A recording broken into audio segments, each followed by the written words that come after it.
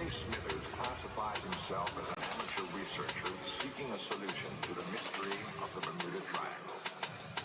Ray concedes that no single idea will provide the answer, but is forced to wonder if there is any truth to what he heard one night while broadcasting on WFTL, Fort Lauderdale.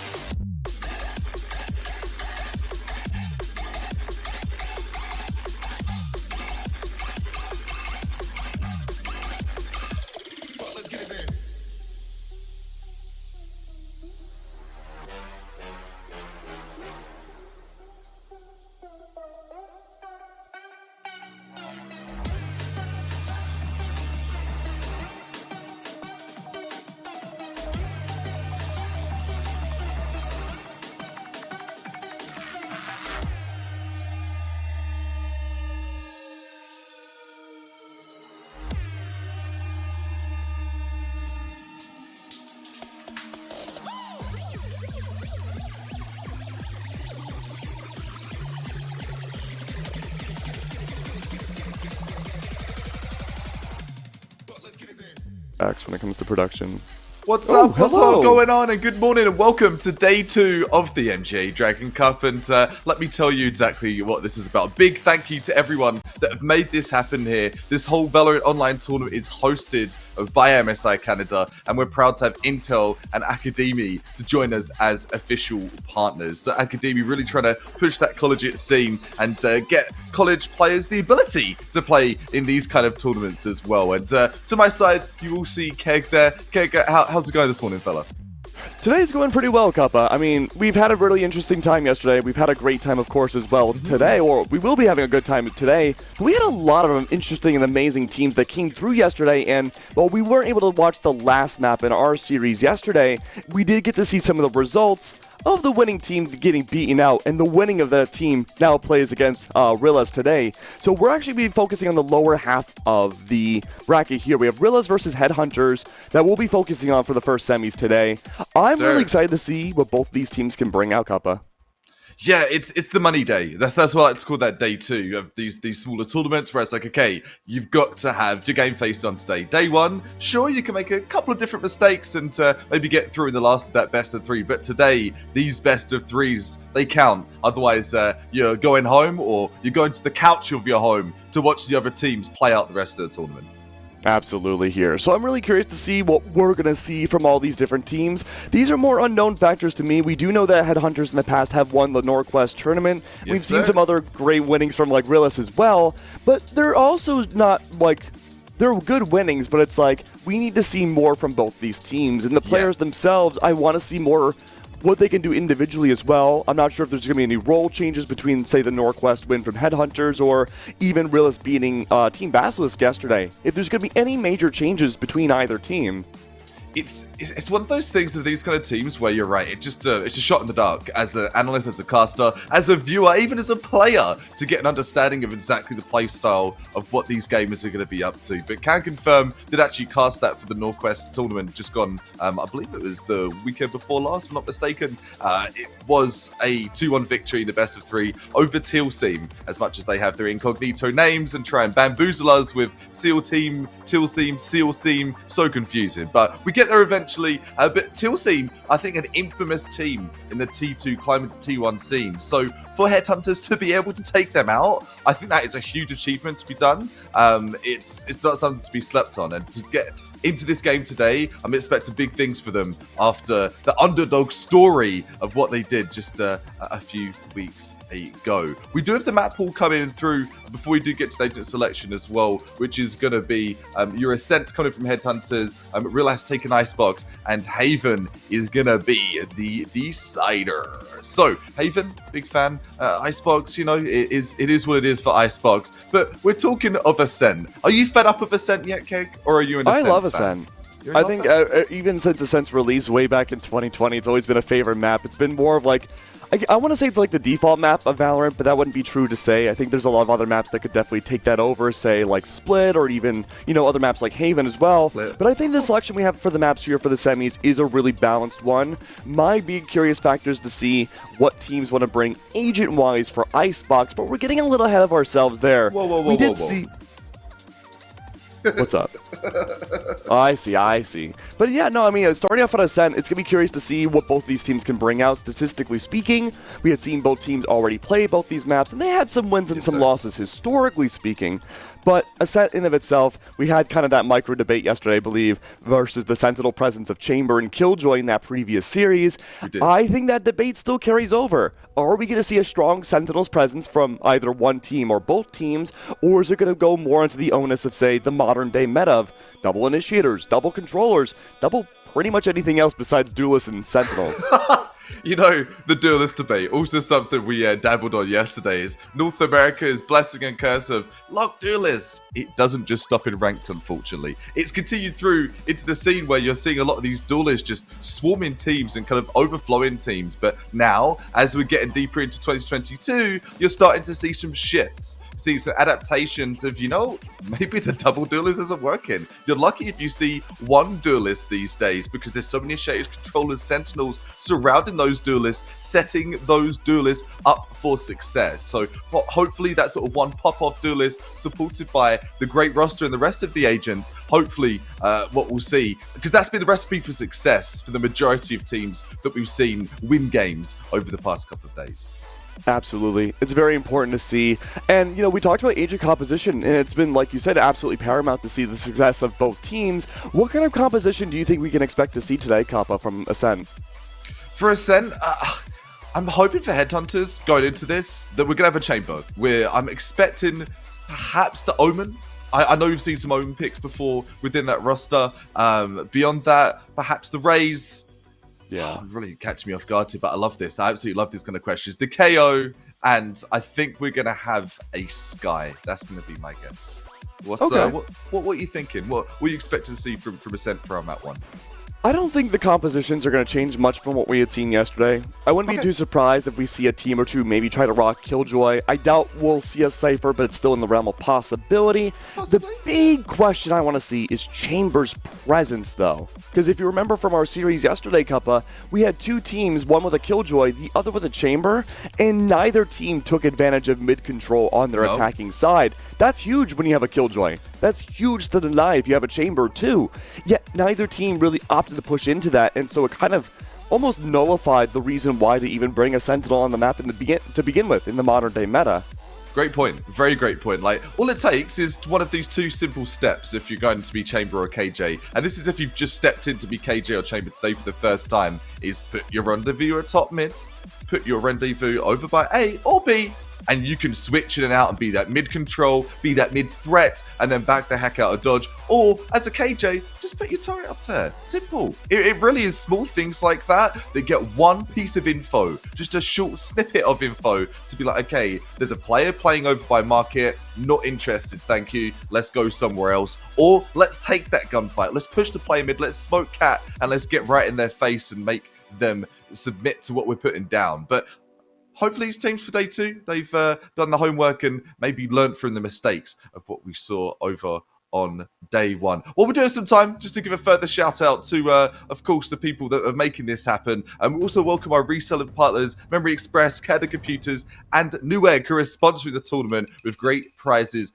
and promotions as well. Not to forget, we've got to give a shout out to the teams that have been entered into the MGA Dragon Cup here for Durham College, the University of Alberta, Seneca College, University of Montreal, Keano College, Georgian College, and Norquist College for all of their support. And it's time. It will be the first match today very, very shortly as we're getting into the first best of three, the first semi-final of today. And it is going to be a lot of Valorant going on all morning and afternoon. So you're in the right place if you want to check out some up-and-coming teams and what they've got to put on the table. All right, looks like we're just about ready to get into map number one. But we are taking a little bit to wait. We did have one player kind of having some issues before we got into the lobby here, but from what we've been told, looks like we're just about ready to get in. Let's start really quick with a quick conversation about Icebox, because I want to talk about this. When we'll be talking about this a lot when we get the Icebox too, but let's put the seeds into everyone's heads.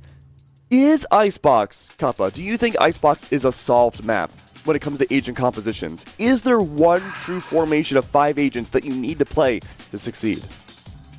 I want to say yes, because I think that's the right answer as Coach Cuppa, but there really isn't in this current meta. It's such a morphed meta there, where I don't think there's a right answer, I don't think there's a wrong answer. There's some things that you should do that will encourage your success. For example, Chamber. Chamber's that crutch kind of impromptu duelist that you're seeing put into these rosters, gives that maneuverability.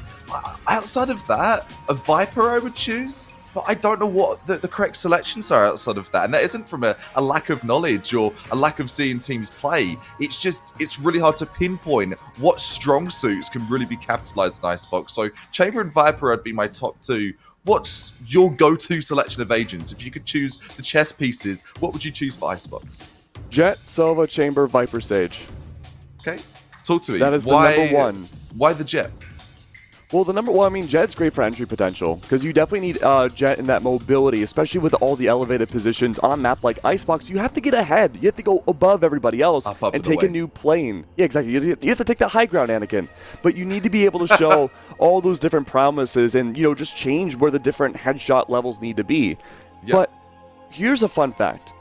In all of Stage 2 of VCT, I don't mean just North America. I mean every region of VCT. Okay. Icebox had Viper played 100% of the time. Wow. Every single match. So the Viper pick is a good pick, is what you're saying when it comes to It's a decent pick at 100, yeah. It's decent. A little bit strong. Just wait for the new agent to come out. It'll be fine. Change everything.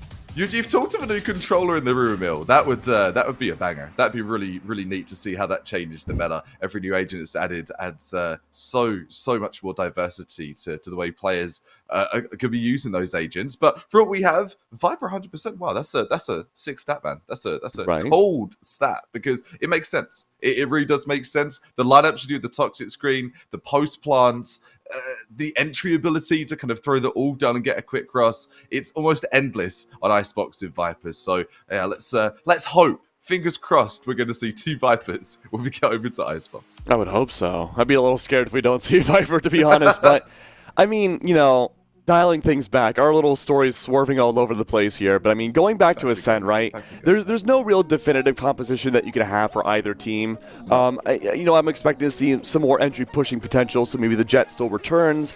Maybe we could see a Raze if they want to change things up. I don't think at semifinals we're going to see something wild like a Neon come out, but if there's that comfortability, we could absolutely see a Neon. Neon does have that sort of edge of, if maybe you're an Apex player, you're a former Call of Duty player, that maneuverability, that sort of slip and slide vibe that Neon has, it is so hard to hit a Neon that is able to do their slide properly and use the cancelling function correctly. It's almost impossible. So if someone's mastered that, great. If you haven't, don't take the risk. We did see that in the Norquest tournament, in the grand final from Teal's team, over on Breeze, Neon was picked up. Nope, didn't work, wasn't the comfort pick, and that actually, in my eyes, kind of threw part of that best of 3 to get Headhunters where they were. We're past the theory craft, it's the agent selection. What are we looking at here for Ascent Kick? We are looking at least for the defensive side, right off the rip, we do see Rilas rocking an interesting composition. You might be thinking at first, okay, Astra's a little weird, but look at how everyone else can play into each other off of Astra's utility. Gravity Well can work well with the Boombot, Paint Grenades, you have Fades, Haunt, and Seize. Pretty much all of her utility can chain into what Astra can bring too. Same could be said for KO. Really the only big exception between all that would be Chamber, who can't really play into Astra's utility too well, besides shooting through the smokes, right? But otherwise, though, I do like this idea. Wild needs to stay alive. He's the win condition for Headhunters to win the majority of these rounds, even on the defense. But when it comes over to Headhunter's side, it's a much more traditional comp, Kumpa. And this is kind of what we've seen from the Sova. I'm excited to see because we saw some Sova bonanza over at Ascent yesterday. It was crazy, actually. The chamber pickup, you gotta expect to see that. KO. I love the KO. It's just surfaced and it stayed like the entirety of the past 2 days for us. And there is the Omen as well from Headhunters. So I love to see a bit of our homework coming to fruition. It's as though we are casters now, Liz, and we're making sure we give you all of the info ahead of time before we even jump into the server. Just as you said, Keg, to plant that seed of what if they choose that agent? What are the possibilities? The possibilities are endless, and we're about to kick off the first semi-final here in this best of 3. Yeah, I'm really excited to see what Astra can bring. I think that's my #1 peak of interest going into this matchup. Yeah. Oftentimes when we see Astra, especially starting off on the first half being defense for a team, we see an Omen accompanied by Astra, usually on B site. And again, it comes down to that same formation of, chaining up utilities. One play in particular I can think of was in BCT, NRG, right outside B main that we have on Ascent. There was the Gravity Well on top of Omen's Paranoia, and then Fade with our Haunt on top. It's literally impossible to push as an attacker. But instead of having that Omen, you do have those paint nades from Jebba that I think could make things really interesting and really fiery. But again, looking at that mobility, we said that there might be a Raze coming out. I said a hard maybe because I don't think the mobility for Raze on a map like Ascent is better. But hey, why stop there when Uncreative can take down his doppelganger immediately? Boom. See ya. Back into the next dimension for you. See you in Icebox. Oh boy, but look at this Uncreative. He keeps on going though. He's not done just yet. He takes down yet another one. The Spike free outside of Marketplace. The majority now of the rest of Headhunters. Steel Tick. He found some impact early on. He's on the site now. Showmaker all the same. Going for the plant. Paranoia smokes down all the same. Line of sight's completely denied, Kappa. This is incredibly important. Super, super important. The 3 versus 3. Jab up. Poking at the idea. Shall I peek this? Shall I not? He doesn't have much of a choice. Paint Grenade's good, though. It clears out Switch. It looks like it was underthrown, though. But Jebba still needs to push onto the site. Everyone, though, on Headhunters unbelievably lit. Azir finds the train. 66 does the same. Last alive. Well, it was looking good for Headhunters to take the site, but that defensive prowess, again, you have one of the most defender-sided agent comps I feel like you could possibly have right now for Rilas, and then you have to take advantage of that. Astra. The agent that had their time, at the top of the game, and then just kind of vanished, disappeared. So having Astra back, I'm really excited. I'm very, very excited to see Astra here because offers so much to full utility, and we are only just scratching the surface here in Pistol. But what the next move's going to be, though, for Headhunters, I don't know, because now it's a force buy from both side Headhunters. They're feeling really confident. I think it's interesting that we see Chamber force buying up here, too. Normally, we would just see the continuation of the Headhunters, because it's just like a cheaper Sheriff. And Uncreative, he doesn't even need that Spectre. Hitting headshots with the Headhunter, left, right, and center. Bish, bash, bosh. Easy as it comes. Easy peasy lemon squeezy, perhaps. Back to spray. See if they can save Black Moose. Not gonna. A good push here from Headhunters might get this round on the full sub. That'd be huge, Keg. I am having minor tech issues on my end, but I'm still here. I promise. I'm your ethereal play-by-play being. A 2v2. Left alive, Canyon. Spike is in the ground. Both separated out defensive-wise. Trying to coordinate together. Trying to coordinate, though. There we go, the Astra util comes underway. Canyon's blocked off. Now both people onto the attack. They have to look at the same exact lane. As 66 today pushes up, this is really good. Canyon's gonna have to hide away though. Try to peek out one at a time, go through the sprays, but Canyon, even through the smoke, still falls. We defend this place, we defend so this reality. Spike goes down. Money, the cash is gonna be around, but enough to get a buy? That's the question there for Headhunters. Expecting. Yeah, it's going to be maybe a save. Couple of weapons being teased at. And the bonus here for Rilas as well. To be fair, close round from Headhunters. The suppression being used, definitely superiorly coming in from Rilas on their retake. It's such a wombo combo having that Astra KO. We saw it in Pistol. We've seen it again in the second round. Big concerns here for Headhunters. They are, I want to say, a late game team when they do pull through those clutches and those individualistic plays. Let's see what they got from these Sheriffs. There we go, the fast push comes in. We see the 0 point coming down. Uncreative every round having the first blood. Beautiful to see. And look at that, he nearly makes it a triple. And that being said, holding it all back. What do you do now if you're Headhunters? You have 2 left alive. You've already forced one so many different times. It's the flash that comes by. 66J. Double wide swing comes by. And it's not quite the double stuff, but it's a good one nonetheless. Rilas looking great. One player to fall, one player to hit the grave of all those Sheriffs. Was it worth it? Not really, if that's all going to be the reward. The buy is going to come in here. These forces, but we've just blown through these rounds. We've absolutely just blasted through these rounds, and there isn't really too much to say, I don't think, for what Headhunters have put into this. Uncreative just having a whirl, man. I mean, Uncreative has just been on a powerhouse right now. Look, he does it again. He gets another first blood. Canyon has found no impact so far in this game, just being shut down by Uncreative every round.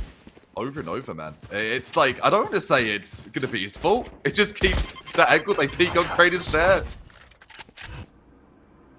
And look at this rerouting now. Headhunters, they're taking control of mid-site. We complained, we said about that in the last series watching Ascent, that no one took mid-control, but look how easily Headhunters are able to do so. And now everyone on Rilas, they're on the back end. They have to push forwards and try to make contact on A. But they're falling apart. Spike.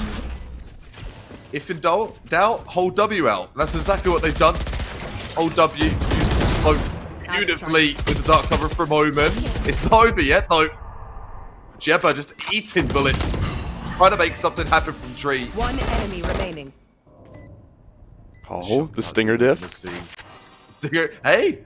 Oh, Stinger hits that's heads. not a stinger. Now Black Moose is going to lose. Oh! Are you sure, Chief? I don't know. It's a 1v1. It's here, hiding away. It's Black Moose. Just gotta defend it. Rilas has something else to worry about, though. It's that spike. It's almost close to being detonated. He's forced to play in the engagement. Is there enough time? No, he gets the triple kill. I think there's just barely enough time. Barely! No, not even.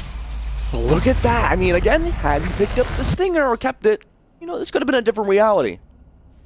How expensive was that round, though? Let's look at the economics of it there for Headhunters. Abysmal. I'll give the answer there. 3 sets of light armor and Ares 4 sets of light armor. They can buy it, but this is empty out the bank account. No player has over 150 credits. That's broke. But at least they can buy. If they lost that last round, they'd be forced to eco again. We'd be looking at 5-0 for Rilas. This is a good adjustment, though, from Headhunters. They have to keep things competitive. They can't afford the eco for this half. They need at least one more round, but you have to go past Uncreative. Just these dry swings all the time. Uncreative just takes full advantage of it. There. I had my cornflakes, and I'm going to show you exactly what they did for me. So Uncreative, boom, entry, boom, first blood. So many times, just getting irritated how quick it happens. Now your entry's gone if you're Headhunters. Down. And mobility with the jet dash, those cloud bursts. You're really wishing you had it now, so everyone has to push it as a team at this point. Uncreative still alive. Forced to back away off the fragment grenade. Jebba's good for a double. Shuts down most of Tree right there. What's left? Licking their wounds, heading back over to B, assuming it might be safer, but the trademark is active. Once we spotted out, sugar-free. Now Fade is surrounded, they go down. Black Moose to die, but everybody else, all waiting for this post plant. Look how slow they're pushing up. They're taking their time to push the team to 2v4. Spike is in hand. One advantage they have here. The rest of it is going to be an uphill challenge. 4 versus 2. Tour de force available here. What can Canyon get from this? We need to see some value. We need to see some extra value, mind you. One shot's gone. Some HP taken. This is going to be so difficult, Keg. We drive the dry swings. Jebba's good for 3. Shutting down just about everybody. And it's Jebba, MVP of the round. Not only shuts down the main entry focal point of Tree, but did so again for the defuse. Pat on the back. Bit of a sideways fist bump for Headhunters. Sure, you got the spike down. Get a little bit of money. Bit of cash in hand. But that ATM is going to have limited funds, maybe insufficient funds, if you're going to go for the purchase on that Vandal. We've been talking glass cannon, not even an option. And right at this moment, even a consideration of a tactical timeout here for Headhunters. Like, it's getting a bit out of hand right now. Starting to, at least. And a sense of those maps where, if you're not careful, that momentum could just get away from you. And with what we're seeing from Uncreative and from Jebba, you've got to do something to shut them down now. Yeah, the ace in the hole now for Headhunters is 4 ults to work with. Bladestorm's already out. Hunter's Fury and Omen's probably seen mid-round. You could see no command on site as well. Oh, it's post-plant.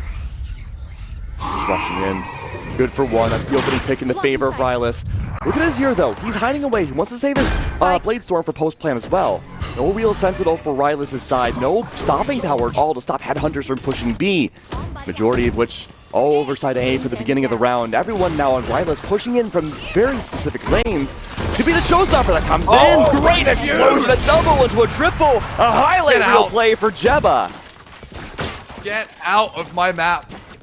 The showstopper right to the ground. The fireworks go off. The headshots just to put the cherry on top of the cake.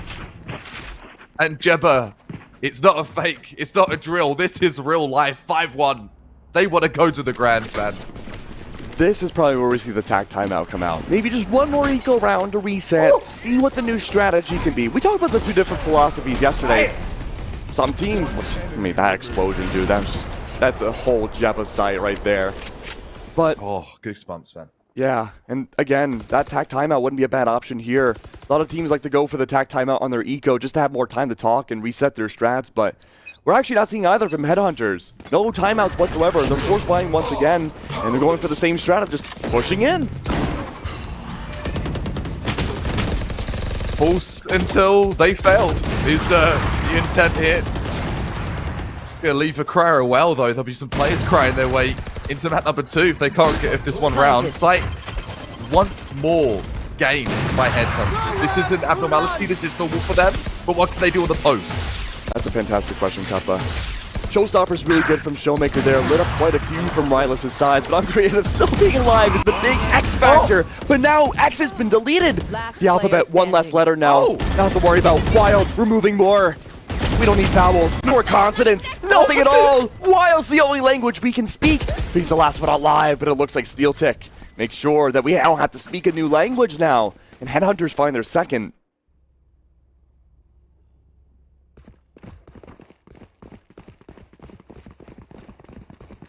God damn. There we go. There's the double up. They didn't need the timeout. And as I mentioned, keep forcing until they fail. Good mentality in the sense if you can break them down, they've still got a buy.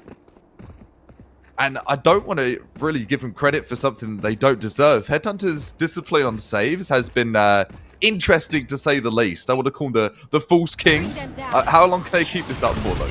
Look at the adjustment though from Rilas. They've set up 3 on A now, on B side now. They know this is the preferred site for Headhunters. Their initiation to the site is so easy. In fact, there was even Omen's teleport all the way onto the site, but everyone's just getting melted down. Uncreative again. These one-on-one fights, they're all just uncreative. And I'm glad Uncreative just got a triple kill, because I wanted to highlight him in between last round. Jebba was, what, 13-8, I believe, before? Yeah, 13-4, never mind. Uncreative was 8-5, and now catching up to Jebba again. No one else in the server has a scoreline like that at all. No one's touching double figures, not even close. And I'm talking on the Rilas side and the Headhunter side. Not too many heads being hunted. Their heads most certainly are by Jebba. And Uncreative, anything but Uncreative. Probably the most creative person in the server with the plays we're seeing. And has the defaults under wrap as well. Cat smoked off this time, though. Taking no chances are going to be Headhunters.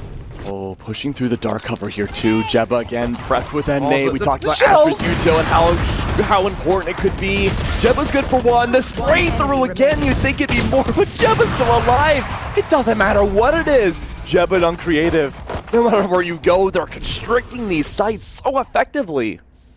You can run, but you can't hide. No hiding. No hiding from these players. Double figures, increased some, buffed up some. 16-4, 12-5.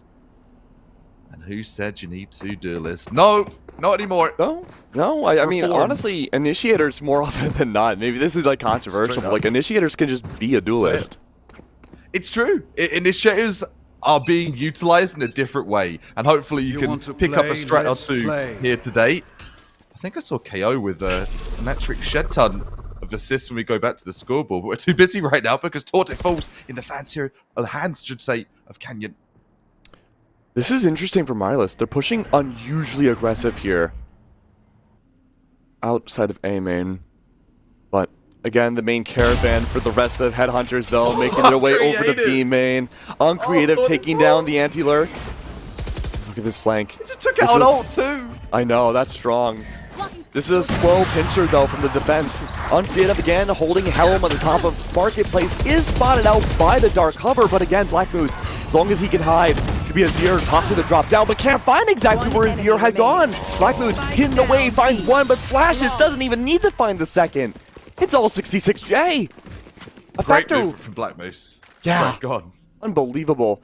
And 66J isn't someone we've talked about too much, but everyone else besides Jeb and Uncreative really duking out for that third place slot in the KD. And honestly, it's you know, we look at that 7-3 compared to say, you know, 14 or 16 kills, and we're like, well, this is a hard carry. It's really not. It's not a hard carry at all. It's a game of utility. And it goes right back to what we were talking of, yeah, with the initiators and their impact. 9 assists, 6 assists, 6-6 on the other controller. There's so much support, there's so much utility being utilized. It's not just being thrown aimlessly, it's gaining frags. And obviously gaining of frags, potentially, good entry coming in from the Frenzy, another one coming from the Sheriff. There might be hope just yet, but Wild, looking to get Wild, gets one and done. Oh, beautiful there. Showmaker still left alive. Jebba and Uncreative, the unsung hero so far. Rilas last left alive. One goes down. That's an unusual situation. Much better. Much better Last card round from in the Headhunters. half. They look like they want to win that round. And that sounds like a bit of a salty statement or a bit of a harsh statement, but they pushed it like they meant it. We've seen time after time after time the same kind of push on to B. And guess what? Knock, knock. They're not going to be letting you in. But the first time in a while they've knocked on the door of A, they were able to get sight, able to storm one in on an eco and take that one home. So let's have a peek. What can they do on this last round of the first half of this best of 3? Didn't see too many full pushes in the A site. There we go, the setup is there, the flash into the dash, the Azir 1-2 trick there, but Wild is just hidden away in the middle of Dice. No one spotted him out, no information at all. A 3v3 into what could very well be the post plant soon. Showmaker still hiding in wine. Post plant, shock darts. Moose is full util. Hasn't used it just yet. Hunter's Fury. Forget about the shock dust. Hunter's Fury is going to be the priority, prioritized, and annihilated the rest of the players in the server. 3 players take their way into that second half, drag the rest of those Headhunters, step right up. We're still in this. Very true, very true. 8-4 is a pretty competitive scoreline. Very, man. And considering how things were going the majority of that half, no timeout taken either. They just roughed it out and say, listen, we're going to get maybe 4 or 5 rounds. We can make this work. They found the hole in the gap in the door over at A. They kicked it down, and they're here to stay for the last couple. Shame we didn't see that adaptation a little bit earlier in the half, but hey, bygones be bygones. Let's see what they can do. Flipping the script for this second half. Fun fact, by the way, this is a Headhunters pick. This is a Headhunters pick to start things off. Very true, and you don't ever want to lose your own map pick. But you know where I never lose, Cuppa? Go on, son. I never lose with MSI. So let the MSI Codex ZS5TC043 US Gaming Desktop be your ticket to serious gaming with its excellent components. Now, while the match is going on, I bet some of these players are rocking some of these parts as well. So you can be armed with that AMD Ryzen 7 5700G processor and 16 gigabytes of DD4 RAM. Now, I'm sure all these players are rocking that kind of RAM, and they just did an MSI clutch. Beautiful shutdown everywhere from Headhunters. And like you said, it was their map pick, and they're playing it defensively pretty well so far. This is where they shined in the Northwest tournament, where they absolutely shined through, like the sparkle you're going to see on your monitor if you've got any MSI equipment, you know? Like, it feels different, it hits different, and that's exactly what we're seeing from that first pistol.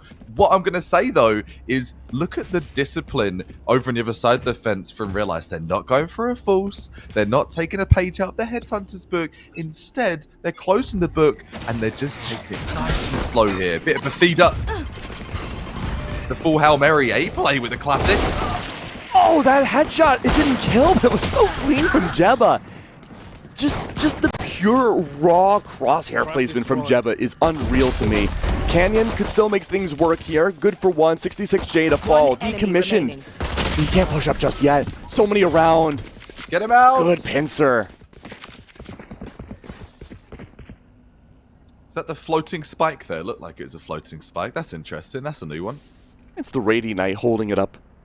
Oh, my bad. Sorry, I haven't seen that tech yet. I mean, you know the whole map is floating, right? It is? Yeah, look at the outskirts. Yeah. This is planet Earth, Venice, Italy. But it was like erupted into the sky. So if you look on the edges of the map, you can see like Earth below. You can actually see the firing range as well. Oh, I didn't know that. From attack spawn if you look back. This is why I don't win games. I'm too busy looking outside the map with you, Keg. That's okay, though. We're explorers. We're explorers. These are going to be the warriors in the server at this moment in time. No ult, still toughen it out. Oh, Jebba. Play there from Jebba. I did Wine Cellar. Notice how Rilas aren't focusing too much on initiative utility anymore. You don't have that mobility from Jebba just to push into a site like we saw Jet do on the attack. Instead, Jebba's taking more of a lurking role and just waiting for headhunters to push up.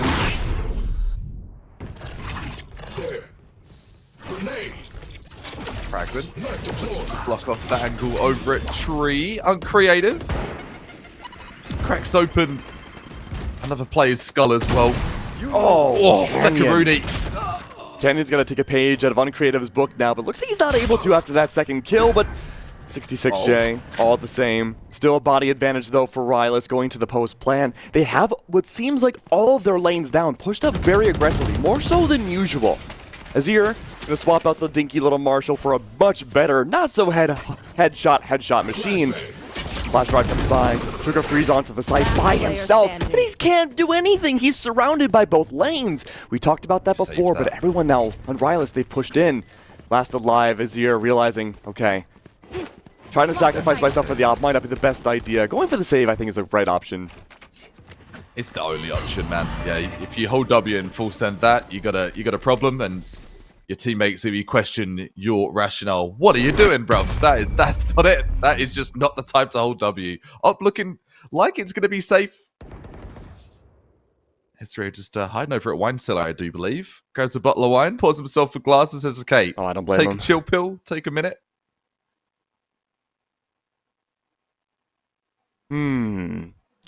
What to do if you're headhunters? This is a tough call to make because a lot of what we've seen so far this game has been very gunfight heavy. There has been utility, but like, say, Wild never used the Cosmic Divine in the first half. We haven't really seen Into the Shadows either from SteelTick either, so I'd like to see a little bit more utility come out just all across the board, but a lot of this has just been, hey, what utilities can we use to just engage in these 1v1s?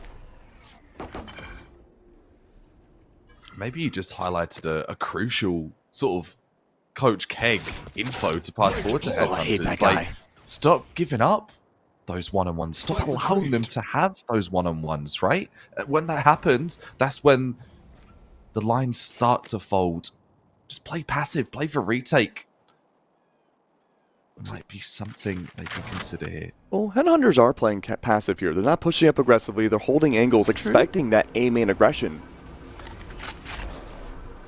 Really, this comes down to Canyon to make a move here. If he can shut down Jebba, that'll be huge. But if he shuts down more than one, off that angle in A main, that's a winning play right there. Uncreative, those on the lurk this time. Uncreative. This is all a big fake. Jebba, though, does take down Canyon. That's strong. That means A-site fully under control now of Rilas. Oh, no. Headhunters, what's left of them? That makes it only SteelTick. And he's on the outskirts of the site, right in the onus of 66J. And SteelTick falls again. this patience, it works out well, but if you're just not able to out-aim in these very huge power positions, it's hard. It's a tough sell as a defender to really just hold the site. If my memory serves me correctly, Headhunters lost their map pick of Ascent, and they took the opposing map to get themselves back into that best of 3. So are we going to see a similar scenario here? Possibly, maybe. Still some time for Headhunters to get back to feeling close to Sublime. I want to see that timeout still, Keg. I'm a bit salty, a bit of a salty coach that we haven't. I'm creative, just punishing the aggro push. Get out. This is another dry swing that's about to happen. Not once, but twice over now. I'm creative in a 1v2. No fear Shakespeare at all. But everyone runs away. No utility dedicated to uncreative at all. That spike is still down.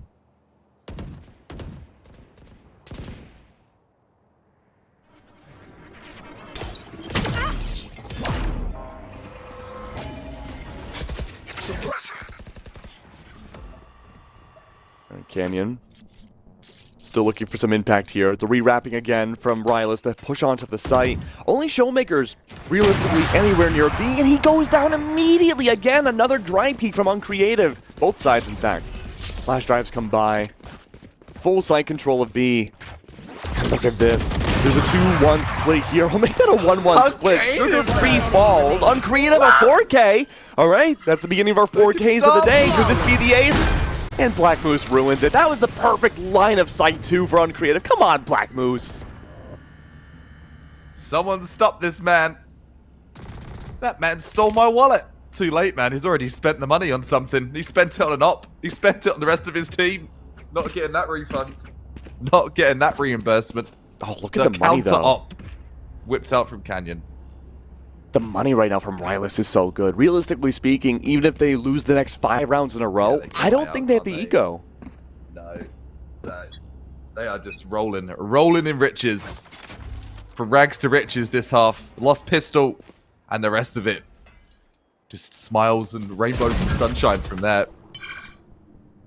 Sunshine and lollipops. Stormy skies for Headhunters right now. Oh, good flash over into the Nightfall. There's that mobility we've been talking about all game, but SteelTick shuts it down. Jebba, off that. SteelTick just survived the play, and look at this. Now, there were so many Headhunters all over A, but now they're forced to wrap back around to B. I don't know if that was the play to begin with, or if that was just a contingency plan. Regardless, though. Uncreative. Good for one. Showmaker getting a little bit nervous, I think. But Showmaker's still hiding away. 66J needs to play off of this. Might allow Showmaker to have a little bit more space. Uncreative again, dueling with the Devil in a 1v, what looks like a 4, but it's a 1v3. Everyone else pushing through the stairs. Uncreative, though, getting one good for one. It's like the Seas of Normandy again, and Uncreative shuts down the majority of it. One left alive at SteelTick. Looks like he may have picked up the op, I believe. And it's another save. We've seen this twice over now from Headhunters. 2 saved of the ops, and to be honest with you, the ops haven't really had much impact this game. I'm surprised that they're still holding up for it.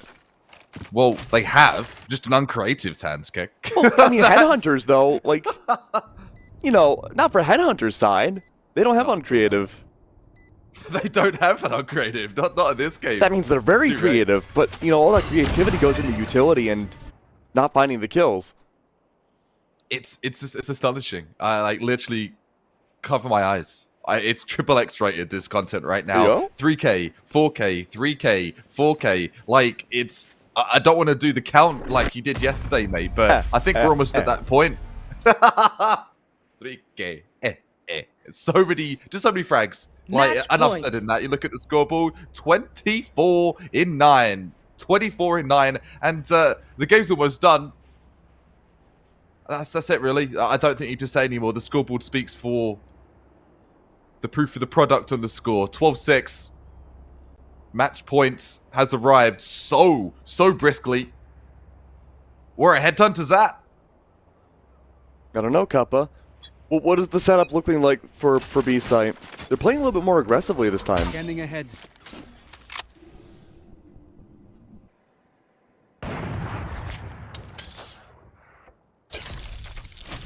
Here.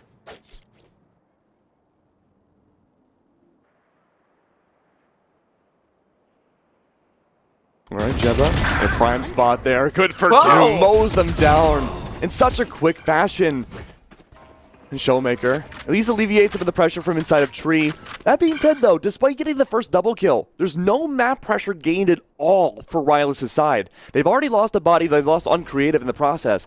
If Jebba stays alive here, takes it back a little bit, Kappa, plays slow, could be a winning play. But if Jebba overextends and falls, you leave two of your top fraggers completely off the map for the round.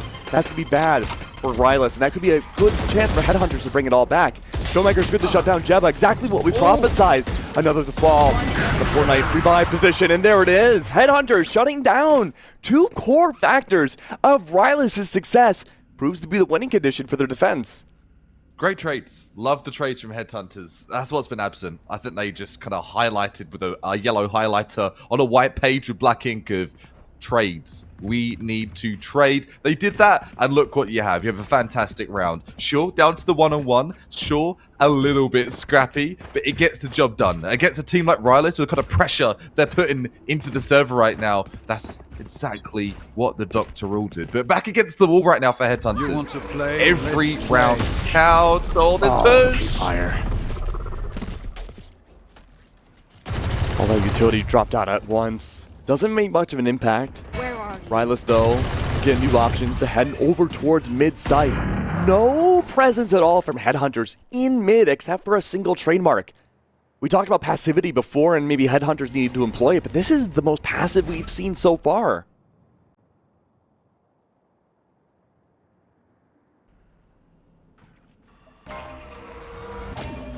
Sugar-free. Mental timer. Have to push through the fragment. That's not going to be the play. There goes the tree player, and there maybe goes Sidekick. Spike That's down right. Full side control there. Azir holding the back lines. A double Blade Storm kill helps alleviate, again, some things. But when you're last two alive for Rilas, have a combined KD of like 50 and 4. That's how it feels. And Uncreative, making it look like Attackers nothing. win. A 4K again to end map number 1. Nasty. That's nasty. Filthy plays in map number 1. Rilas prevail. Headhunters are going to have to go back to the drawing board before we go to map number 2. To summarize what we saw there, a fragalicious first game, buddy. Like, was that over 40 frags that we saw from Uncreative? Probably more. I would say, without having the stats in front of me, I would say a collective at least 50. You think 50? I think you're right. I think you're right by what Jebba got and Uncreative contributed at the end. Closer to a 30 bomb than it was that 20. And just frags galore. Like, end of. Every player, even Black Boost, stepping up to the challenge, doesn't get this round, but constantly just removing players from the server. And if you have that ability, Uncreative, back at their old tricks again. If you have that kind of ability and it doesn't stop the entire game, that's it. That's all she wrote, and that's an FPS in general for strategic ones. If you can play with your showstopper, if you can play with any weapon and just take it to the player's face, click heads, bro. That's simple as, and that's what we saw for map number 1. Don't be scared, though, if you're going to be a Headhunter fan and you're like, didn't you say they won at the Norquest tournament? Yes, they did, and they have another chance in this best of 3 coming up very shortly, I believe, on Icebox to see what they can do to get back into this. And remember what we said, the agent compositions for Icebox are, quote, solved. So I'm curious to see... Yeah, it's quote solved. I don't think we're going to see that Chamber, Sova, Viper, Sage. Did I say Chamber already? Jet. Again, for both teams, it's very possible we could see a mirror mode composition, but I think the way we saw Rilas play with their very unruly team comp already tells me that we're probably going to see something a little bit more unconventional. If I had to take a wild guess before we go to the break, I'm going to say that instead of having Jet, we're probably going to see Jebba remaining on that raise, and then everyone else in their respective roles. Okay, I like that hot take. I'm going to let that hot take sink in for the audience and let us kind of just mull on our thoughts as to what's happened in the rest of this best of 3 for the MSI MGA Dragon Cup. Don't go anywhere. We'll see you in just a second.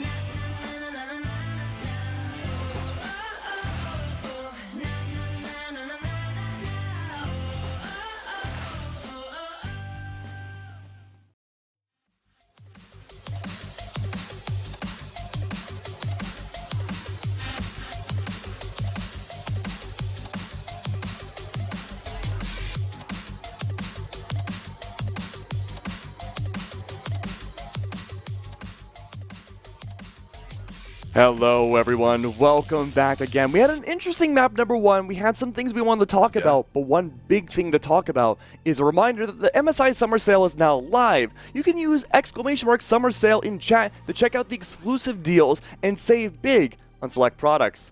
And let me tell you, it's going to be very helpful. Upgrade your gear, stuff like that is amazing. Speaking of upgrades and stuff though, Kappa, or I guess one part of an upgrade, Ascent was an interesting map, wasn't it? It was one team's time and opportunity to upgrade, and as you'll see from the doodles all over the screen, it's pretty simple really, and I'm going to highlight it one more time.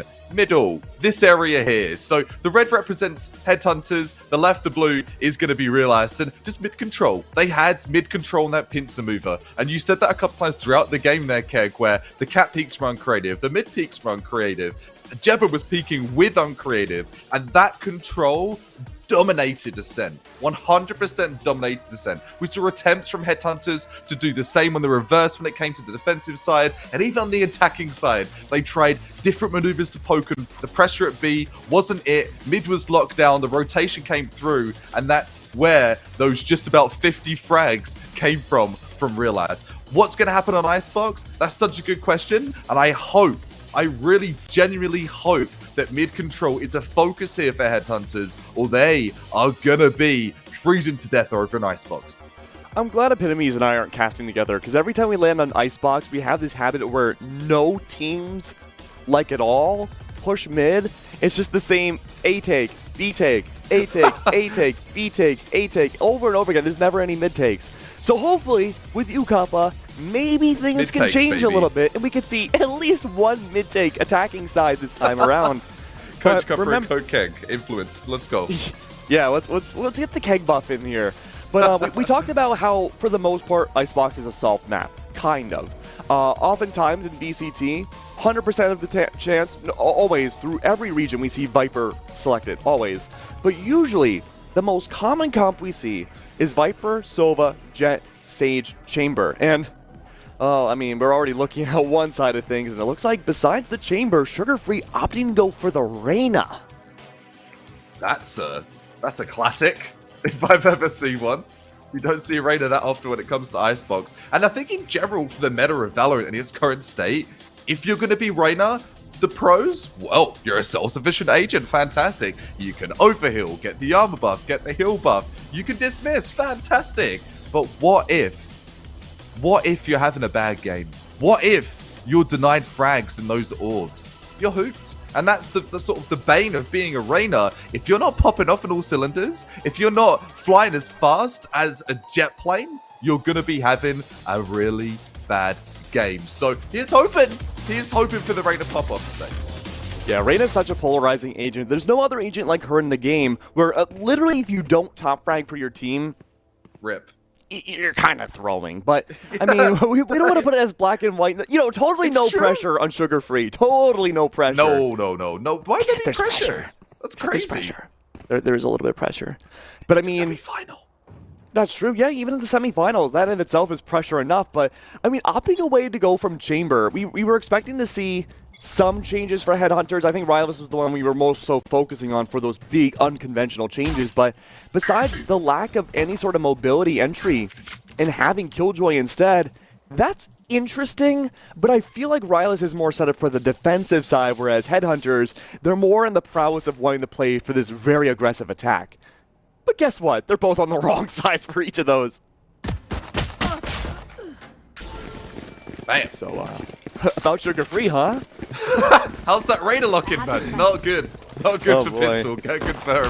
That's, ouch, Charlie. Bit my finger. Definitely chopped it off. And straight into sight. There you go. A good response coming from Canyon, though. Before a right click, but a big disgrace. Brings it back to the 3-on-2.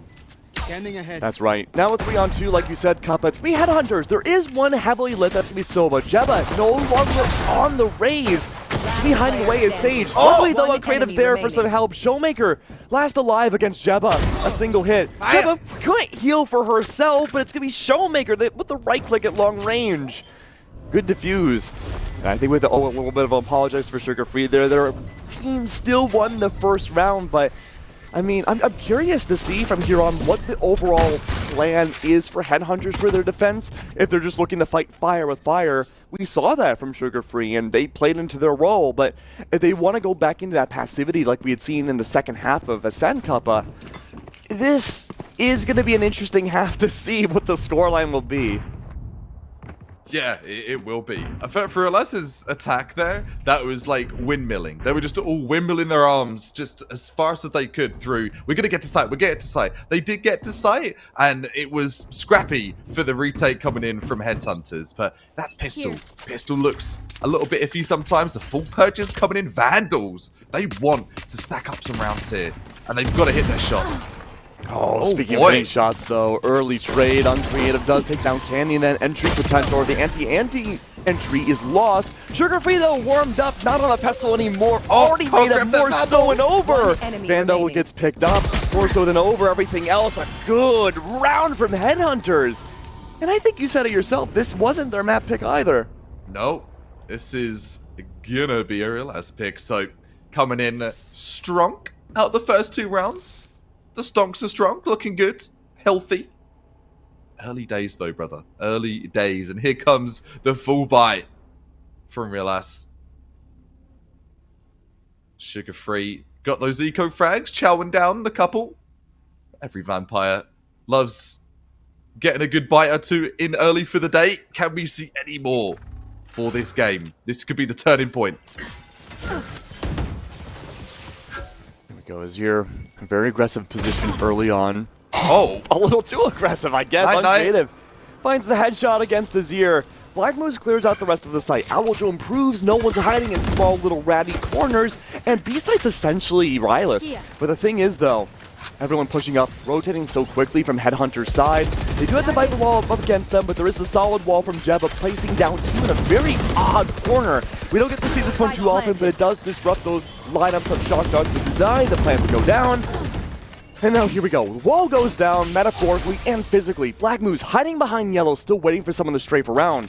That Sage Wall was smart. It prevents that swing from the back of Snowman to the back of Yellow. Glyph, though, forced to push up because of the Sage Wall, still looking to see where realistically anybody is.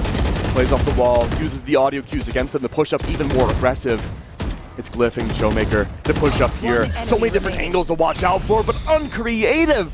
Doesn't have to move from his post. It's another 4K for the dude. 1K, 2K, 3K, 4. How many more could uncreative score? That's the question. That's the question I have. Tour de force on table 2. How long did it take to you to come up with that one? You know what? It was impromptu, and it comes from the vibes. The vibes are good today. I woke up on the right side of bed. I had my fruit for breakfast, and we're good. Do you use pillows when you sleep? One pillow? Question mark? Oh, I don't use pillows or blankets. I just lie down on my mattress. Let's play. You're dude, it's lit. You're a beast. That's beast mode sleep right there. You're a champion. Yeah, I get. Oh, but it's an eco round here for 2 for Sugar Free. They already have made a lot of impact early on, but on Creative now, using the Tour de Force against an eco round might not be the best option in the world, but Canyon here, he's going to play off that Viper wall, escape while he can. He has a little bit of damage, not applied to him, but he's certainly applied to other people. Good spray through the wall. Another 3K, 4K now for Canyon, and Sugar Free helping to clean it up. Last alive now is Viper. It's wild. They're trapped inside jail. They could push up. They had the spike. 1 minute left on the clock, too. Could very well take some options into consideration. Rotate out, maybe take down Glyph in the process, but no turning around available. Glyph is there to take down the doppelganger once more. And as you talked of, spitting the truth, nothing but the truth. The Viper coming in imperative over an icebox. Headhunters have done their research. I kind of my calculations. Viper will be a great pick. They don't sound like that, but that's the classic kind of. That's what I sound like. That's what I sound like playing Valorant games. That's right there. Either way, Viper, a crucial pick, and showing exactly why early on this game. Help fragging actually all of the players, bar one uncreative, the only player over on that attacking side. Having success here. Takes a lick of damage to start things off too. And you know what? We talked about how we very rarely see teams push in the mid. And we actually, for the first time here, we see a mid presence. And at round 5, no less, too. Jebba with a fantastic snipe against Azir. Really goes to show why we see a lot of teams not wanting to put that pressure inside of mid, especially without a Viper or present inside of mid or inside of Tube. Sugar Free, he's going to opt to push up as well. He doesn't win the fight against Wild, but that's strong to clear out B site. Rilas can take this opportunity, especially a 5v2, and just take over a longer range site that's harder to trade out. But off screen, we do see 66J eliminate one more. It's Glyph left alive. He has the elevated positions with so little util to work off of. He has no idea about Black Moose. And this is one step closer for Rilas. Rilas? I'm a New Englander. I say Rilas. Rilas? I say Rilas. I'm a New Englander. That's my excuse. Blame Bostonians for that one. But Rilas. they're one round away from tying things up. They are. Drawing ever closer to the potential draw. I just totally dropped my sound mixer on the floor. I heard something drop. I didn't want to ask any questions. I'm like, okay. You guys can hear me, right? Sorry, production. You know, it sounded like a healthy crunch. Can I let you click your knuckles or something? It's all good. As long as you're still with me, Viper's Pit is going to be put out. Wait, what? On pipes? That's What not is how this? that's supposed to go, is it? Surely. What? Is that like a perfect square? It's adorable. That's a cute Viper's Pit, but is that No, by don't design? go away from it. What is You that need to know Viper's more about Pit? the cube. That was the It's a component literal- back in the day.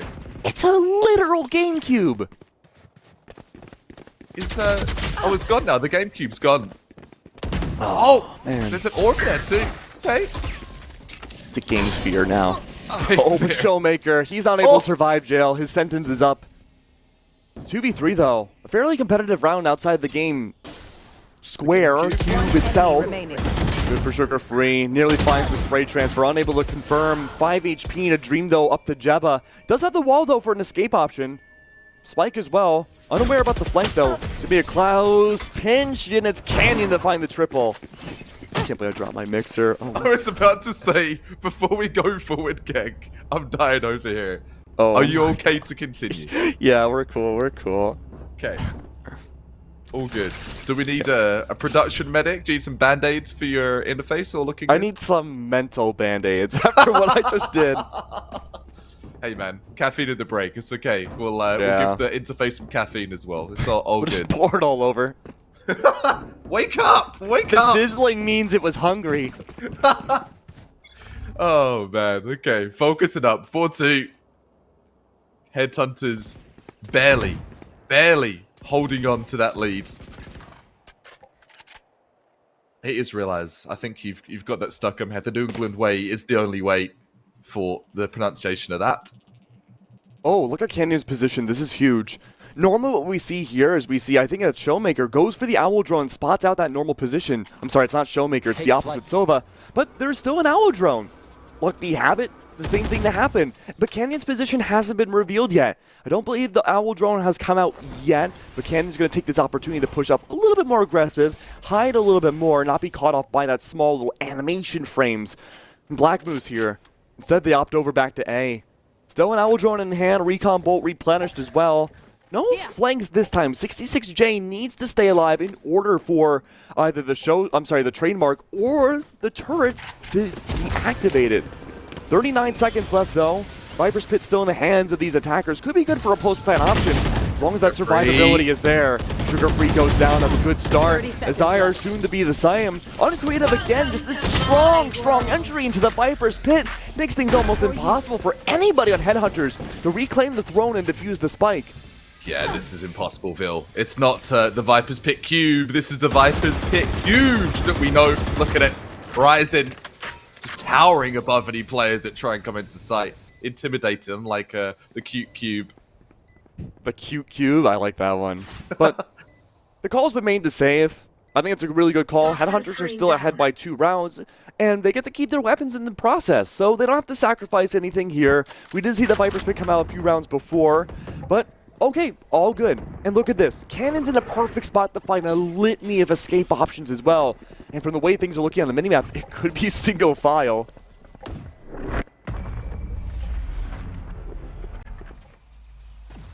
Or no exits at all. Nothing. Not even a peep. 3 ults available on the menu here for Headhunters. The purchase comes in. The last two are potentially. You're only looking at a couple of hundred creds in the bank for a few players, for a few agents out in the Honestly, thick of things. that's not the worst situation headhunters can be in. Hypothetically, let's say they lose the round, then they have the eco in a 4-4, and they lose that round too. It's 4-5. It's not the worst eco to have in the world. It's better than being 4-12.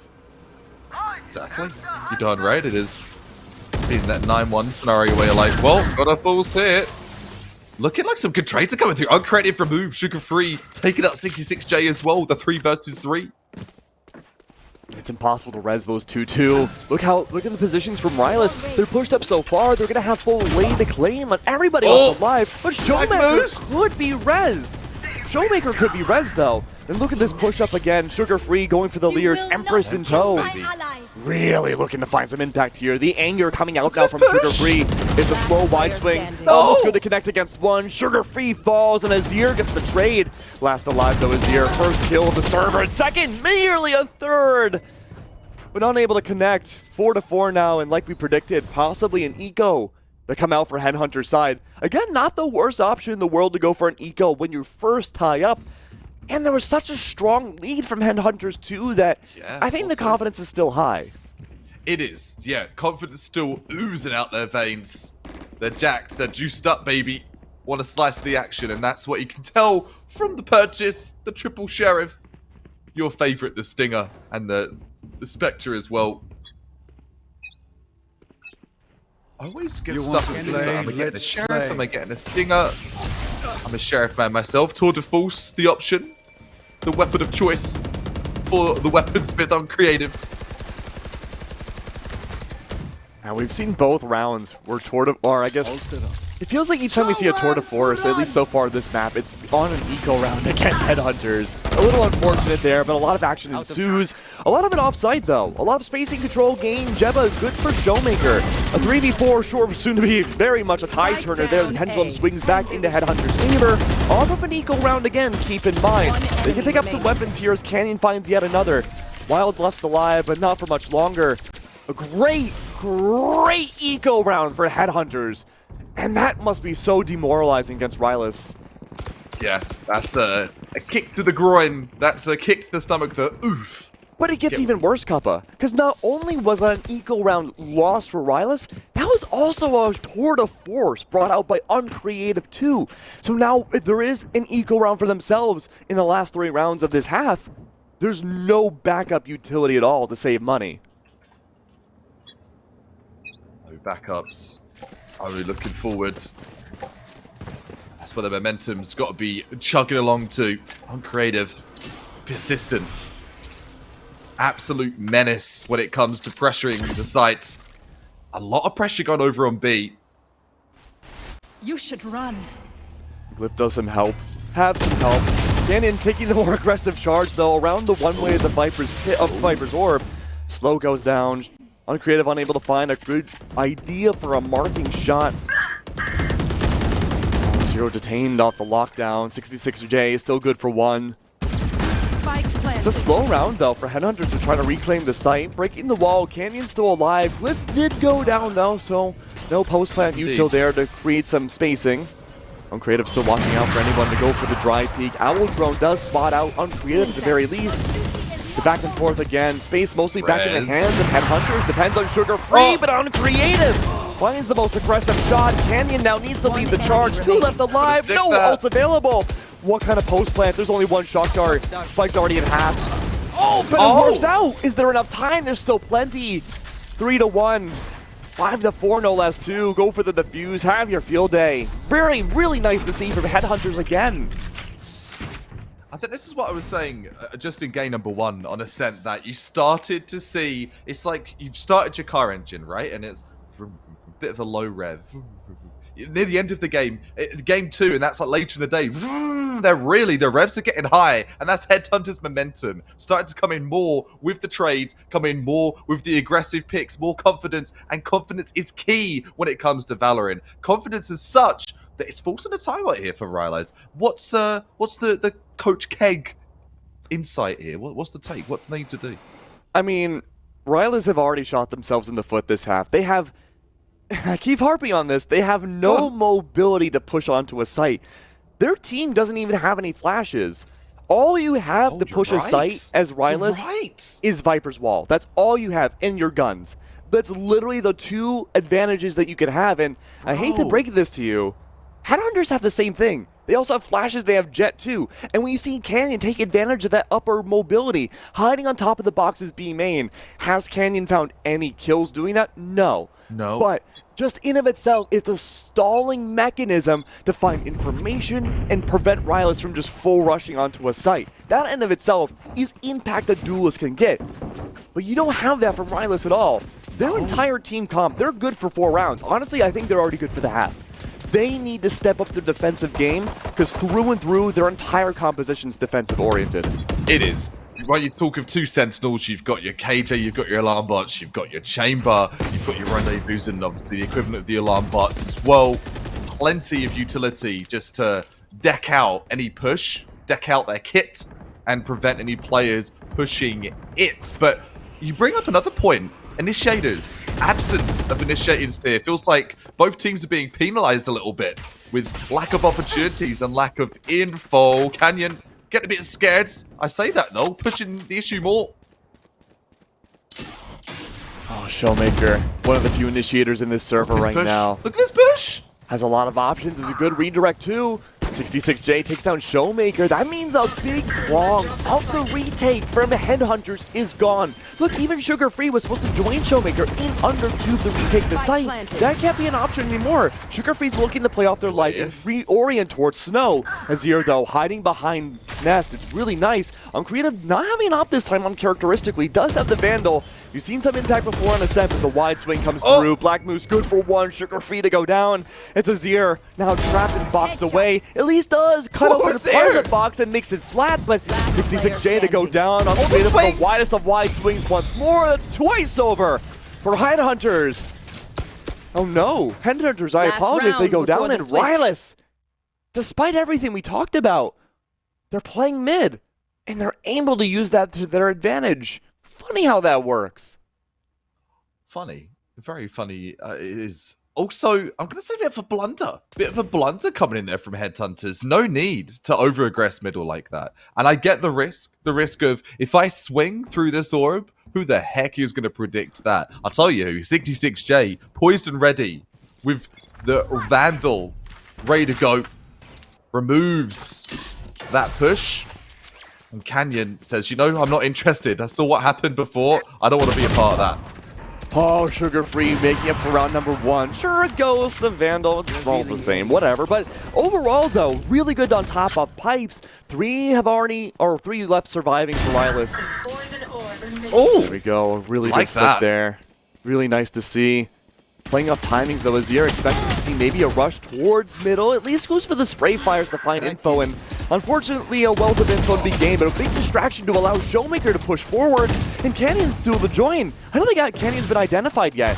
Does go for 1 shot, 66J hiding away. Might be able to see the legs underneath. Canyon at least identified 66, and Showmaker's there for the clutch up. 2 left alive, though. Pushing unconventionally back towards the back end of A, through mid. Hiding away in screens. Jebba, though, debating whether to over-aggress and take care of the rotates over from B site. Opts to play more safe. Azir may have found some info, though. Jebba down below. Canyon on top of Bell, possibly with an op. Yes, there it is! Jebba goes down, and Showmaker's good for 3. A really good step up from map number 1 to now for Show. That is so much better. And especially for Showmaker, made a bit of a blunder when it came to that mid push in the previous round where 66J took those all day and punished it, but gets the 3k to get a bit of comeuppance, a bit of a response that's needed to see. Turret out. 7-5. Like I said, overall, even at 4 rounds, Rilas was good for the half. Again, they didn't have a lot of attacking-oriented plays they had at their arsenal. In terms of their own agents, they still made a lot of those attacking rounds work in the latter half of the first half. But now on the defense, I mean, realistically speaking, you have 4 Sentinels. Maybe 5 if you want to count Sova too. So much utility just to kill and stop Headhunters from pushing. Like, this is a lethal defensive stack here. Yeah, it is. I'm scared for them. I am so scared for them on this push. I'm getting so close to my MSI monitors. My eyes are glued to the screen. Taking in all 144 hertz as much as I can here. We'll talk about the rig and the specifics in just a moment. The push is coming in. The defense trying to go hard for this win with all that util, but side control just about grabbed from Headhunters. Look at this. Look at Sugar3's positioning. Yeah, Sugar3 is just in the weeds right now. Got a pop shot on the one, actually, on 66. That was a really clean shot, but it didn't confirm anything else beyond damage. Wild, though, going toe-to-toe against Sugar. Couldn't find a lot of impact. With a deep wide swing, no for Sugar3. Good to find a double kill. Pew, pew, pew. Holy. And while we're on the subject of wide swings and just so much impact and success, the MSI Trident X gaming monitor is the centerpiece of gaming. I was getting just like there. Sugar3. I love that you threw that in there, because I talked to monitors, but you've got monitors, you need a centerpiece rig to complement that as well. So much variety from MSI. Please do go check it out. Great quality equipment, peripherals, you name it, they've got it. And actually expanding what they have available too. So talking of expanding what they've got, the weaponry being expanded here for Headhunters, 2 Vandals, 2 Spectres, the Ghost, the full purchase. Oh, I like the decision from Rilas just to go toe-to-toe against each other here. Glyph, though, finding that opening pick against Uncreative off the TP. Fire versus fire doesn't work when you have lesser weaponry, and Wild might soon be the one to find out about that. He's good for one, no longer a flawless round. Showmaker does find the trade, but Canyon again, rerouting himself, trying to see where the heck is this Killjoy. 66J is not where they're expecting, though. Oh, top of belt, Showmaker contesting against one. Only the Classic can do so much. No real impact there. Showmaker good for 3. 9-5. Soon now to be eclipsing Rilas, and this is looking like it could go to map 3 if this trend keeps going. Yeah, I see it as a map 3 already. We are very synergized today, Keg, and I tell you that. Maybe I should start sleeping without pillows to be on the same level as you, because I could not agree. I could not agree more. I could not agree more. This is looking like map 3. We're on Haven. I see 2 teams on Haven duking it out for who goes to the grand finals. At this moment in time, Rilas seem a bit AFK, really. I want to say, from lack of a better term, we haven't seen the team that we saw him at number 1. They just haven't been present. Still time to get some redemption, though. It's okay. Headhunters are thrown in for a loop. There you go. This is the warm-up here. Now that they have full rifles on board, Rilas, we can't count them out just yet. Headhunters did play unconventionally the first round. They played much more away from the strats of Rilas, so it was a good counter strat in the beginning, but this full rifle round is going to be the true litmus test of what to expect.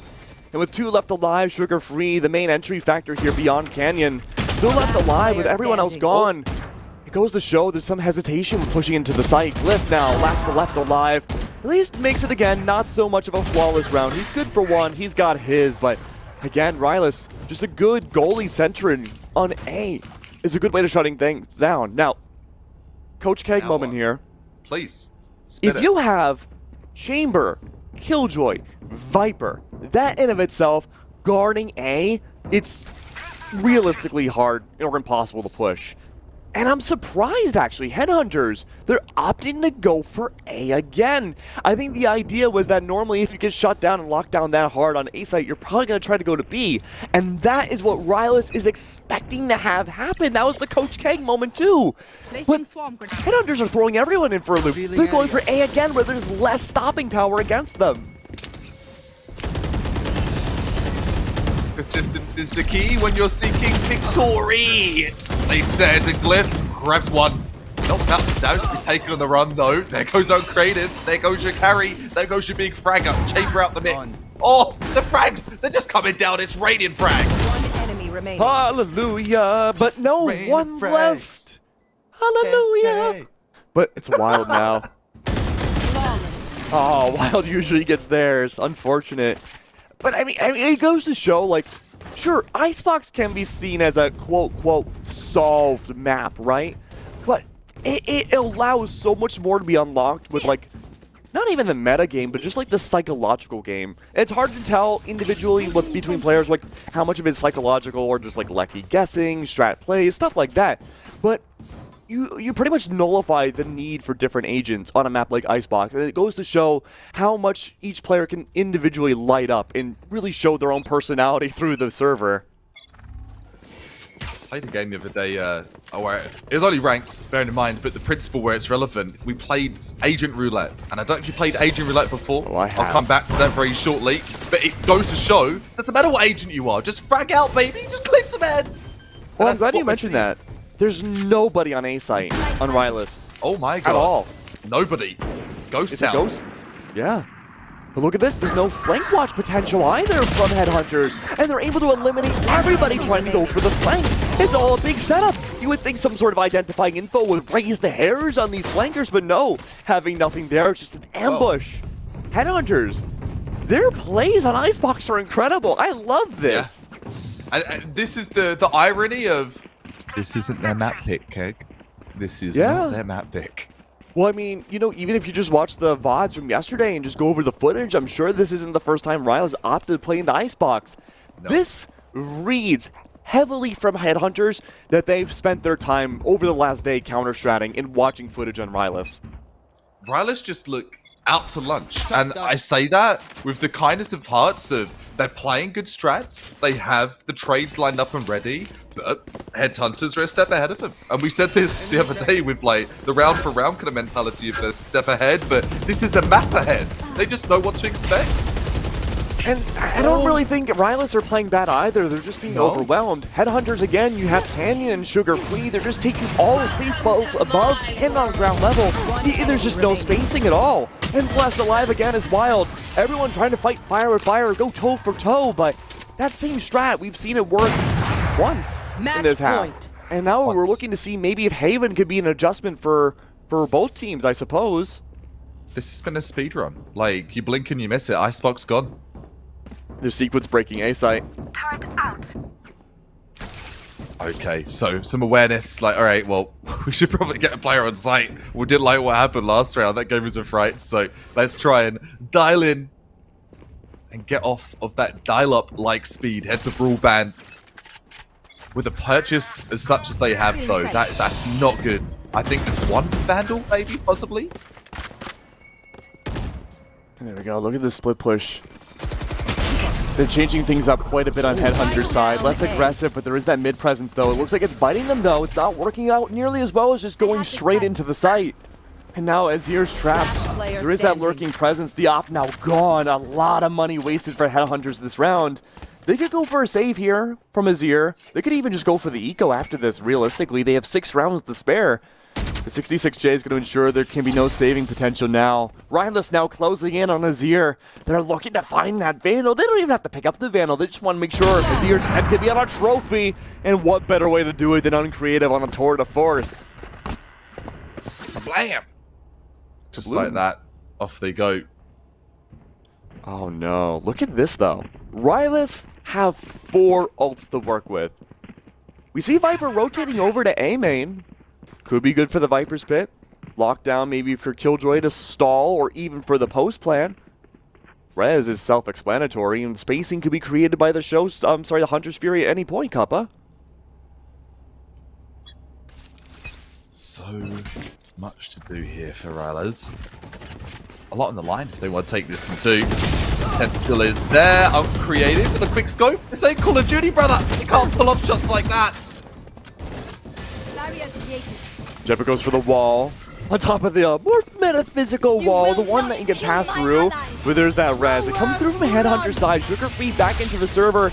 In response to Hunter's Fury, we could see another one in return as well. 66J tagged by the very last one, and there it is. The battle of wizards coming by. Sugar Free all at the same time. That spacing does nothing. Showmaker good for a double kill.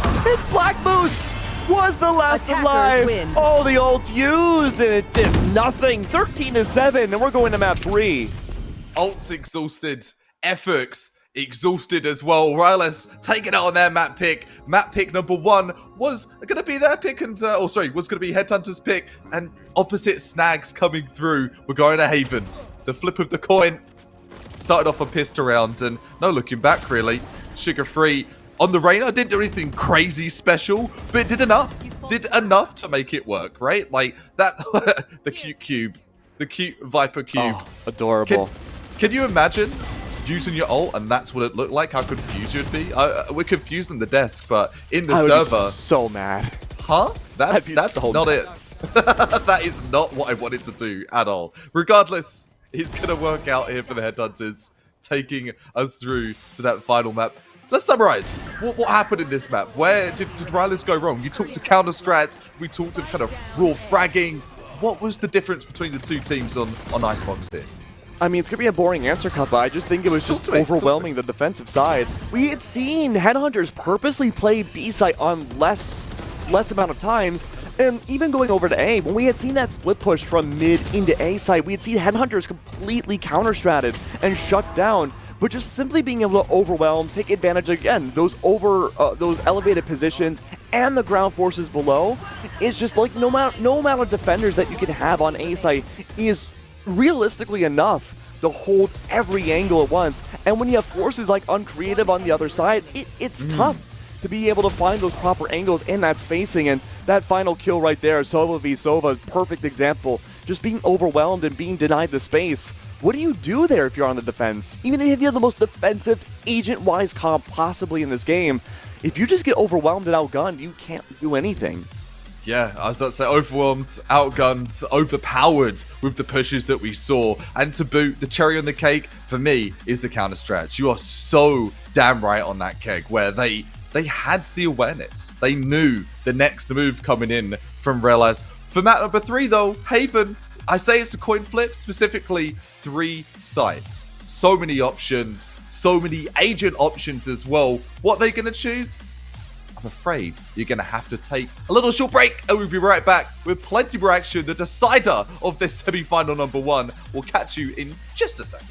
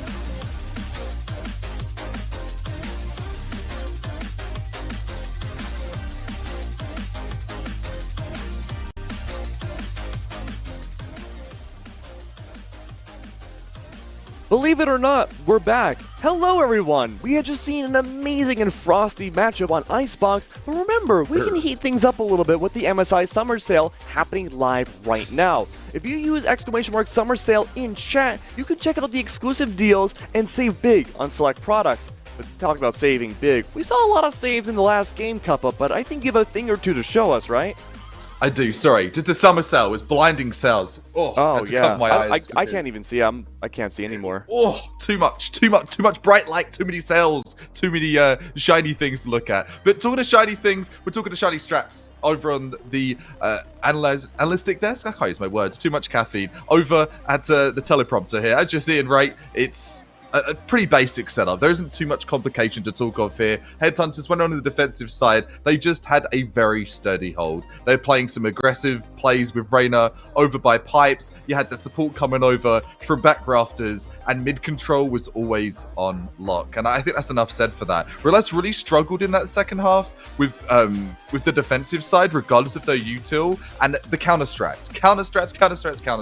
I think there was awareness from Headhunters of knowing where to push, where to trip up Rilas on their attack, and for the flip of the script, it was just over pressurizing coming in from the Headhunters as well. So going over to Haven, I do think we have to look at Rilas's starting point and see what they're going to be using for the utility and what kind of pushes they're making, because the adaptation there, it seemed like beating a drum to death. They just kept beating the same note and nothing was changing. We need to see some more dynamic gameplay going to Haven, otherwise Headhunters, they're going to take him to the cleaners. That's my cons.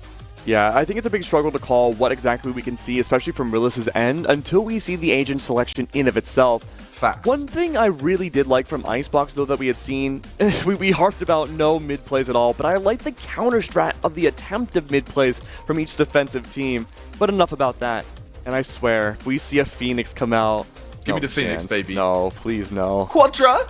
No way. Triple, baby? Imagine we get 2 Phoenixes. That's the new meta. Bro, I'd be so happy. Just for the voice lines alone, but I'm a bit biased. I see a Yoru, though. I see a Yoru being teased. Go on, Canyon. Canyon, you won't. Please. You won't. I'm curious, like, Yoru wouldn't be a bad option on this map. There's some good lineups, man. Well, we talked about how important initiative utility... Oh, never mind. I was going to say, we're talking about how important initiative utility is, and even we see glimpses of that from Raze with her boombots too. Yoru has the same thing with this decoy. He can find a lot of initiative presence, say, on a choke point, especially starting off on attack. On A site, you could clear out a lot that you normally can't with even a boombot in those tiny crevices using those decoys. But instead, Canyon's throwing us in for a loop. It's one of the duelists, I think. Possibly, maybe. It's just like a chameleon from Mortal Kombat. Oh no, it's gonna be Raze instead. Ditto from Pokemon, wouldn't that be Shao cool? Kahn from Mortal Kombat. Mokujin from Tekken. Look at us go. Look at all these references for these dynamic kind of players. I love those. Anymore. I'm trying to think as well now. We'll come back to the drawing board for those. Mystique from X-Men. We're going really far deep here. That's a good one. Thanks, man. I was a big fan of Mystique. If I could have any powers, that would be it. Just steal someone else's powers, right? That's the best one. Professor X. Hello? Okay. Oh no, Magneto. Magneto's the greatest villain ever. Okay. Now you're talking. Now we're building up. We're building up to the climax of the potential best of 3 we're in. I say potential, it is definitely an actual match. It's the semi-final. It's the final map of the semi-final. Who is going to come out of the starting block the quickest, the fastest, the hardest? Who's going to hit their target like they mean it? This is interesting from Rilas' comp again, because there's no Sova on the server for them, but they have a Fade instead. Having Fade play off of Breach, it's not bad. It's just a little unconventional. We don't see that too often. I think the more comfortable pick would be going for that Sova Breach, but I'm not against Fade Breach. I really want to see what kind of defensive impact this can have, and rightfully so, both Fade and Breach are playing off of each other, at least in B main, but it's a fast push onto A. I'm sorry, C site. Holy, the nade early on comes out, and Wild just trying to flush out everybody. But again, that aggression that we've come to learn from Headhunters is strong from Icebox, remains true going into this first round. A very disorientating agent selection here, because you're right, like Sova selection, nice pairing with Breach usually, but with Fade in the Breach, blind, stun, death. Like, it's awful. You had me at It's that. absolute awful experience. The Headhunter, good for one. Only good for Okay. one, though. Drive-by coming in with a classic from Glyph. The free gun brings it to the 3-on-3. Being a 3-on-3, it's soon to go down even more. Last two left alive. Should have a lot of utility at the disposal, but there is this Aftershock coming out as well. That's going to help bypass some of the positions, and Jebin and company won't be able to push immediately just yet. Showmaker good for one off the rendezvous. Black Boost now left alone. Tries to find at least one, but the crouch and spray from Glyph is just simply too strong. I really like that entry for the Headhunters, and the rerouting back to A site. That is just such a good play to make sure you keep these defenders on their toes, and generally considered even as an attacker-sided map because of that one rerouting alone. Pow, right in the kisser. Pow, right in the kisser. That was the first round coming in from Headhunters. Spectres all signed out of the armory, equipped. Safety's off, and they're good to go. Light armor for Glyph. The rest of them, the full send, baby. In with the util, stun, blind them, get the insight. Boom, the Roomba. Wild's dancing with the devil here. Canyon's good for one. Still one more on the other side of C though. It's Jebba looking to hide away behind Pin, making sure nobody can see them. And Canyon does identify Jebba eventually. Takes down the doppelganger once more, but at least Uncreative finding a little bit of a presence before Canyon comes through and does Canyon things. 66. Found at least one, got the trade off of everybody else, but Headhunters again, that early lead. We haven't really seen an opportunity where they've taken this lead and not lost it mid-half. All I heard that round was for like literally 30 seconds. That's a Spectre round for you. The run and gun, just footsteps, and just SMG sounds ringing through your ears. And, well, two players haven't even got a frag over on the side of Rilas. Sure, it's only round 3. I'm just the guy talking about the facts on the scoreboard right now. But this isn't something I think we've seen so far where Rilas have had such a quiet start to a game. And as you said, Headhunters just taking every opportunity here. You mentioned both those players not having any impact on the server just yet. They're actually both pushing aggressively off of each other A-long to go for that pincer maneuver again. Uncreative and Wild are going to hold the front lines of C, unaware about the lurk of Canyon through the back of garage. It's going to allow Uncreative to be good for 2. The pin's still on its way over, but they might not even need it. It's up to Canyon to be shut down. Uncreative uninstalled. All that's left now. 2 left alive. It's up to Glyph and company to hold the line now for the post plan. Jebba finding his first for the game. And it's down to Canyon. He was roaming around for so long, but now he's in a 1v3. Spike's already good for half, and the save has been called. Overall, really good lurk from Canyon. It's okay to lose one round. This was the buy-up from Rilas. And a couple of players are going to fall on their bite. Wonder if they can get the buy before their eyes. Not looking too hot. Wild, maybe. Maybe with the light armor situation. Light on the util. Light on the dark cover. Light on the strut and step. But watch your step. Is a warning coming in from Rilas is don't be pushing this so hard. We've got a good rotation. We know how you play. Did see some paint shells there from Canyon. Kind of reserved the option to chuck those into this site. Didn't want to risk throwing the Vandal into the mix, which you've got to understand. But Rolling Thunder on the table here for Headhunters. Be good to shut down B site, but this adaptation I really like too. Pushing into B, Canyon already on top of the main box. Pink Grenade goes down to clear some spacing, and that Spike, no issues going into the ground. Great movement coming in from the Rays. Yeah. Oh, Showmaker. Showmaker still in the show. Also, he's going to be sugar-free, chiming in for a frag or 2. Only 2 left alive here. Uncreative, good for 1 off the Tour de Force. Again, a very early Tour de Force at that. Does get shut down after the trade. Wild, good for 2. Picks up the Phantom at the very least. Not an impossible situation, but not clearing those corners either. Glyph, an unknown in the shadows, of course, again. 3 now for Headhunters. And what I've liked is they've changed their strat every round. Where they push. Yeah, they have. Take a new page out the book. Try something different, they said. Looking fine and dandy so far. Rilas, though, plenty to ponder. Plenty to try and understand in this matchup. But what's the call here now, Kappa? What can Rilas do? They're pushing really aggressive here, and I don't know on Nico if that's the right move. Same question for you, my friend. And I don't think pushing mid, holding W is going to be the play. The satchels, little boost coming in for Chamber. The running gun with a headhunter. Good for one, gets the damage on two. And the other teammate will see it through. Fades. All that's left, just fading like a shadow in the distance here. Maybe one juicy sheriff frag. That might be it. Paranoia right to the face. Oh! Hello?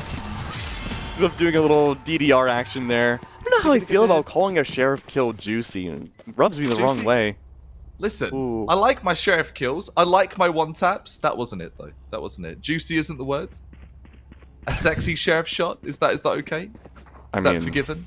I guess so. A spicy sheriff juicy. shot. It's not like a big, robust steak dripping down. But regardless, though, this is going to be a first for the next round. We haven't seen Headhunters push in A aggressively yet off the top of the round. It's only been one round, that on Pistol, where we had seen Headhunters only go back to A after realizing C-side take might be a little too aggressive for them. Listen, just because I salivate when I shoot my sheriff, is that just a me thing? Rolling Thunder, starting things off, trying to knock a few players off their feet. The Nightfall coming in, try and repel the push as well. Spike planted. Oh, that's so smart. I love the Prowlers. The tendrils off the Nightfall can connect automatically onto a wire to anyone find information. Pivotal information discovered inside of Hell. Everyone else, Wild, Uncreative, and company pushing slowly onto the site. But Hell slowly being frozen over. Graffiti soon to be washed away. Last one now is Canyon. Does have the potential showstopper here, but being overwhelmed, unable to bring it out. It's Black Moose good for 3. And maybe that's why we haven't seen an aggressive push into A just yet. A lot of retake ability coming up from Rilas. Yes, indeed. Really, really impressive flank. Good synchronized pushes, synchronized util. And to finishing things up, the nice flashpoint to the face of Canyon and say, no, Canyon, this isn't the round for you. Showstopper still on the reserve. Rolling Thunder and from the shadows. I'm afraid of that also Rolling in Thunder. the as well for Rilas. Look at Black Moose's position. He's ready for that Rolling Thunder in the sea.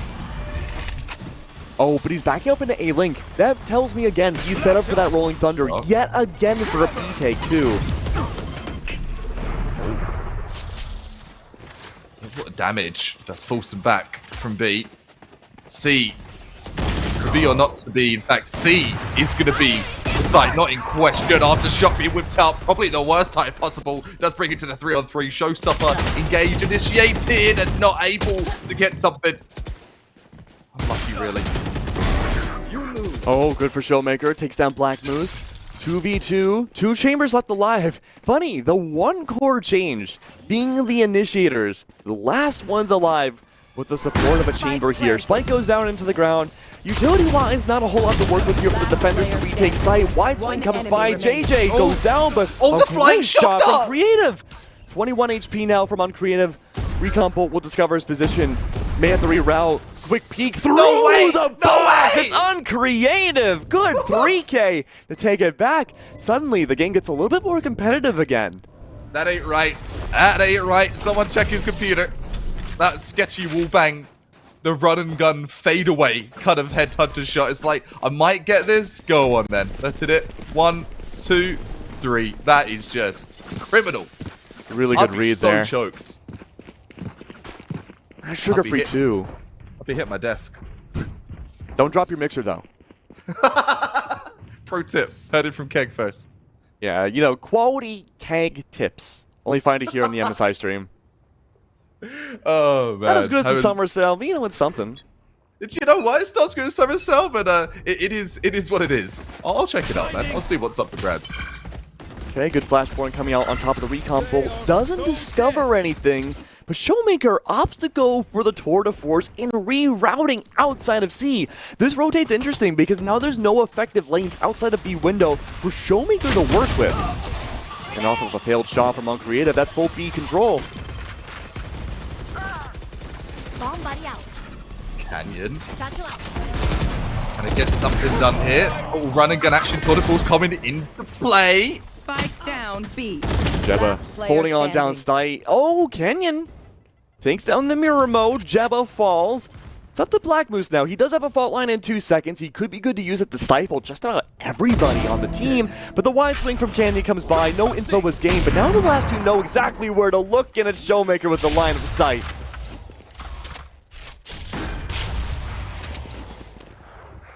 Insane. The rotation. You mentioned it. The highlight, the underlining, all the things. Tour de Force. What a way to use it there from Showmaker. Hey, I'm just going to pull this off on the rotation and use it as the spear, as the poking util, just to get me into sight. And off they go. 11 and 6. Showmaker showing uncreative. How do you chamber on this map so far? Oh no, he's about to show back though. That's the Tour de Force prepped up and ready. Good times. A big factor last time that we had seen Headhunters lose this round. Oh! Okay, very nice That's a from juicy JJ. shot. I'm glad Juicy. JJ did it too. The Nightfall was the reason why we had seen Headhunters lose initially. But now Black Moose off of the Nico round, looking for that fast peak. Showmaker good for one, shuts down the breach in both initiators. The last alive have a lot of firepower for utility, but not so much for their lives. Azir's looking for blood. The last one, uncreative, good for one, takes down Showmaker, but there's still plenty more to deal with. Owl Drone playing safety first, good for one, spotted out. But what about the bottom of sewers? There's Glyph on the other side, playing off the fault line, but it matters not. Poor timing allows Glyph to go down. And one up above, Azir, the mobility master, up above. Creative goes down. Headhunters are good for the half, Kappa. Oh, I think so. I actually want to almost feel like I know, so I could feel it. I could feel it in my core. Production, we could see that one tap too. That was so hard to pull off. They might have lost the round, sure, but a flying one tap like that, you don't think that's juicy, Keg? I'm not letting this go. That was a juicy one. Thank you. I'll leave it now. That was A1. Okay, good. I could see the steak sauce dripping from the bullet hole, you know.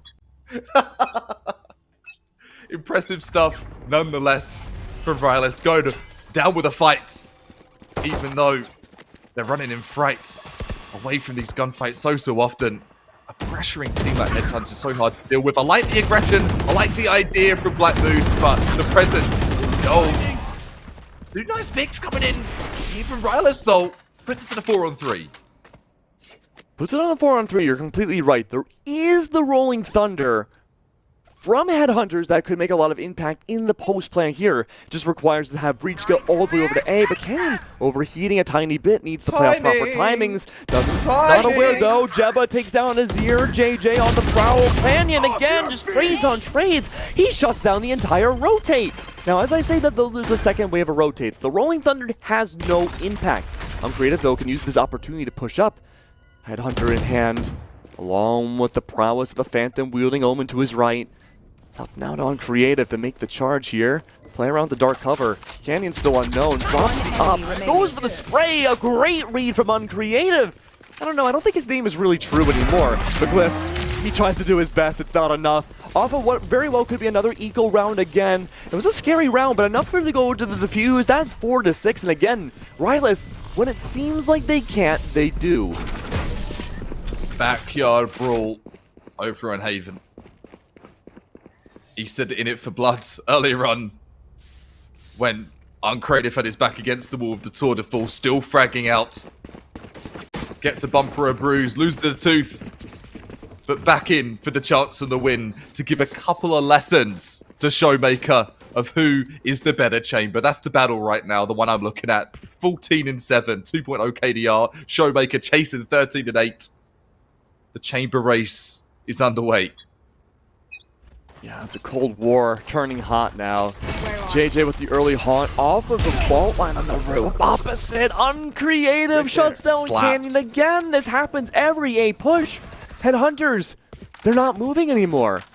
As I say that though, slowly crawling and creeping Kappa up through sewers. They're not taking the long way anymore. They've been shut down every time. Slaps, claps, put that body on the rack. Instantaneous picks coming in. Uncreative starting to get zoned in, dialed into the game here. They know that someone's Heaven. They're going to take out the player Heaven too. The problem child removed. And Black Moose, he's going to take the spot. Could pick up that Op to his immediate left, but Op's not to do so. Op's not to do so. Glyph, though, set up Like with the that. fault line here. Trying to play off timings, and he does. He's stalling out Black Moose. There is no Aftershock to work with, only 5 points now. Jebba going sky high! Watch out! From the skies above, it's Jebba good for 2! But look at this, now the bodies have the advantage now for Rilas' side, but they're good for another 3K for Jebba. He's warmed up once more. Talk about the micro plays. Paint shells chucked to the ground like a minefield down below, while flying above is Last gonna round be in the that half. showstopper. Double whammy. Give him the left, give him the right. Uppercut coming through. A team coming back through into this game. Rilas so quiet to start this game. 6-5 now. No reason why it should be 6-6, especially with the bye. Look over at Headhunters. 2 Spectres, a Stinger. This is the last round, Keg. It is. It's not the best position to be in, but at least Showmaker could be close enough to get the tour de force. We've seen a lot of the action really starting on the execution of a site. So getting the the tour de force off of that might not be the worst thing in the world, but again, just going A for A and A. Headhunters just want to win an A site round, and they keep throwing these rounds away, but this could be the difference maker here. Oh, Great let's see. plays from Canyon. Brave, bold, courageous. Is it gonna be made to look like an old play? Something they know they've seen before. It is. Never gets in early. Trade after trade. It's down to 3-on-1. Down to 1. Lonely Frenchman who gets revealed, gets isolated and deleted by the counter French. 3 Switching players sides. are gonna survive. Eyes on the prize here for Rilas. And for the last 3 rounds, we didn't see Rilas change their strategy at all for the defense. It was Headhunters who just kept pushing into A. Different avenues, different tempos, yes. But just going for a basic retake, Rilas just found the key to success, and they made it 6-6. Yeah, we did see that previously over in Icebox as well, and even to dial the clock right the way back to our first map over on Ascent, where they will lose at a site, but they'll keep hitting their head against the wall until the wall breaks or their head does. And I'm all for that. I'm all for that if you try different strategies, but at what point are you going to go back to the scoreboards, or sorry, back to the playbook, have a little bit of reflection time, and figure it out? Right there. This is that moment right now where right there's the Black Moose, right there's the positioning, the idea. But hey, what's a better point of taking on the competition than taking on the competition to create content while enjoying that liquid smooth experiences with the Optics MPG Artemis 273 CQR 27-inch curve monitor. I think you said yourself you have those MSI monitors, Kappa. You can see in 8K, you can see through the future what to expect to see in this half. Seeing crystal clear. Players pushing over to B. Alpha should be the initiation.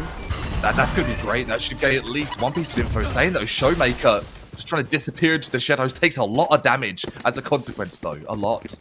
Oh, and Rilas are taking a page out of Headhunter's books. Once at C for Pistol, now from B to A, rotating back over. Will this be the same exact retake that Rilas were able to do against Headhunters themselves on their own attack? The answer may be yes. Showmaker pushing it aggressive, finds shots on the 2, takes down on Creative. But Jebba overextends from Graffiti's side. So many bodies going down at once. The full retake again. You would think Rilas were able to go retake after retake on A. They wouldn't bother to go for A on Pistol, would they? They guess wrong. Yeah, I'm not a big fan of that A play on Pistol, and I'm going to say exactly why. It's just too much of a chokehold, and it puts too many 50-50s in play. If you've got a rifle, an SMG, you've got that better chance of conversion. But on a pistol, when it's just it's opportunity for both teams to make that play, so damn risky, and the risk is not going to be given the reward and the fruition of a buy into the next round. Discipline, full save coming in for Rilas. The purchase, just like we saw in the first half for Headhunters. They win Pistol, they're buying into that second round, and they're buying in to win. Let's see if that comes to fruition though. Sugar free immediately with a double like nobody's business. Only one more survives. It's uncreated. Can't count him out just yet. We've seen what the boy can do, but he misses all of his shots. Anything but the headhunter for headhunters. The jumping classics, like, oh, desperation. Give me something. And it worked. That's a TikTok play right there. Slap that on your reel. What can you do? This. Get on my team. Uncreative picks up the glass cannon. Trying to stop this barrage of players. The bonus, bar the one phantom here for headhunters as well. It's a tough sell to go for this no armor up. Yeah, I'm not. It's a force buy too. Honestly, actually, no. I kind of agree with it. Because if you lose the rounds, what's up? I said you're in. You're in on that. You're behind that. Yeah, because it's still competitive with everyone else's buy. Not anymore, Chief. I am the worst when it comes to casting cursing. I am the worst. He's been cursed. He's been absolutely cursed. Cursing into the team pump as well. So will be. Zero. Oh, sorry, headhunters, I should say. Lucking out back to the 2-on-2. Make it a 2 versus 1. The Phantom, the last weapon to survive here. The best opportunity, the best weapon for the job. Poised already. Is going to be Rilas. Are they going to get back for the op though? Through all of that, they still win. Uncreative gets domed immediately from sewers at the beginning of the round. You think, oh well, they lost on creative. I mean, they still have Jebba, but like the round's lost. Nope, no, doesn't matter. I mean, that was a good play regardless, though. Taking the site back over, denying the retake ability too. It's just an overextension from headhunters, I guess, but. I mean, that was the first round won by Rilas so far in the second half as well. And they're going to opt to go for A again! Why? Why? There must be something they don't know, Keg. This is so risky, man. This is so damn risky. The position has been read here by Showmaker. Gets the tag. No heals in the server, might I add. So any damage that's taken, it's for keepsies. Oh, so much damage applied already. On top of the box, though, Jebba hides away, avoiding the pink grenades. Another op shot, though, range through, denying this entire lane of A-Long, but Black Moose doesn't care. Black Moose has flashpoints to work off of, bypassing at some point the aftershock in front of him. Speaking of which, he's got his own utility to work off of there. One left alive, it's wild. Here's just the mowdown. Ray. What's your feelings about the Odin as a weapon, Keg? I can't use it, but everyone else can.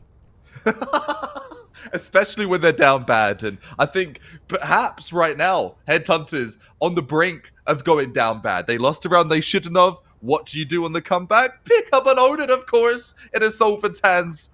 None other than. To be fair, this is the most wallbang heavy maps in the game. There are so many different areas. This is smart from Silva, right? Sugar free. If he rotates back over to A-Link, he can shoot through the wallbangable spot at the bottom of A sewers. But that won't be the case. It's a partial default now from Rilas. 2 bodies already lost, and the over-aggression comes by. Showmaker's good for 2 himself. But in theory, that would be a cool idea to shut down the A main aggression. I see the vision that Sugar Free's employing. Good stuff. Lovely stuff from Headhunters. Right there. And yeah, not to knock an Odin play at all. It can be a crutch, but in this situation, yeah, smart gameplay. Smart game sense. So many wallbangable points, as you very wisely mentioned over on Haven. If in doubt, Odin it out. Yeah, Boom. He's absolutely set up for... Oh no, I'm sorry, he is not on A-Link. He's going to be hiding in Graffiti. Not a bad spot either. There are some more like hidden wallbang spots you can bring out too. Sugar Free leading out with the Hunter's Fury as well is a good start. But that means he can rewrap himself around A. There still needs to be that dedicated anchor, so he can't extend too far out. But if he can get this read and go to that A-Link spot, I will be a very, very happy camper. I have the spike. Dark Moose. Or Bike Moose, I should say. Looking like a Dark Moose just hiding in the shadows right now over at A-Long. The A play, as we're familiar with, and I'm sure The Headhunters are familiar with as well. With the next play, predicted, preemptive plays, take one, oh, take two, says Cliff. Rolling Thunder, just that insult to injury. Help sewers, help sewers. Oh, jeez. Horrific Nightmares coming back once more. Make The it lawnmower out of commission. A triple for Glyph is good. Can he make it 4? He's close, but no! The skull blown up. It's going to be another round for Headhunters. 2 more away from winning the series. Bring it to the grand finals. Help sewers, help sewers. Oh, yes, oh, yes. Luckily, we don't have T1 in here, but I mean, regardless, the sentiment is the same. Oh, is it? Oh, is it ever? When you're getting rolling thundered in sewers and your head's just doinking onto the ceiling, what do? You just yell. Just yell for help. I'm really frustrated at this point. And from a Coach Cupper perspective, to go from sort of that neutral perspective, look at me like, what's going on? What are we doing wrong? A is not the play, Rilas. Do something different. We need to see something different. Saying that, the window play is going to be the opt-in. And guess who's there? Glyph with an opt. This is looking a little rough. Glyph has been an entry or had just been a playmaker so far this second half. And again, Showmaker, I feel like everybody on Headhunters we could really highlight one way or another. But Sugar Free is like, okay, we won this game. I'm just going to go through with the Odin. But Rilas, they have a chance now to make sure that sentiment is not the same. But one by one, everyone caught off in these 1v4s. It's Black Moose by himself now. Holy solo play is devolving, and the Sheriff can only do so much, but not enough to confirm away Sugar Free. We're looking at 12-7 now for the semis, Kappa. Map number 3, in Rilas, they're 5 rounds behind. What can they do to bring this back on their attacking side? Big question. The starting point, let's look at the economy. When we go back to that pre-round screen, let's have a little sneak peek. Thank you, production. So hot on the uptake. What do we need to see from Rilas? Well, we've gone up. We've seen our creative do spicy things. Majority of that has been on the defensive side. For this, though, I'd love to see a bit of a C poke. Just poke around and see what's available. You also have From the Shadows available on your Omen. Do something with that. Go old school. Go into their spawn. Grab some info. Go to Heaven. Try something different. Outside of the box plays here. A's not working. We need to see some fresh ideas here from Rilas. I want to see a default, and that's what we're seeing, is just a major tempo change. Look at this. Just slowing down for the first 30 seconds in of itself is allowing Headhunters to push up, but that's exactly what Rilas need. They need these individual plays, these over-aggressive plays to come by. Showmaker, a victim of one, Canyon all the same. They're just holding it back and treating the defense like a firing squad. And they've taken your instructions. Coach Keg in the form of, hey, let's play the default. Let's see what happens if they push to us. And that they are. They know they're over-aggressing and they're punishing the over-aggression. Can the garage be a size while Harrier comes through? The dark cover comes through as well. The Stranded step and almost skip a step and grab a frag. Not going to be able to bag it. 5 versus 1. What could have reached doing a retake? I mean, you say you can grab a frag. Couldn't you cup a frag? You could copper frag. Potential. Nice. I think that'd be good. Smooth as butter, baby. Oh, thank you. And Glyph here, a 1v5. We saw him in the very back ends of A long as the spike went down. He's still going to try to go for it, maybe mostly looking for exits here. Up in hand, we haven't seen Glyph's presence with the op really at all in this series. It's hard to say what kind of impact he could find here, but he might be able to sneak his way through. He made footsteps though. He's been identified. Good for one. This could be a field day, but no collapse for him. It's uncreative with a trade. 8-12, a 4-score difference. If Rilas can keep this going and play off the over-aggression of Headhunters, this could go to overtime. But there's a caveat. Headhunters are no dummies. Are they really just going to push one by one every round until overtime? No. I hope not. I don't think they will. I do see an Odin from Sugar Free though. That's the only concern. We've seen how the Odin's been used. It's been used a bit like a Spectre. 10 assists apiece for your controller and for your initiator at the bottom of the scoreboard over on Headhunters. There's the wall bank. Let her rip. Oh no! Let's go! Black Moose must have expected Sugar Free to just stop, right? And Showmaker, the exact strat of what we had seen the last round, completely flipped on its head. One by one now, Rilas are pushing into these over-aggressions from Headhunters. They're just waiting, pensively. But it's a big trap. The Rolling Thunder already comes down. Canyon leading the charge. It's Ezreal on the other side. Jebba falls. Now there's a showstopper. True ult after ult. Wild takes down yet another. One left alive now. The semis are over. Win. Headhunters make their way to the grand finals looking really good. Well, I'm going to call that the Headhunters treatment. I've seen this in 2 tournaments now where, oh, we lost our map. Looks like you might be losing the tournament. Go into the second map, create the complete upset, frag out, and just juicy plays. Word of the game. I will stop after this game, I swear to God. But it was fantastic stuff, right? Like, in this game, what was special about it? Nothing in particular. Just team plays. Just team plays all over the place. Sure, we saw some flashy stuff with the up. We saw some flashy plays on a couple of retakes, but Headhunters just know when to pressure, know when to be more passive, and that's going to get them to the grand final, just like we saw over in that Northwest tournament as well. You got to love it. You got to absolutely love it. Absolutely. I mean, it was just so impressive to see all these different things. Just unbelievable. Holy, I mean, there isn't really a lot to say for the end of this series. I think it was a great battle of wits and adaptation. I did like some of the macro plays that happened. Like, I mean, 66J going off the Nightfall and then a leading into the defensive side. A beautiful Sheriff shot, like you said, a juicy one. Outside of A Heaven, it's just these macro-wide plays that allows and enables these players to go for their own little adventures and find these 50-50s. Works really well. But the team play was there. It just, at some points, it just kind of devolved on both sides. But I hope we can see things fixed up for the grand finals. I think both these teams had a lot of potential, but Headhunters, they just had a better day today. Yeah, I want to say it's unfortunate, really. It didn't go to potential overtime or go a little bit further in that last matchup because we had a very competitive game on Haven there. Just near the end, it started to be a bit more weighted, a bit more the YOLO plays coming out from Headhunters. But overall, nothing to be too upset at from Rilas there. You're going against a team that have proved that they could go the whole 9 yards in previous tournaments, some VOD reviews, and maybe some info to farm and harvest from the review. But the A push, I think that was the curse, really. That was the curse against Headhunters. If you go A once, it doesn't work, go back for a second helping, but don't go back for a third and a fourth. And over, time and time again, Rilas wanted to take A, and I just want to say it was closed.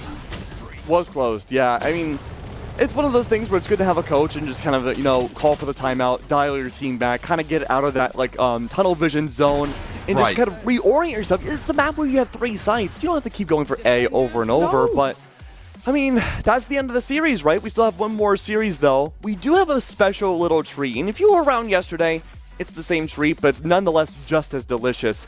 Prior to the tournament, I got to have the chance to sit down with Intel Tech Evangelist Marcus Yam and MSI representative Vincent to introduce the new Intel HX series and talk about the all-new MSI HX Titan GT. So we should listen to what they have to say.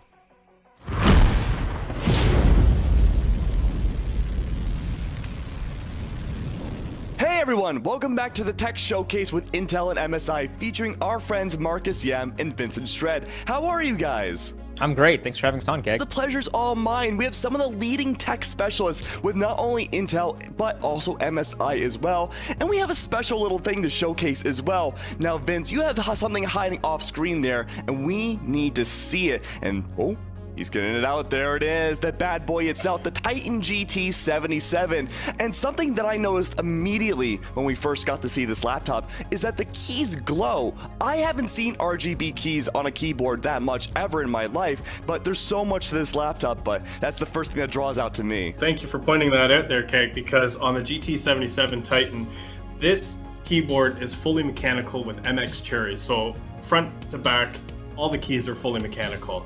Per RGB lighting, completely customizable and completely controllable through the SteelSeries engine. So this bad boy back here, this is actually controllable through the Mystic Light setting on the SteelSeries engine as well. It's completely customizable. You can actually run it through sound settings. So if you're playing a game and you want it to kind of highlight colors, or if you want to be able to show off music and expression with that as well, or just have it display a different color. Very nice. It sticks out a little bit towards the back part of the laptop where that light bar is, and there's a lot on the underneath as well. That can't all just be a CPU, right? The reason why it actually sticks out that far, Keg, is because it's a full graphics card in here. This isn't your normal small notebook graphics card. This isn't a full-size desktop graphics card in here.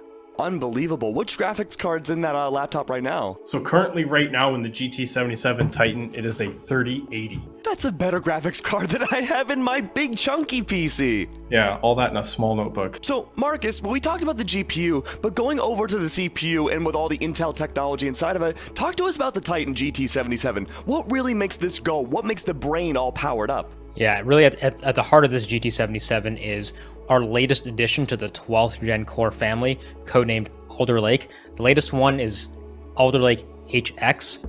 Inside that one that Vincent was showing was the Core i9 12900HX. And that's new because we had Alder Lake H. HX really brings it up to the next level. I gotta say, I'm wearing something a little crazy right now. This hoodie is actually patterned after the Alder Lake die that you see right here. And this die is obviously shrunken very small on the Intel 7 process, and it's in that laptop. This is actually the same die that's on the Alder Lake desktop part. So the desktop part, just like the Alder Lake HX that's in that laptop, has up to 16 cores. That's a first in notebooks. That's 8 P cores and 8 E cores, performance cores, efficient cores, and really brings all that goodness of a full desktop system into that 55 watt package that's in that Titan GT77, and you have all the desktop capabilities. You have up to 5 gigahertz on those performance cores, 3.6 on the efficient cores, and that's just at stock. They can even go higher if you want to overclock, but it has all those features. It's got all that desktop I/O, so it really is bringing the power of the desktop down to a mobile notebook platform, and it's fantastic. I think it's some of our best silicon yet. Oh, is Intel at least selling that hoodie?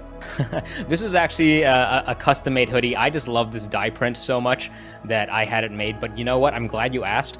We're actually doing a limited run for the people in the tech community. So remember to follow Intel Technology on Twitter. Check us out on YouTube. And we're doing like a special limited edition giveaway. But yeah, if there's the demand, we're definitely going to be making more of these. Since the PC master race still stands unbelievably strong, how does the Titan GT77 change this? It's all about performance. A lot of gamers, the ones who want the most performance, like you, they have a gaming desktop, right? Because they want the most power. And sometimes if you want to get the most performance and power, it's got to come in a desktop.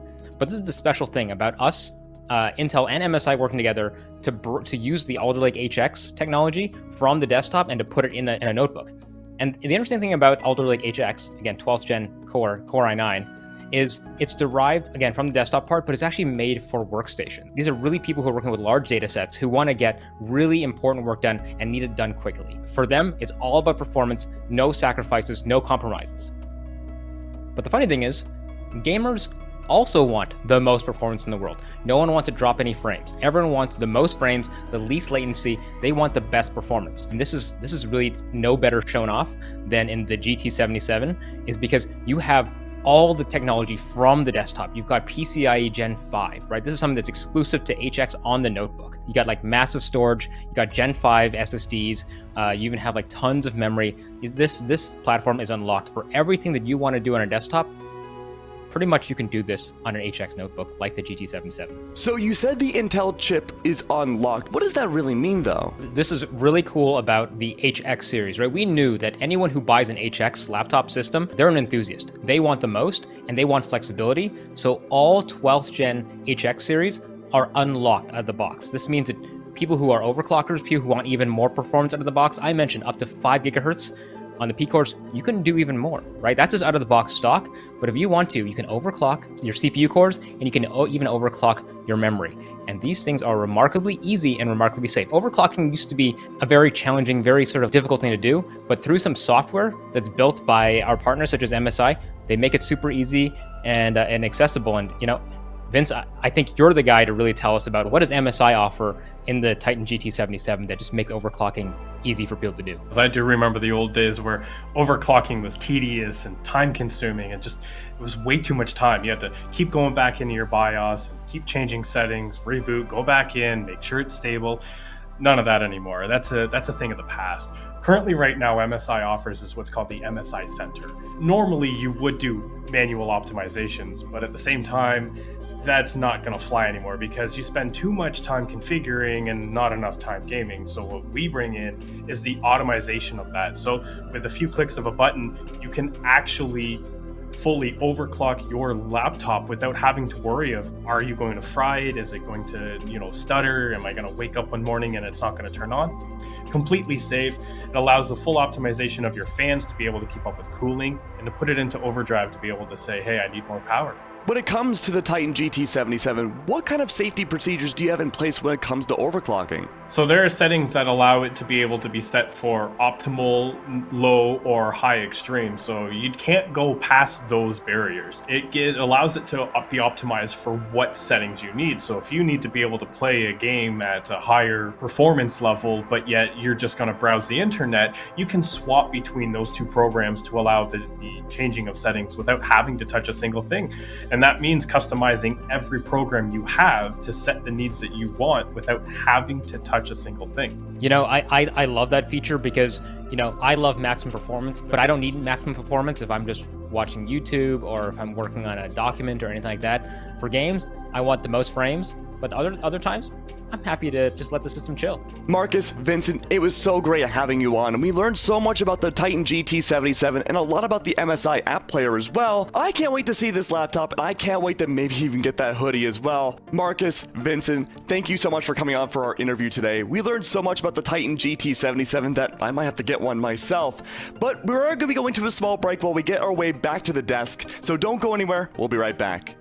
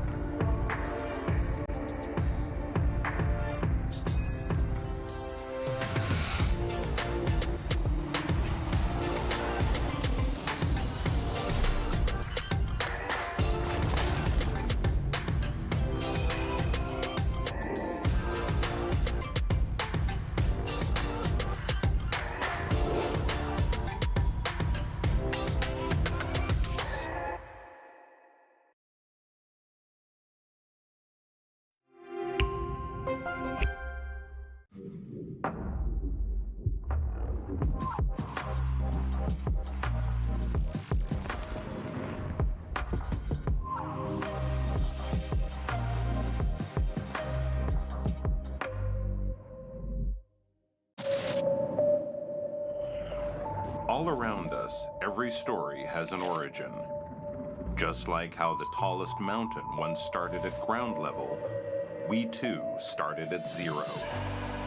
We struggled, we adapted, and we rose higher and higher. A future is being written upon decades of determination and dedication. A new origin that doesn't yield to failure, but strives to be faster, cooler, and even more phenomenal. A giant leap is made, and an incredible achievement is realized. Change the game. Supreme.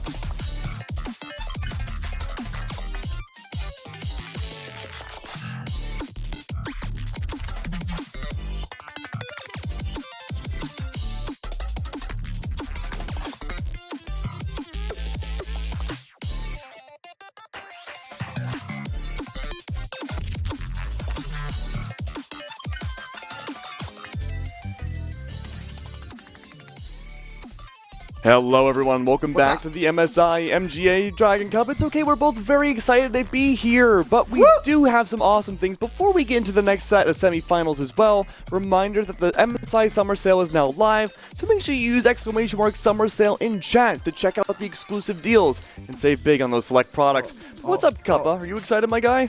I'm trying to show the MSI to support what you're saying. I'm proper excited, man. Nice.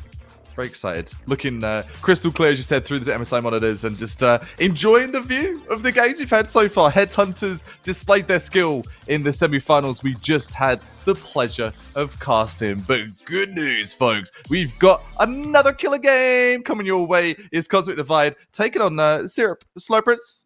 And if you've not seen these two teams before, I'll just tell you now, they've got some skill. They got some skills on wheels. The Jack Links tournament happened a couple of weeks ago. Cosmic Divide came second. So you've got former players and former teams that have come close to being champions within the TGS realm. But for the Dragon Cup in particular, this is going to be sort of a breakthrough moment for both of these teams. Who could get through to the grand final? Who is more hungry for that Dragon Cup title? Absolutely, and Cosmic Divide, they have a pretty big prestigious history inside of Valorant, going way back for about, I would say, late 2020, maybe even early 2021. Yeah. They've had a string of successes both in other tournament formats and other TOs as well, but even just in VCT, they've made some decent runs in the open qualifiers, but like you said, those number one slots usually also evade the teams as well. So we did get to see the graphic there to see, you know, the battle for grand finals will be really important for both of these teams, and one of them will succeed. But we're in match lobby right now too. Our first map of the day is going to be Haven. Map number 2 then, Bind afterwards. Now, you and I were fresh off of casting Haven just a few minutes ago. We saw some very interesting things when it came to the agent composition, but I do have to say, not a whole lot of differences from that last matchup to this one. One thing that's really striking out to me is that we see Icy on the Killjoy. Yes. Yeah, baby. On the same page, reading from the same script. We don't have scripts here. We have some notes. Yeah, I wish. I wish we had a script. It'd be a way easier job. But you know what? We're not in this for it to be easy. The players aren't in this for it to be easy. They're in for a challenge. We're in for a challenge. And we'll up to fight the potential of what that challenge is going to put on the line. The first of your second semi-final here for the MGA Dragon Cup. Welcome! Thanks for joining us here. While you're there, give the channel a follow. Please do. Some great stuff going on for MSI coming up this year into next year. And also, give us a follow, please, at Cupperfrag on all socials and at Kickshout for the handsome devil to my other side. And make sure you give the Gaming Stadium a follow as well. At, I think at the Gaming Stadium CS, if I'm not mistaken. Thank you. I do a lot of shouting. You do. I've cast long enough at TGS. I should know that off the rip. Production can confirm my ear as we go through our fly-throughs. I love Haven, and that bear kind of summarizes how cute I think Haven is. I love the plays that you can make. I love the variety. I love the frustration that is induced by all of those site executes as well. With the controller factor here, if you've got a good controller, I think that can be a game-changing difference when it comes to Haven. We've got the double omen. Only one chamber, though, for this. So the KJ being swapped out for the chamber to add on to that narrative. This is really similar to a matchup we had seen on Ascent yesterday, where the core difference was between Chamber and Killjoy. And we had said on Ascent specifically that having Killjoy for the defense wouldn't be the worst option in the world because you can shut down lanes like mid and even like B site, right? But with Haven's a little different. You do have the chamber, it's good for the anti-lurk in B main, but Killjoy's really good about spreading out her utility more to find info and shut down at least the left part of the map from the attacking point of view. That is, boss, that is indeed. I love Mina. Loves pushing. Loves the potential of getting a couple of early frags on this pistol rush. So did the whole team. They get pressured from mid as well, so Potato got a lot to do here. Actually falling off of that IC, just holding strong on the other side. This dark cover, the right click burst. Burst to the face. Big disgrace put to the floor. Makes it the 5 versus 2. One enemy remaining. Blood all over the place. Definitely blood all over the place. Good finish. They certainly got rocked there. Like the song? Definitely. Definitely like the song. You're getting better with those. I like that. I like that you're taking some shots with that. We'll bring you some more of those throughout this game, and hopefully some more shots, more headshots coming in from Cosmic Divide. Good first round. The full buy coming through. Couple of sheriffs. Just the one or the two for Khaled and for Anderson. And setting up outside of C-Long again, there's a lot of pressure here that can be applied for the attacking point of view, but we just talked about Killjoy and how strong that utility can be. Oftentimes, attackers on second round love to just opt to go into B site, and that's what it's set up for Cosmic Divide's end, but it's actually a C-Long push. But this gets rewrapped around, possibly either Garage or A, but there are contingency plans from Cosmic Divide's side for that A-Long push. Look at Mina, though. Marshall in a hand, watching down from A-Long. Looks like that could be an option. B-main could also be an option as well. Too far away from the audio, Mina able to get the orb, but no issues whatsoever. But the Haunt, nearly spotting them out. Not quite just yet, though. Opening shot could come by. That's one. Straight Double to the damage, chest, baby. another to the skull. Third for Mina. Maybe make it a fourth through the Prowler. Could very well succeed, but no. Setting up just too far out of the bricks. Hits up the potato, though. They're trying to make something happen, but hey, at least it's not a flawless round. I love Mina. So unfortunate to I get do the ace too. reel, even the 4K. Tag one as well. Tag the fourth player. Oh, get to see the CSI slow-mo reel here. Does get the headshot on the third. And Potato was actually lit from a previous shot, but that fourth one had missed. Off the Prowler. I thought the Prowler actually connected against Mina. I was wrong. But regardless, though, that reload still out in the open. Got traded out for it. But hey, bygones are bygones. Cosmic Divide still won the round. Let's see what Slurpers can do this time, because they're opting to go for a default much quicker than we saw in the previous series attacking rounds. Not sure. Ring-a-ding-ding! Takes out the two off the rip. That's a good start coming in for Slurpers. Are they going to get the info of one long, one's garage, two? Whack-a-mole coming in from the likes of Slurpers. The Sky Flash gets one. Seek them out. Found one. Seekers are proving strong here to find a lot of wealth of info against Anderson, but still finds the frag. Last alive's Mina. No longer with a Marshall in hand. Upgrades to the up. May have chosen the wrong time to upgrade too, but still not impossible to clutch this out. But there's no info that Cosmic Divine have about the whereabouts of the last alive of Syrup Slurpers. They have the entirety of this map to play with now. Ultimate's not really in contention from anybody left alive.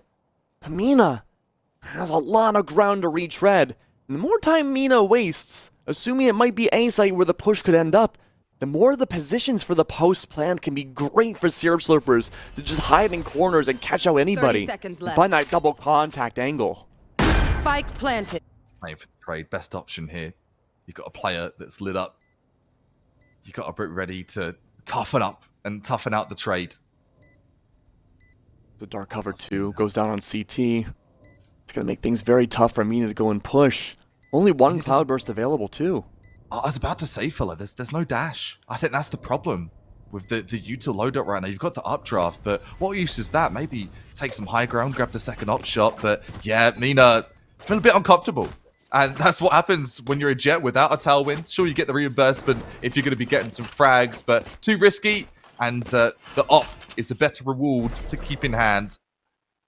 Now look, I'm not a mathologist, but if you have it up round 3, it's one of the most expensive guns in the game. If you buy it that early and you lose the round, give the op over to, say, Syrup Slurpers. That is more devastating than just, you know, losing the op and all that firepower. You economically screw up your team for at least 3 rounds after that. So going for the save might be one of the biggest strengths Cosmic Divide will have this half.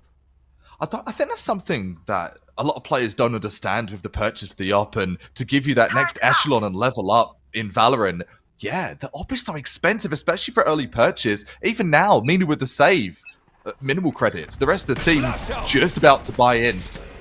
Good play, smart gameplay, 5-head if you will. Yopping gameplay for another, and I love Mina just get out of the way. Gets blocked by Icy, but the entry, the first blood, comes in from that save weapon. Where oh where have we seen this before, Kappa? C didn't work, so let's go A. Deja vu. Oh, Anderson made his presence really known quickly, and still everyone pushes through. Anderson's gonna opt to wait and play with the rest of his team. He's prepped with the paranoia though. It goes over towards Heaven's side. TCAS still yet to be identified. Sherms though, good for the trades. And TCAS through it all, still able to survive off of Graffiti and take down so many different bodies. Now that op may have been lost, could be picked up by someone in Cosmic Divide, but Moonblue's the last alive here. Gets caught out by the guiding light, a wealth of info. They know that Breach is nearby. No need to rotate off A site just yet. 43 seconds though. Our aerial perspective, you can't quite see. Oh, they're both going long. They are. They're both going long. They're both trying to play off the trades. Yeah, this is a great, in the words of the great Sierra Dawn, two ships passing in the night, completely evading each other so well. But if they re-wrap around towards sewers, they knew he was nearby. This could be a great opportunity to go for a very unknown flank. And Moonblue has no idea about everything that just happened in A-Long. Don't be. Yeah, that's the read. I think that's the read. Just try and catch him off guard. 13 seconds. It's now or never, buddy. Decide. He's going to go back to A. He's made his presence known. They know it's been an A-side execute. The fault line was heard. They've responded now on short. Is Moonblue going to check this out? He may still think it's Heaven or even CT. But that won't be the case at all. Moonblue, he's out in the open where anyone could trade him out. The off angle. And there it is. That turn.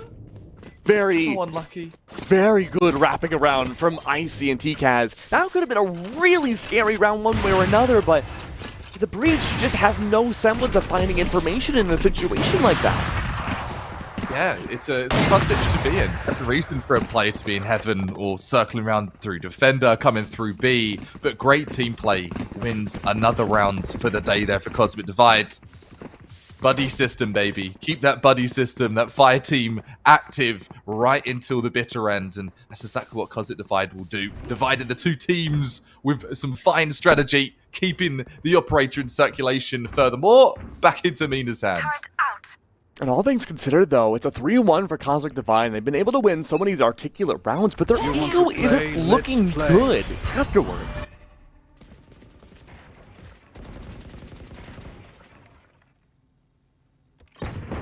Nice one and done here. There you go. See ya, Chamber. Mina's good for at least one. The good push through comes by.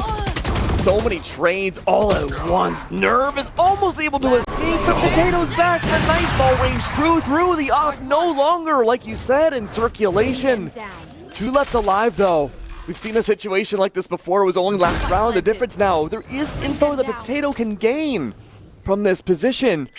Bot now recharged off the guiding light. Can't push through garage anymore. Although, just when the thought of Butyl might have crossed Potato's minds, the flank gonna cross their path as well. Breach Terms coming through, dragging out and bagging out another round. 4-1. I think they scanned Breach. Trying to break it down. What do we need to see from Syrup Slurpers? Because at this point, we talked of rotations, right? We've seen the A play come close. Came down to that 2-1 we saw just a few moments ago with Moonblue. Here comes a save, so bit of time for them to formulate a plan going into the future. But right now, there's just so much over-aggression and random areas coming in from Cosmic Divide. Very hard to read for Syrup Slurpers. It's hard to read, you're completely right. I do like the change of Killjoy's util every round. Definitely protecting B and C again, but A longs to be the way to go. Mina, what can you find? They're up in the air, but just like clay pigeons.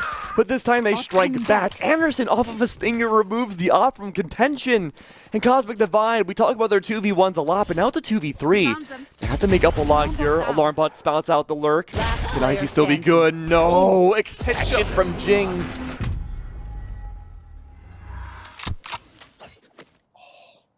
Position from Nerve. Gains a bit more map control, sees empty. But bad news bears, my friend. They're not there, they're going B. This is scary. No more KJ util to work off of.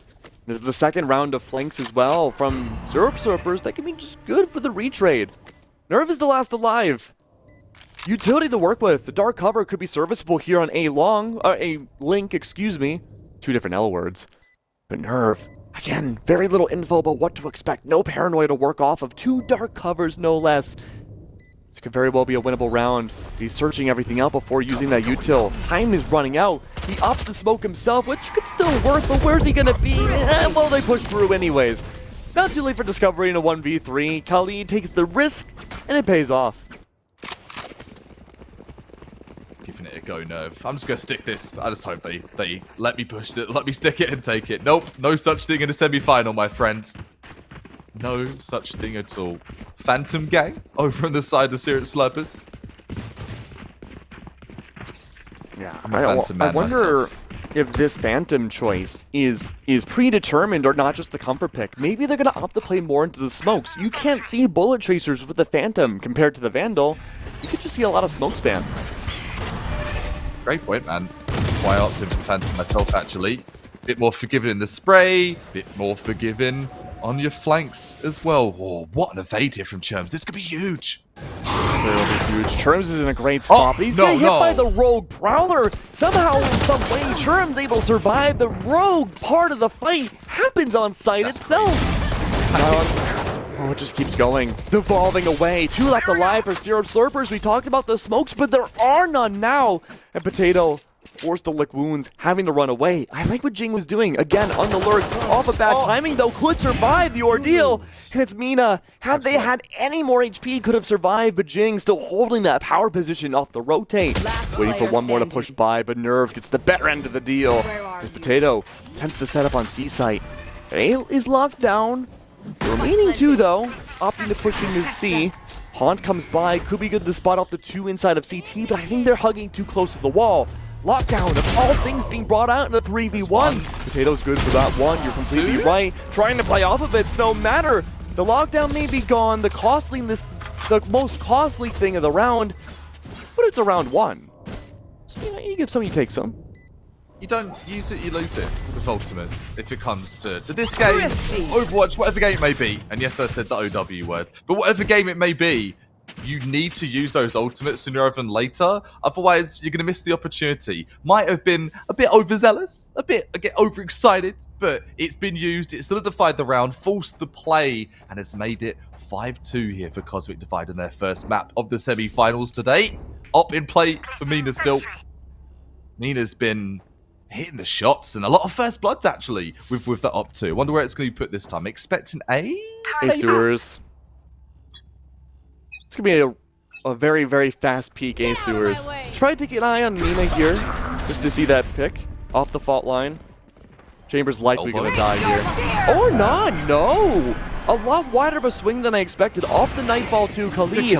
Looking to roam around. Play up the Prowlers. A blind Mina still takes Khalid down. And for an up. Completely lost. No chance. And off the Nightfall too. It was a great way to take the site, and Moonbloom's attempting to defend. There's no deep lurks this time. Nothing to worry about now. Jing hiding in graffiti. It's up to this paranoia. Good spray through. Do. Take Jing, gets clear, Cubby's gone, it's down to the 4-2. One enemy remaining. Really good take there. Nerve again with a double kill at the end. A good defuse as well. 6-2. Already looking good for the first half. It seems they just have the reads. They have the read. They've got the playbook. They've said, Syrup Slurpers, we've already photocopied your playbook. We've been reading over it. And so far, so good for us. All the money as well. Building up from the 2K plus. Only upwards from here. It's looking good for Cosmic Divide. The full bite, barely.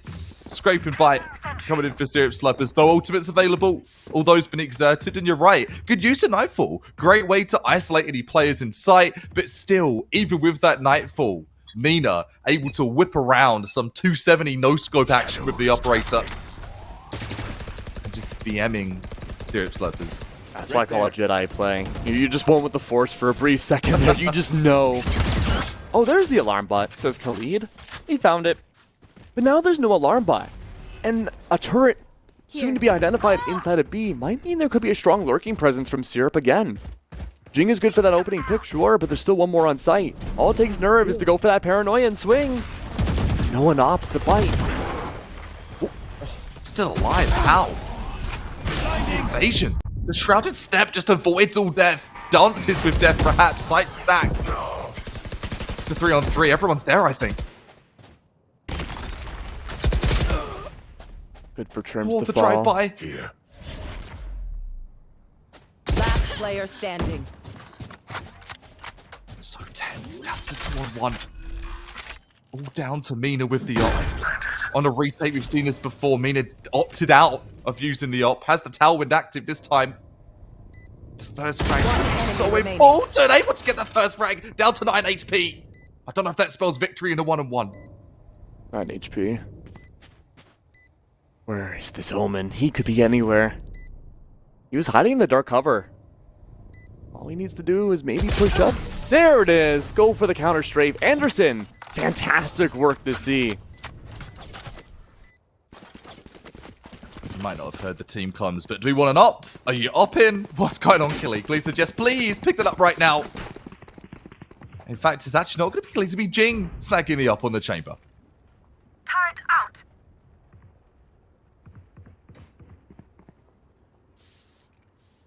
12-4 now for TCAS. I love Mina, pretty much the same. It's looking good now, defensively speaking, on what is generally considered to be an attacker-sided map. Slurpers, though, opting to maybe go for a default again. They've been finding some luck pressurizing, putting pressure inside of Garage. That turret still remains true. It's no longer an alarm bot. Again, gotta give props to Icy for changing up the strats every round for the utility placement. And there it is, off the turret, creating that space. No more usage of that ratty corner. Khalid might be walking into a trap. Or not. Khalid, tailwinds. Just going to sit on it, actually. Hear that wisping of the wind around Jet. Right there. There goes your get out of jail free cards. Prowler used over at Sewers as well. A couple of players back. Great trigger. There's a play coming in for 2 frags here One from Nina. enemy remaining. And just teamwork makes the dream work, baby. Players on the flank. Gives those players a good old spank. Khalid trying to slap back some. I mean, if Cosmic Divide can play this well on their defensive side, they have a lot of that mobility too that we harped on in the previous series to maybe find more impact on the attack as well. But 2 more rounds here for Syrup Slurpers. They only realistically need 2 more to be pretty good into that next half. And again, Mina with all these different sprays. So nice to see. Potato opting to not re-engage. Still gets cut off though from the counterplay of TCAS. That is prime. That is pro-level team chemistry right there. And it's not to be surprised. A lot of the members of Cosmic Divide have that pro league experience. Oh yeah. This entire lobby, they've grazed, they've touched T1, they've played against those top teams, even if it's just Trims. Nerve. Get bold, takes out the doppelganger. There goes your controller. No smokes, no res for you. The Bulldog coming in for Germs too. Aftershock just really slapping someone that's copy. Oh, what is that rendezvous? That Doesn't do much. Good movement. Good movement regardless. Like to see a Last little bit of a round switch before out. the switch. That was a tour de force used as well. There is the Nightfall again from Potato. Last time we had seen a successful Nightfall come out from Syrup Slurpers, it was a fast rush onto A, and it was the beginning of the tide turning a little bit for the team. It was one of the few rounds they had won in the first half. So if we could see that Nightfall come out again, we could probably see a recreation of what happened the last time the Nightfall was used, and we could see that 8-4. But it looks like the reads have already been made by Cosmic Divide. They see that Nightfall in the possession now. They're already setting up for long and short.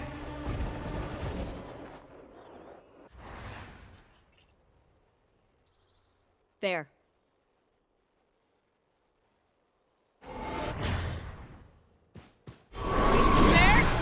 Ready. Nightfall comes through. The Nightmare has been slapped upon seat. Just hearing those eerie voices in your ears, Icy just has to let players through. Not even aware of the pushing through. Will be now though. Can't for long see comes in. Spike planted. Oh, there it is. Nightfall already used. Rolling Thunder comes by. Everyone on Syrup Slurpers backing off of the site. But they don't have a lot of post-plant utility to work off of, though. They have to go for the gunfight blind.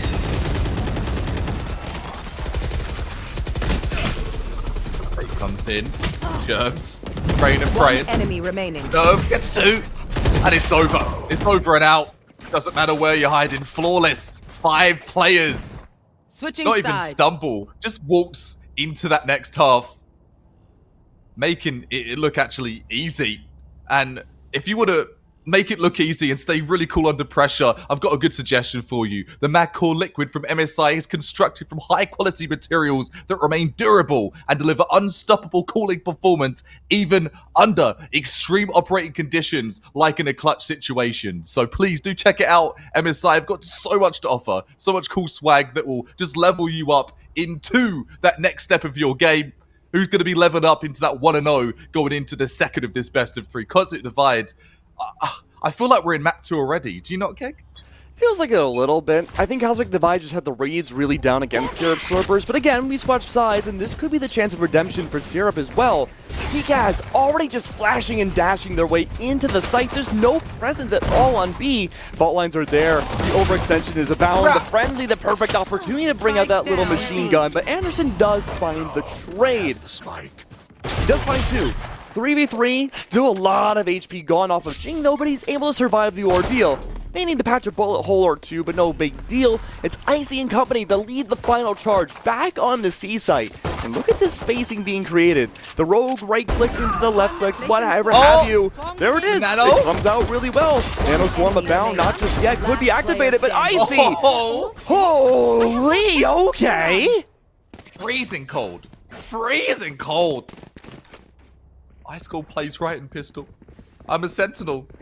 No, you're not. You act like a duelist in that round. The Nano as well. I don't know if you saw that micro play. That pushed them off of that angle, so they had to push side. So the trade set up there by ISC Nerve, making the positioning perfect as well. Pristine. Oh, but it's double digits now for Cosmic Divide. This is where things get a little hairy. You can't even afford to eco here. Like, I don't want to be that guy to advocate a force buy, but like, what option do you realistically have if you're Syrup Slurpers if you eco here 11-3? It's just such a tough choice to make regardless. Yeah. I agree with you. I think the force could have been the play, but what are you going to do against a hold like this, right? There's going to be Vandals, there's Spectre Sprayed, and Prey and Melted! Wipe-ow! Flawless. Oh, jeez. Now we're getting to a really scary part of the match. If you're Syrup Slurpers, you cannot eco again for the rest of the game. Like, I can't describe how much emphasis I'm putting on that. You eco, you lose. Yes, there can be these outlier situations where, say, Syrup Slurpers wouldn't eco round. Yes, absolutely. But purely on paper, with a 8-round deficit, with no economy at all, Kappa, you have to win this round. No pressure. No pressure. Totally no pressure. No. There's already one gone, fallen to the ground. The sky, delivers some regrowth. Medic on spy, backside. Oh, he's gonna be a player. Hiding the shadows with that no tracer weapon. Gets taken out. 4 versus 2. As hiding that little roundy corner, no identification, just making Haven their playground. Last alive's Potato. Oh, looks like a growth from the crop coming out of the ground already. That's 1. Realistically speaking, very little chance of getting onto B site, especially with the wide been coming out from Icy and the immediate trade from Mina. Triangulated perfectly. While Amelia Earhart might never be found, at least Potato was. We see you, Potato. We see your quick clicks, quick trigger finger. Not gonna be enough to muster up a round, but hey, convinced that you can hit some targets, convinced that you are putting your best foot forward. Match point, as you said, no ecos, no saves, full sends only. And a Guardian is the best in terms of a rifle with light armor. Feels bad, man. Yeah, this is a very, like, Minuteman style ragtag team kind of vibe, but might not be the worst option in the world. Anderson opting to try to find some impact here. Does try to go sewers. Doesn't find a lot, though. Trying to contest one more time, though, to leave good defined terms, and the battles ensue, but Icy playing the entry here as KJ avoids the C's. Very nice in that fact. The last alive, or soon to be last alive. There's 2 left. Potato trying to find at least some impact, but suddenly things are a 1v1. Sure, why not? But look at this. Keep an eye on Nerve. Look at those ult points.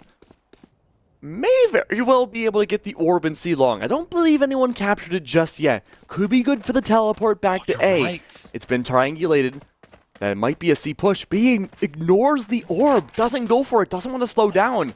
Keep in mind, both players don't know each other's locations. There's no info finding capabilities between either agent now.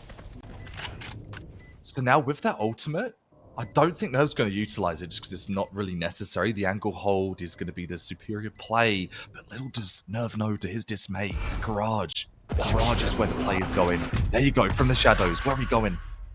Wasn't a rotate from A. He's in the best spot now for the post plant. Planted exactly for him. And Jing, we have a little tiny play-by-play monitor here. Picture-in-picture. We got a picture-in-picture. Oh, it's a one-way. It's a one-way. The one-way doesn't work, though. Look at this. Full visibility. The legs are shown. He mistimed the smoke. It's in the wrong position. And going through, it matters not. It's going to be a wide spring from Nerve. I will keep watch. That's map 1. With a one-tap. That's a wrap. Shutting her down for Haven. And we're moving on to our next map of this best of 3. What a speedy map number 1 coming in from Cosmic Divide. Zoom, blink and you miss it. Blink and you miss it, it's gone. And just like an image across your MSI monitor, it's going to be crispy. It's going to be clean for one team. Cosmic Divide just clapping themselves into that next game. And a little bit of a highlight reel here. It's just going to be Cosmic Divide. Yeah, I mean, this was through and through the Cosmic Divide show. Syrup Slurpers had some moments of brilliance here, but I mean, even from the get-go, round 2, Mina getting that near 4K with the Marshall, it just shows that over-dominance when it comes to just holding raw angles and playing around even your enemy team's utility. To really just be like a slap in the face with the wet kipper. That was a Syrup Slurpers pick over on Haven. Did it feel like it? Hell no, it didn't feel like it. It felt like a map that Cosmic Divide were born into. Mina, so many great plays, so many op plays from long, from mid, from everywhere. Syrup Slurpers have so much to do going to map number 2, which is going to be Bind, Cosmic Divide's pick. And if you know anything about Cosmic Divide, and take nothing from the Syrup Slurpers, Cosmic Divide, they played on Binds a fair bit, and that's the understatement of 2022. They know that map very well. I feel like every time I've watched or cast a Cosmic Divide, it's always been on Bind. Even in a best of 3, it's just 3 binds in a row. I'll get some stats when we come back from the breaks to kind of give you some insights for Bind. In fact, before we do, of all time, they've played it 57 times and they have a 65% win ratio. A 65% win ratio on Bind. That's scary. That's very scary. That's a really good scoreline there.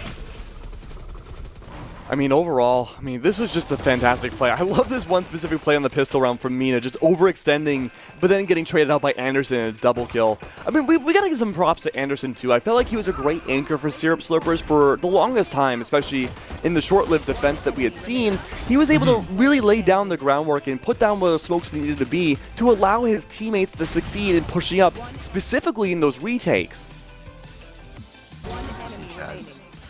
Staple initiator offering the heals. We don't even mention it really, but the heal diff in that game. I think Haven's one of those maps where you get punished for a little peak, right? If it's through long C, if it's through mid B, if it's through garage, and the Sky regrowth paid dividends for the likes of Cosmic Divide, giving that replenish to sort out a 13-3. Bind's up next.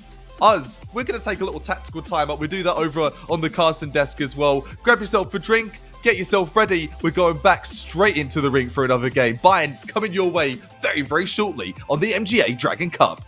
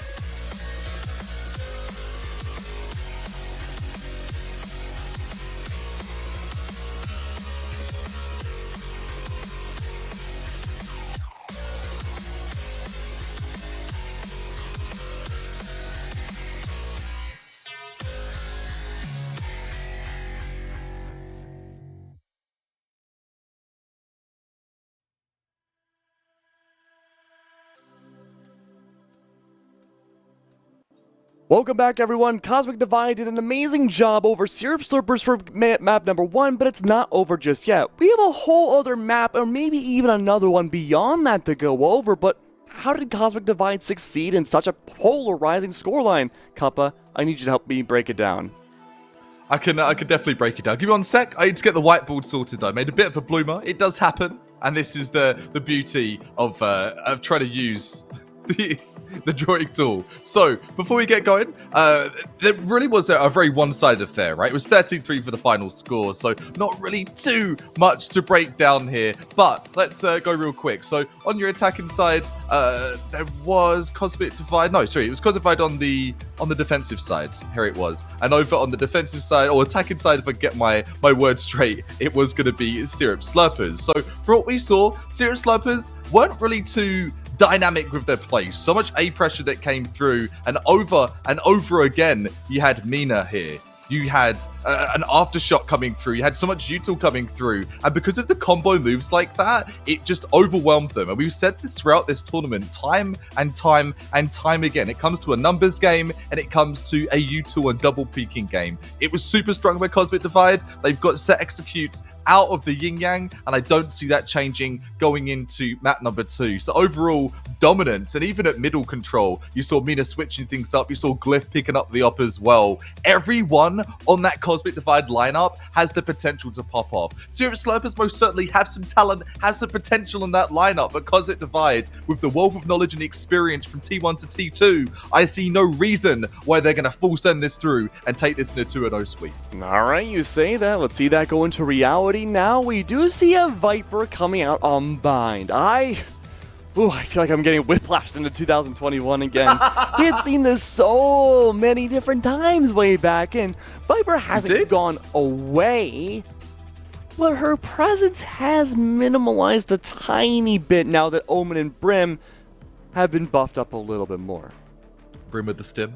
Yes. Big booty Brim with the stim? And I'm making it sound like it was a recent thing. This is like early this year where Brim and Omen kind of got their renaissance back. So having the Viper on top of the Brim, I like this combination coming out from Syrup Slurpers because you still have that mobility coming out from Raze as well. So realistically speaking, you're attacking and you go to A site, you could use the Viper wall, cut off everything from triple all the way into heaven. Brim smokes go down on top of car, let's say, or even blocking out the rotation into lamps. You could just use your Raze, blast pack in, and catch literally every defender on site off guard. There's a lot of options for both these teams. A lot of options. Options galore, some may say. And with the heals, I want to touch base on that before we get going here for Syrup Slurpers. They've got a Skye and they've got a Sage. What is your opinion, Keg, on double heals? I have my stand. What's your stand on double heals? Is it a mistake? Is it overkill? What are we thinking? I'm not really looking at Skye for heals. I'm looking at her more for finding info as like a true initiator. So I think her flashes are unbelievably valuable on a map like this. I think in a good pinch, the AoE healing effect that you can have on top of, say, individualistic healing that Sage could bring out is also strong. But it does bring me to another argument. Can, in some way, in some part of the world, can Sage be considered a duelist? Definitely. The battle Sage, the battle healer, the battle sentinel. I love Sage when it comes to kind of being utilized on her own. That goes right back even like pre-2021 when you go into the early days, right? Like Viper, Sage, classic selection over in the side of Syrup Slurpers, buffed with the likes of Skye. And I didn't notice that right into the last second. We do have a double selection of double healers. So 4 healers in a server. You don't really see that too often, genuinely. Yeah, so I think realistically, outside of flashes and other Skye util that's pivotal for entering or just denying a site, I'm looking at Churms and Jing more so as like a second or as a primary healer rather than Sage. I think Sage will take more aggressive fights. And again, this isn't black and white. This could change round to round. But Sage will probably take more aggressive fights and use the heal on herself.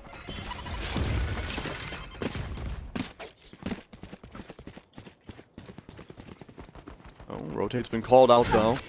A little bit of dominance from Icy, putting that util down in A, making sure people stay there from Syrup Slurper's side. Cosmic Divide, though, looking to hide in those corners. A good double kill to start things out. The Anderson special, always a double kill on pistols with him.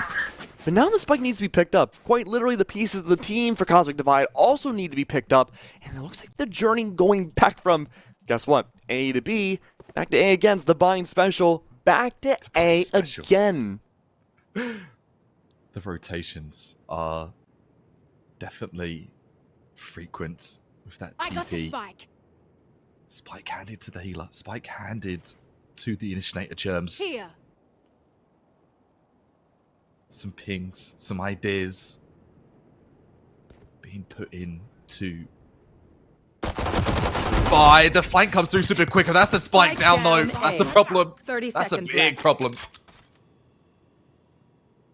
Look at this, encountering towards the back part of spawn. Mina safe to be seen. TGS good for Anderson. Gotta get the spike down now. Now is the time. Time is of the essence. I love Mina. Two in the barrel for the Headhunter. Somehow gets out alive. Headhunter redeeming quality. Hits heads. Clicks them done. No way they win this with this HP. There's no shot.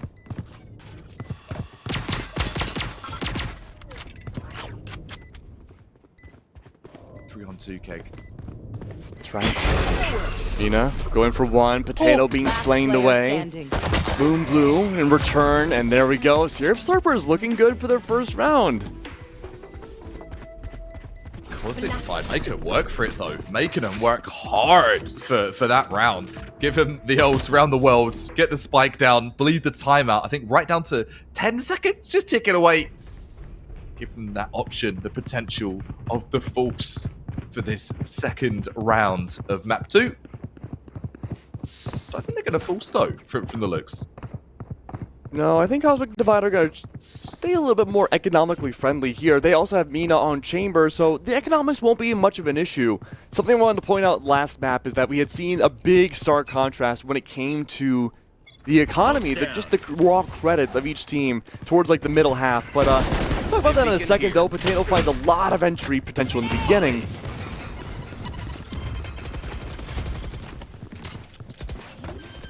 TKaz got the high ground. Here. Though. I love this shorty here from ISD. Healing. Got the Vandal, I don't have the shorty though. That shorty's pretty, but what can it do to get pretty in this round? Can it get a frag? Does this work? No way, another two? one. No way! I Enemy see. remaining. Almost a good build up there. I can't believe that. Nerve holding down the line of fire. Doesn't have a molly to work with anymore. Does have a stim beacon though. Could be good for the fast entry once one goes down. But there it is. A little jiggle peek from Khalid. And Syrup Slurpers. A big surprise, but a welcome one. 2 in a row now, Cosmic Divide. We talked about how, historically speaking, they've played this map since their inception, what, around 70 times? Yeah, I think it was 50, 57 times? So yeah, very, very close to that 70 mark, right up there. And at this current time, Cosmic Divide struggling a little bit on the struggle bus so far. The purchase is going to come in though, but very a battered and bruised one at that. They fought tooth and nail to try and scrape themselves back into this game within the first 2 rounds. No such thing has been achieved. Potato. Finding the cubby here. But this Boombot, this Ruba might clear it. Oh, it does. That's a lot of info gained. The initiation coming out from TGS there. Love that to be seen. And Potato forced to dial himself back to brown box. Keep in mind, only has a classic. Might have to go toe-to-toe against not 1, but 3 different Phantoms in the process. That's not looking good from our boy Brim. But Icy and company are going to make the charge and put their way in. There's a one-way force to respect, but Icy says no to that respect. Let's go for it. Go for them anyways. And a lot of damage was applied, and Jing falls. That's that Brimstone. Potato able to pick up that lost Phantom, reroutes himself back away, trying to join the rest of his team, and swaps weapons. I don't need a Phantom. I'm already so low. Why not go for the Sheriff instead? Team play, man. Team play changes games, and a flank attempted to change the game. Nerve has the bottle, has the info, has the game sense to predict that. Anderson. Do something huge here from Limes. Huge, but it's ice walled off. That's bad scenario.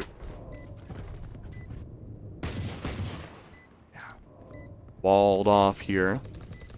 could be good for Cosmic Divide to push in, but they're going to choose to respect the wall. Still wait to see if anyone wraps themselves around. That'll be the Phantom wielder Anderson there, taking down Icy. There's still more to watch out for. Every angle you look at, Anderson, only one finding impact now. 8 HP. Already good for... Good for the first 2 rounds, but it looks like now, this time, Cosmic Divide are going to cosmically shift their way around to find themselves a round win. And keep in mind, this was the bonus buy from Syrup Slurpers. Cosmic Divide, they had their first full rifle, so I think it was a good trade nonetheless, but where it gets really fiery now and really spicy is not only going to be this next round cup, but the round after as well. Yes, indeed. Mina not able to get in that pole position to really pick up an up or do anything spicy at this moment in time. No ultimates available. Taking that back, that's a tour de force is active right now, if I'm not mistaken. So, Also here. yes, it Really is. good start here.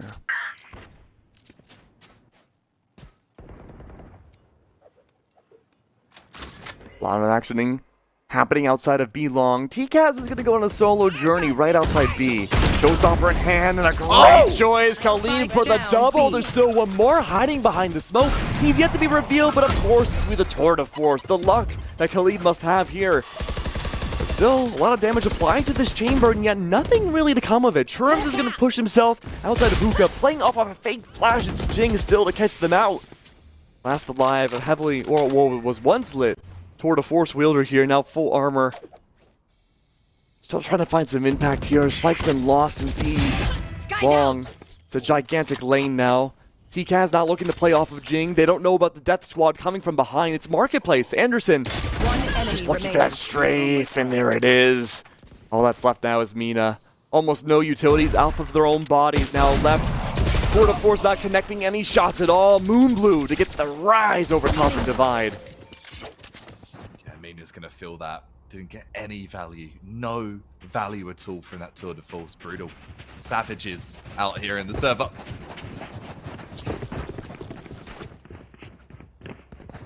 I wonder now what's the next move for Cosmic Divide, because they feel like they're approaching a bit of a stalemate. I don't know. What do you think the move should be?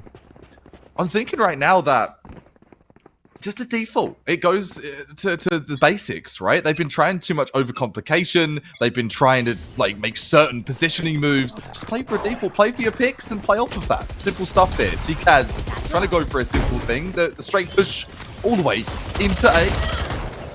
Snake Bite looking to give them a little bit of a frightler, knock them off their feet. And the spike does go down. So the force then is what they opted in for. The spray and the prey coming in from Moonblue does yield 1 frag.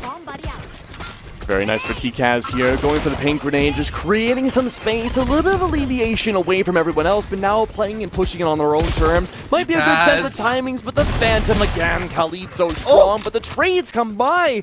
It's a back and forth. Cosmic Divide off their attack, only one left alive, then Bethuse comes through and Nerve. Even if he wanted to, he can't get close. Another round won by Syrup Slurpers.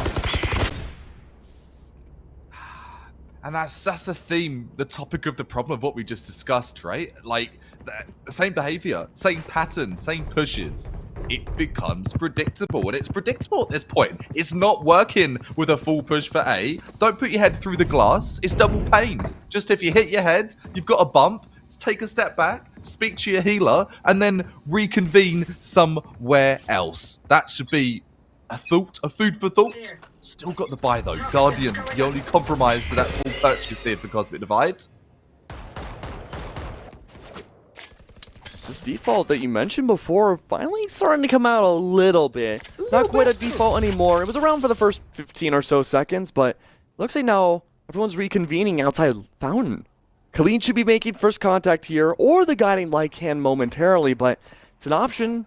Tail 2 kitties. Have to see what the next title will be, but it looks like TCAS and company pushing forwards. Gonna make their way onto the side. There we go. Showstopper again. Not Khalid this time, but now the attacker's revenge. We're talking about the first and second contact outside of Fiend Long, but Jing this time is the one to find success. That being said, though, success is short-lived. Nerve good for a double kill, and full spacing has been acquired, except for Anderson, who stuck their way in. The res comes by, but separated out. What can Anderson find? It's going to be Icy to give that and pull away off of their own life. Still 3 outside of Garden. So tough to push. Nerve good for 3 themselves. 1 Potato. Try to line them up, knock them down. It's not a game of bowling. No strikes here. Strikeout, in fact, for the Syrup Slurpers, but not to worry. They do have the rounds most certainly in their advantage. 2 ultimates brought to the table here for Cosmic Divide. They burnt their res there. Worthwhile. Just try and get a bit of econ. But then they actually took 2 frags as Potato was to come in for the retake. Now that we've got the Seekers, I'd love to see those Seekers utilized to initialize some kind of momentum, some kind of push, some kind of way into this round. That's a really free opportunity here for Cosmic Divide to get something started. Look at all that defensive presence outside of B. Even it's been walled up, but there's no defensive presence at all. Well, there's a moderate defensive presence outside of A. And off this default, a good time to poke and prod. Anderson's overextending. There's the trademark right around the corner. It's been spotted out and destroyed. Those remaining on A from Cosmic side, they have to contest possibly, but they're off a one-way. There's a lot of battles though outside of B long. In fact, there's battles pretty much everywhere on Bind. But it looks like all that ends in a disengagement. Back to A for the full execution. Forced off the ankle over at 8. All part of the plan here. Cosmic Divide trying to get something done. Open up the Potato. Gets a frag, gets upgraded to the ultimate as well. Pushing through the fire of the smoke. It's going to be icy. Trying to stay ice cold in this post plant here. This will be so difficult. So difficult. Oh, a double for icy. Poison's off. 2 left alive. Now keep in mind, Cosmic Divide gets the orbital strike and a molly on top. Almost all their contingency plans set. Set the Viper now. Anderson to push their way through. Jiggle peeking everything. Tapping the spike. There it is. Orbital strike in tow. That may have been a little too early though. Still a chance for Anderson to bring this home. Go for the defuse. They don't know about the rewrap though from Mina. And Anderson falls. That's the icy rounds. Icy MVP for that one. 100p. The spray and pray. The work with the Spectre. Drive by run and gun. Gets it done. True. And takes out the controller too. So what a waste of an ultimate there. Great effort coming in from Potato, but shut down by the Sentinel. I mean, I think the ultimate was good. I mean, it came out a little early, but regardless, it solidified the round for Cosmic Divide, and they needed those rounds to solidify. If it takes an orbital strike to do it, fine, secure the deal. But now there's almost no ult on the table at all for anybody to use, but when you have a smoke and a litany of bullets, it doesn't matter. Jing is good off this eco round to take down yet another body, but again, I mean, it's a classic. As powerful as it is, it does take down a sheriff. Ooh. Mina. Ready. Trigger finger just hovering over that left mouse click. Picks up the frag that's needed. Just holding sight. Not getting too overexcited. Has an inkling. Well, I think they're rotating. Hopefully they just feed my crosshairs. This is exactly what we're looking to see in the face. A 3K. Great read from Mina. Yeah. Really nice reads.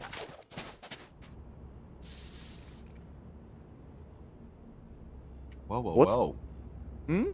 I said, whoa. Cosmic Divide's getting back into this nicely here. And now they have an extra ult in their pocket to work with as well. Their eco isn't looking great. So, never mind. Tour de Force is brought out as I started saying that. That's interesting.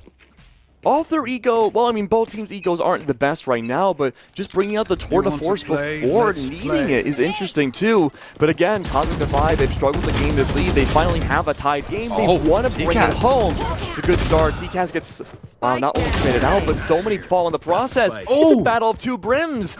And Nerve trying to bring this home. Cosmic Divide, they have this leverage over Syrup Slurpers, and they're making that slow trickle back for the retake. Anderson, though, on the helm, pushing through the orbital smokes, the sky smokes, in fact. There it is. Orbital. Not an orbital. Felt like an orbital strike, but it was a tour de force in hand. Moonblue, the last alive now in a 1v2, does eliminate and goes for the res. A soul for a soul, but it looks like it's the sacrifice of both. A wasted res and a double kill for sure for Churms.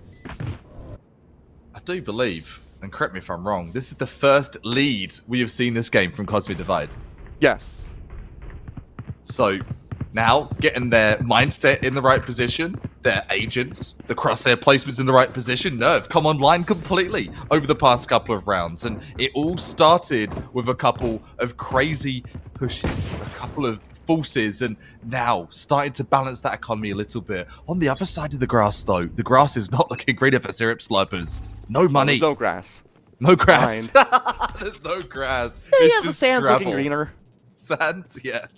Launching smoke. Oh, dang! Can't miss. Wow. Okay. What an execution. And that's a great rifle to pick up as well. Full A site control, but this allows Cosmic Divine to push into B site. There's no one around whatsoever, but there's a slow crawl from Anderson to flank again. Careful though. Anderson's been doing this a lot, and it's already being read into. Look at the angles being held outside of B long. It's not one, but two. Oh, you're Trying to right. see if there's that anti-flank. Here. Got an idea. Sniff, there's some trouble on the Scout flank. destroyed. Hawk Light goes out. Guardian light goes out as well. I see. Cold as you like, baby. Trying to take out what they can. They're going to get taken out by the showstopper, though. Pitch to the 2-on-1. Cosmic Divide in hot water. Nerve, the smoke goes away. Oh! Still was good for one, but Anderson, he had to get off that spike. He still has plenty of time to go for the defuse. Okay, back to being a tied game, 5-5. This is anyone's brawl. It is. Everyone's taken a punch to the face this game, and they've just got right back up, bounced into play, and everyone's fragging. You love to see that. You absolutely love to see that as a viewer, as a caster, as a player. Like, everyone's starting this game on the best note possible. No one's at super high frags. A very, very even lobby right now. Look at the old differences there. There are 2 orbital strikes. I guarantee they'll be used for spacing this round. Regardless, though, a lot of information detection from the Seekers, and the Viper's Pit needs no war. Oh no! That's plenty of words I can say right there. And Anderson, I'm sure he has some for the comms as well. He instantly goes down. The leverage of A and the lone defender now. It's Khalid to push up. And they must have known there's usually less bodies on a Viper's Pit site. If Khalid's by himself and goes down, that might mean everyone else is on B. That might mean the best way to attack could be on A. The pressure's here. Showstopper comes through. Where is the player to give that knockout punch to? Says TKaz. Gimme, gimme, give me some blood. No one's here though. Strike makes a great denial there through the teleport. Look at this, throwing everyone out for a loop. Cosmic Divide still have their orbital strike as well. Oh, Good save in front of post plan. But if that spacing is created, it could be good to stop everybody. Good now, Potato, 45 HP, crawls their way through an elbow. One behind, though. It's going to be, I believe, Icy to help out. But look at this crawl pushing up on the other side of Potato to be harvested back into the ground, eaten away by Icy. Loon Blue left to pick up the pieces. The lone survivor. No chance for an orbital strike to come down now. Be nothing short of a waste. Inside the double swing. Not much you can do if you're blue. Great ball. Cosmic Divide. Good for the half. Last round in the half. Cosmic Divides heading into that next dimension. They know they've got the technology, they've got the strategy, and big pat on the back, handshakes, fist bumps, double high fives. I'm all about high fives. Bit out of fashion with the way the world's going, but whatever it is, some congratulations to for Cosmic Divide to get themselves back into this game. And reminder, PSA, they won the first map of this semi-final today, so this is the potential for them to get that 2-0. Anderson spotted out by that rogue guiding light. Oh no, it's slowed. Anderson can't escape. That was so smart. Was that a lineup? Whatever it was, the best case scenario. You don't see that every day. Damn right you don't. Love to see it though. Moon Blue, frag it out, evens things out a little bit.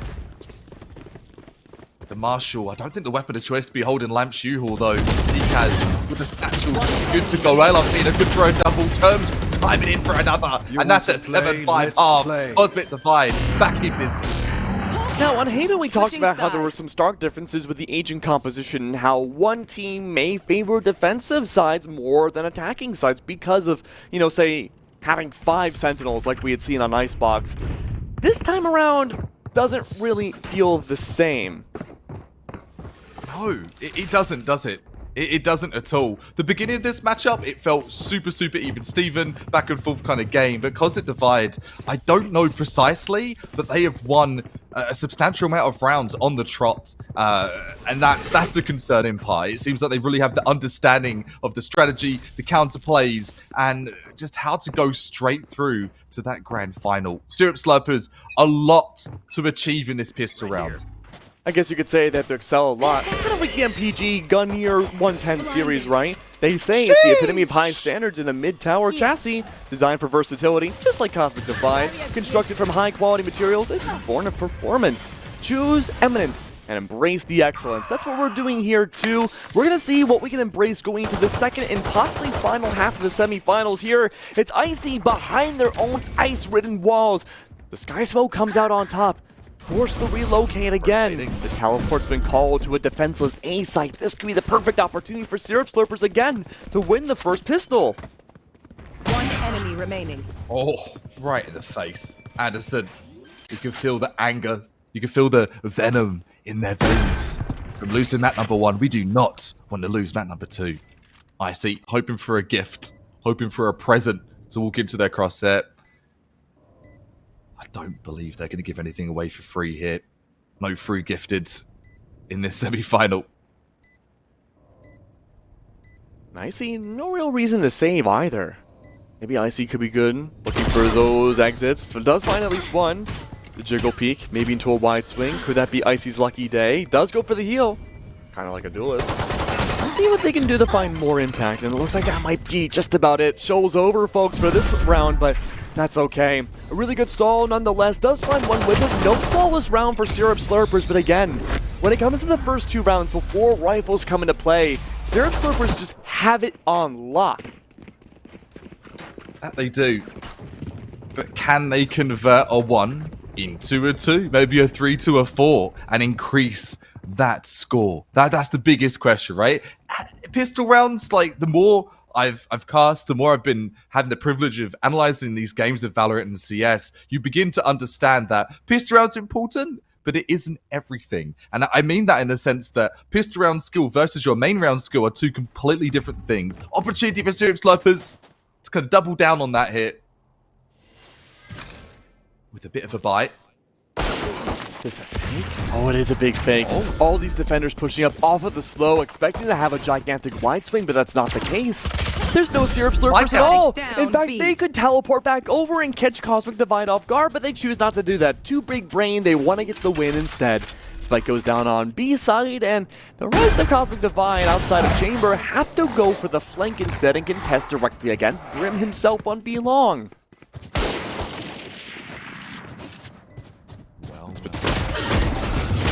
We have here then Anderson get a little bit too aggressive. Hands over a Phantom to the wrong hands. Over to TKaz. The paint shields come through. Oh, the frags going to follow suit as well. They are for 1. They are for 2.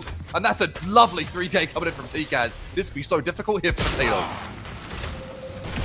There's only one that can do it. It's up to Potato here. Apple of the earth, they say in Latin, but can he be good for 1? I don't know how to say no in Latin.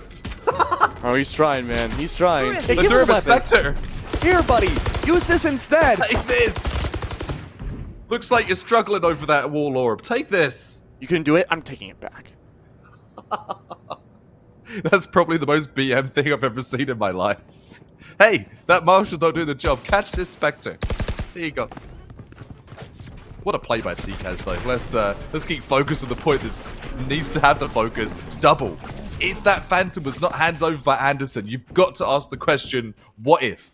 What if? And as expensive as an op throw into the enemy hands in early rounds, there's nothing apart from Sheriff's 1 set of light armor right now for Syrup Slurpers. Guiding Light finds no info. Rogue sprays from Nerve. It's dangerous. They can see the tracers on the other side, but Nerve backs off. Still a Shower's presence now from a Phantom wielder instead. TKaz, like with the replays had shown, how great these 1v2s can be. But again, gotta turn into 1, makes it into 2. Spike Look down. at that. History repeats itself. It's a Spike, like you said, going down. Anderson goes for the raw swing.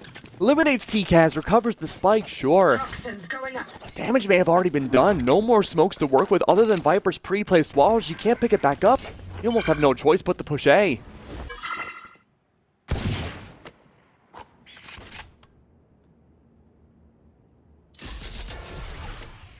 40 seconds. The Slurpers caught in a bit of an awkward position here. They're going to go for the full commit to Sight. Sight call out does come in from Germs. Anderson chiming in for another 3K for Anderson. Anderson popping off.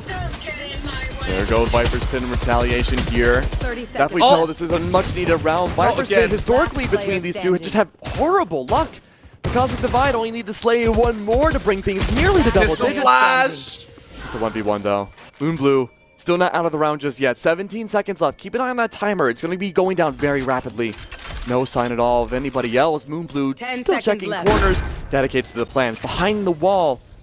Where could this chamber be? That's the million-dollar question, or whatever questions Moonblue are asking themselves right now. It's Mina to push up. Phantom versus Spectre. Go for the wide swing. Yes, it connects. Run and gun. Perfect spray control. Mina picks up that Phantom, the dead man's gun, and goes for the defuse. Not only did Mina take their cake, but they ate it too. Really nice to see, and 1 off now from double digits.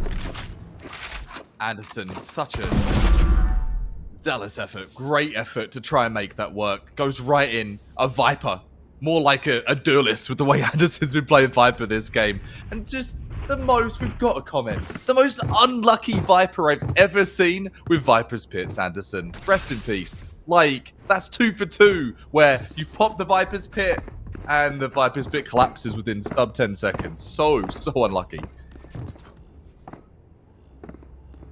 There's a big showstopper here for TCAS. Knowing how TCAS normally plays, having an explosive early game, I'm expecting to see this showstopper earlier than not. So we have to wait and see. I don't know. But TCAS is on the other side of the map. He's going to have to rotate over heavily. Khalid good for 1, takes them down. Blast pack to clear some space.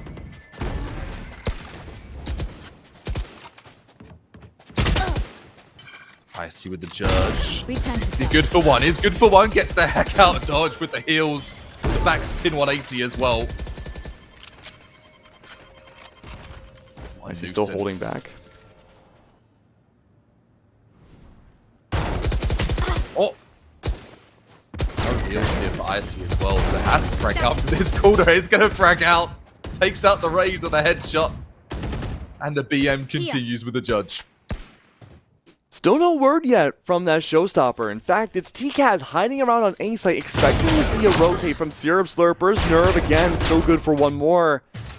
Speaking about that 1 more, there's actually only 2. Okay, now truly 1 left. It's up now. 30 seconds Oh left. boy, what's going to happen here? Only down to 1. It's Potato. He's good for 1. He does take down his doppelganger. There's still 1 more to deal with, though. Icy hiding away, going for that heal. Molly in play there, forcing out the straight, potentially. And there it is. Good for the Molly kill. That's 2 now for Potato. 13 seconds left now. We could see that showstopper come into play. 10 seconds And there it is. No blast packs to work off of, though, but it's blinded away. Showstopper could come down any second now. Clear the round, save everything, but no! Far too late through the smoke. TCAS doesn't take the risk. Potato runs away, fast and quick. Orbital strike in tow. And there we go. Look at that space created. It's stalling time, but TCAS, regardless, finds Potato. Potato just hiding in plain sight, that somehow able to just weave, duck and weave between the smokes. The tunnel. Give a little bit of cover, but not enough cover from the barrage of fire. And the team work from Cosmic Divide. 2 stars aligned, connecting the dots and connecting a couple of rounds together. That's right. And now, Cosmic Divide are at double digits. They've won the last 3 rounds and all being diffuses. You would think if they're all diffuses, there should be money for Syrup Slurpers to work off of, right? No. They buy up every round, and now they're forced to lick their wounds on an eco round, where they barely have any money left. Except Potato, who's going oddly for a Vandal as well as I believe. One other player, I did not get to see who it was. I believe Anderson. So it's a very, very haphazard buy right now. Full of ults for Cosmic Divide. They can shut this down immediately, but they might not want to opt to on an eco. Nina has some interest over at Long. Says, actually, change your mind. Got cold feet about this push. Retrieves the rendezvous. Take another position to get a frag or 2 in this round. I see. Love this position on this broken wall. This could be huge. Not actually able to pick up anything. I've got your trail. Phantom should be recovered as well. Satchel out. There it is, the showstopper. Off a wealth of info. There it is. Even if you get traded, damage has already been done. Syrup Slurpers again off a very broken buy. Have a big body advantage now, 5-2. Churms, though, needs to hold the site, both anchoring each other's respective sites. It's going to be the A push. Churms needs to watch out. He's dialed himself so far back into A. He knows how rambunctious this will be, and, well, rambunctious is their middle names on Syrup Slurper's side. Churms falls, but the damage may have already been done. A 1v3 wouldn't be impossible for Mina to bring back, but as long as those sky smokes go down quicker than, you know, than not quick, I suppose, Mina has a lot of opportunities to find these lines of sights. The round is true. Jing has the angle for that wraparound. 7-10. Keeping it competitive, staying in the game. But how did Syrup Slurpers do that, though, Kappa? How are they able to just reroute themselves on site? It's playing not too aggressive if you execute. Your execute's not working. They got their pick and they backed off. So playing the default that we've kind of cried that we saw more of in this semi-final and delivering some of that there. They get the pick over at hookah, say, you know what? Let's get out of here. Let's use our util and let's reposition ourselves, and the rotation came through. I bind special to what you said earlier, where rotations, they're so useful to have with the TPs and with the ability to go to market, and that's perfect for them. Over aggression just slaps Cosmic Divide sideways. I do believe it's an eco, so bit of an opportunity for them to get a bit more in your face and play a little less strategy to try and catch him off guard. Teleport's ready. Look at that wall, too. It cuts off so many primary angles, allows a fast push into lamps, and Mina's completely unaware. That wall's not down anymore, but look at this. Hey, someone's behind me. And little do they know, there's still one more. Good attempted quick shot there coming by. Almost a no-scope. Khalid removes the chamber from opposition. One left alive, and it's up to Icy. Slow versus slow. No chance of pushing up. Angle's already being held by Khalid and company. Icy does have the chance to push up. Gonna go for the strafe shot, making themselves pretty clear where they're gonna go in from, but Moonblue removes Icy. 8-10. Could have a chance to even things up one more time. There's the tack. Cosmic Divide. Need to have a discussion. Warbird's gonna give a holler in their ear. Oh no, the Warbird's buff. You might as well already end the server here. It's too late now for Syrup Slurpers. No, I love Warbirds. He's such a cool guy.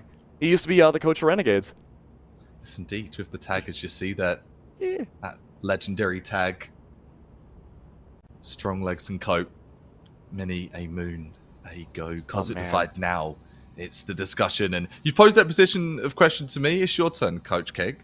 What do Cosmic Divide need to use here to wrangle up these last few rounds and close this in two? Cosmic Divide are playing their early game very aggressive. They're holding angles outside of teleport, they're fishing for kills for first bloods, and more often than not, it hasn't been working for them. Sure, they can find the trades eventually, but usually they lose some of the most crucial pieces to their chess puzzle, and they're not able to really convert post-plant. So because of that, say you lose Brimstone early on, or even say TCAS on Raze, you lose them so quickly, you don't really have those opportunities to really reclaim the site when it goes up against you. All the wins so far from Cosmic Divide have been on defuses.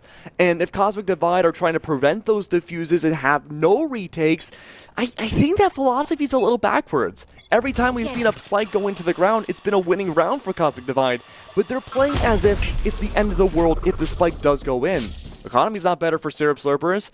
The rounds haven't been converted either from Syrup when they plant the spike. But now they're playing dialed back. The Warbird's buff. No one's overextending, fishing for those first bloods. Chance. So off angle here. Gonna miss the initial shot though. That's gonna cost him. That's gonna cost him big. Hookah's open for business, and it was off limits for a short moment, a fleeting moment.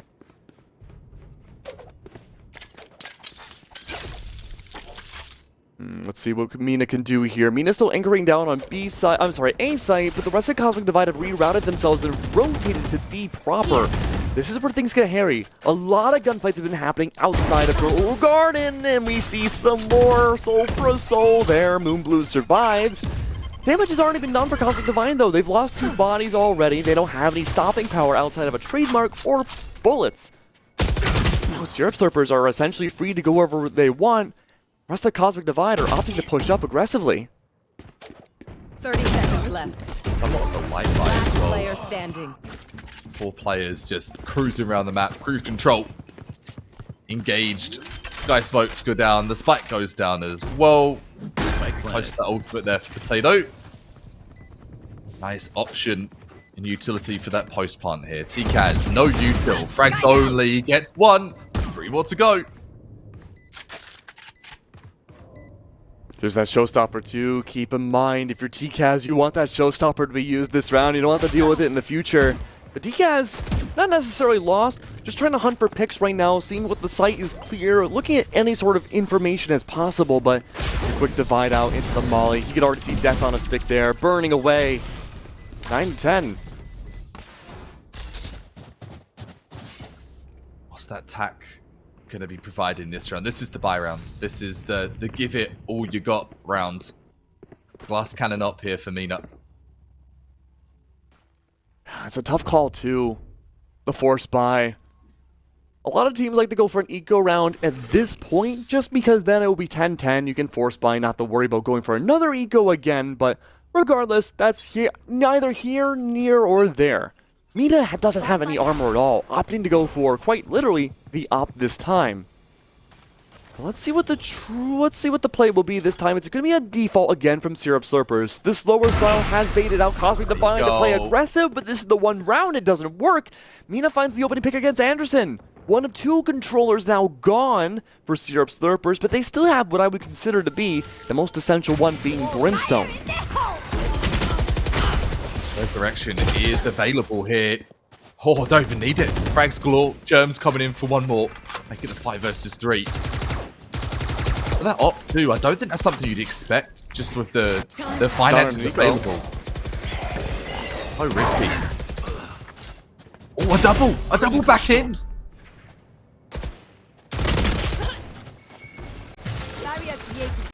Let's see what Moonblue can do. A 2v2, Orbital Strike still in the possession of Potato. TCAS hiding inside Hookah, just waiting. Potato may be fully willing to sacrifice himself here. It's not going to be a post-plant molly. In fact, it's going to be from behind! But Cosmic Divide playing ever so slow at the very last moment. They brought themselves to 11. Switching pace. That's all it took to get ahead in the race here for this second of your second semi-final. It all started with Mina, and it ended with Mina. The off-angle operator peak. On a low buy, in fact. Almost an impossible buy with glass cannon. So risky. Now, going for the full armor. Couple ults in the back pocket. Mina can't even go for full armor. Yikes. Take it back, Eli. I take it all back. Let's go back for you till instead, says Mina. Honestly, not a bad move either. Just kind of playing those aggressive positions again. Notice Mina's spot won't be the same as top car. Instead, it's going to be hanging around near towards triple.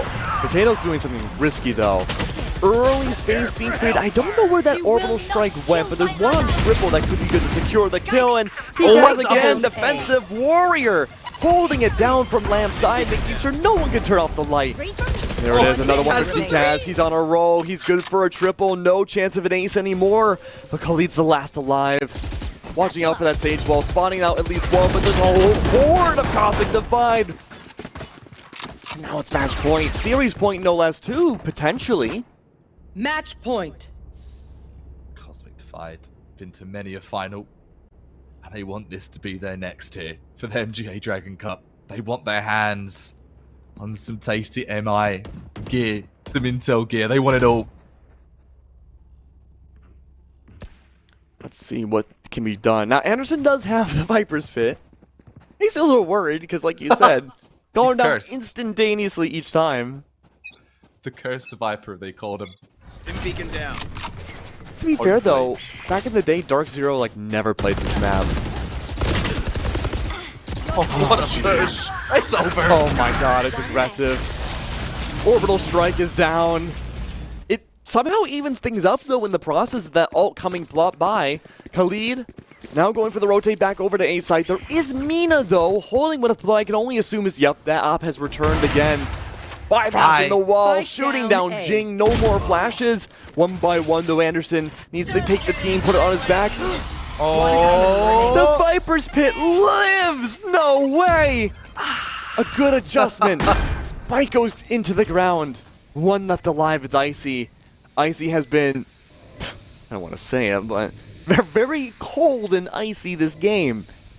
Has had a litany of amazing plays here, but now needs to go through military style, clear out each and every corner.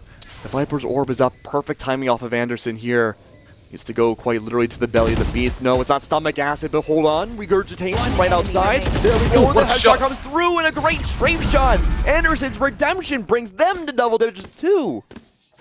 what made it even better, and I was hoping didn't happen to port Anderson there. Third time lucky with the Viper's Pit, by the way, was if it was a cute cube Viper's Pit. That would have just been, I'm done. Oh, if jeez. That would have been it. GameCube.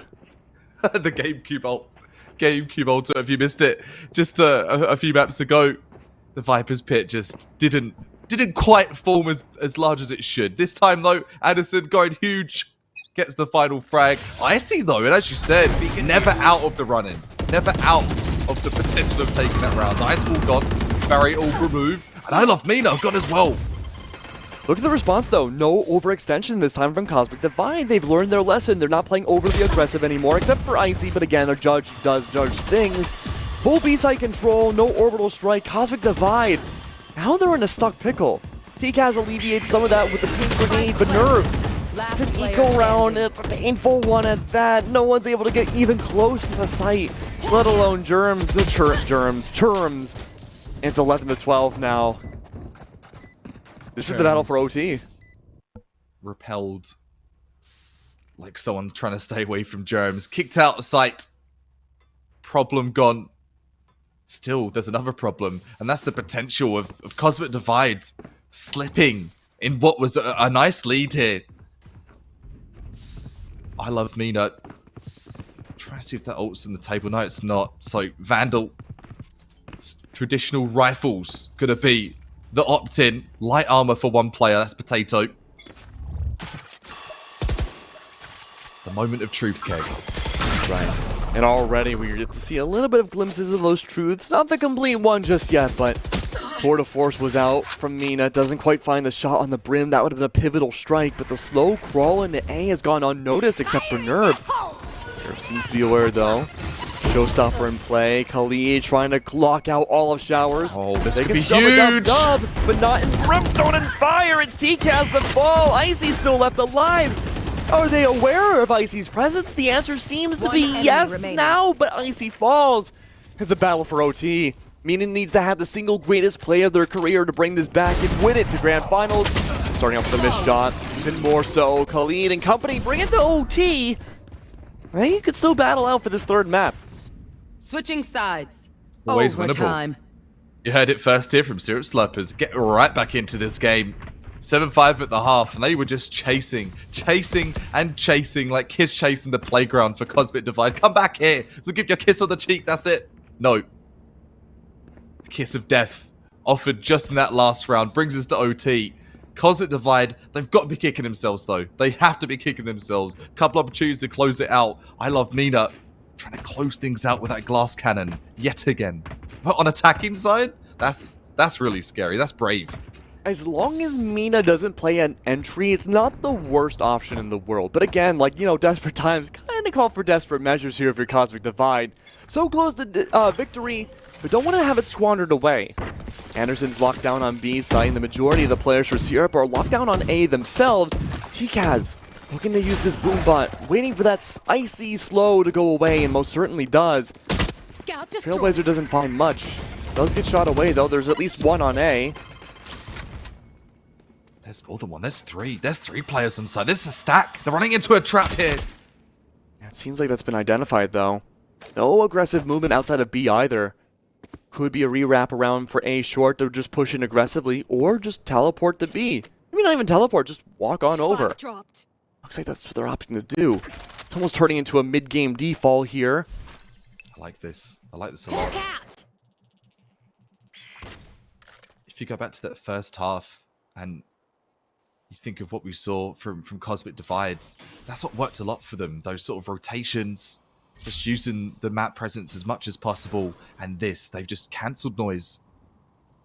And opting in for this long play here. Mina looking to be the spearhead. And this is what you said. If Mina was not to be the 30 spearhead, seconds or the timing, Mina just missing out. 30 seconds left now, even less so. Timer's counting down, stops for no one. Mina and company going for play. No initiation coming out from Mina as well. That's good to see. No armor chamber, keep that in mind. But Sherms gets traded out immediately. And now Mina's the last one alive. Where did they all go? Disappeared into the ether. Pick up that Vandal. It's better than nothing at all. 2 up close now. Trying to go for the fake. Gets another one. Solidifies the 1v1. This is it for Mina. Needs to bring this home. The time is good. And there it is. Another one from Mina, the no armor warrior. Mina. Switching sides. Getting it done. Nicely done. And achieves what looked like the impossible. 10 seconds left. Has to take out 2 unknown players and still able to do it with no armor. With no armor at all. And the best part, Mina does it again. Still no armor, but on the defensive side. Remember when we had seen Mina the first time that he had played that spot? It was on top of the car on A. Won't be the case this time. Where's the menacing Mina at this time around? B outside of B. A long angle into Hookah's side. A little out there, I would say, on top of the box. But regardless, though, it's good to find that quick angle. Wouldn't be expected from the enemy. But actually, the enemy, that being Syrup Slurpers, aren't pushing in the B at all. They're going on a similar journey that Cosmic Divide themselves had just a round ago. Poking and prodding on A, but they eventually ended on B. It's almost the opposite this time. Taking their sweet time now. So they're late for work. They're going for the full push hit. Full swarm. Whole conga line heading over into A. Spike goes down. Able to pick up 1 on this retake attempt here. TCAS just going wide.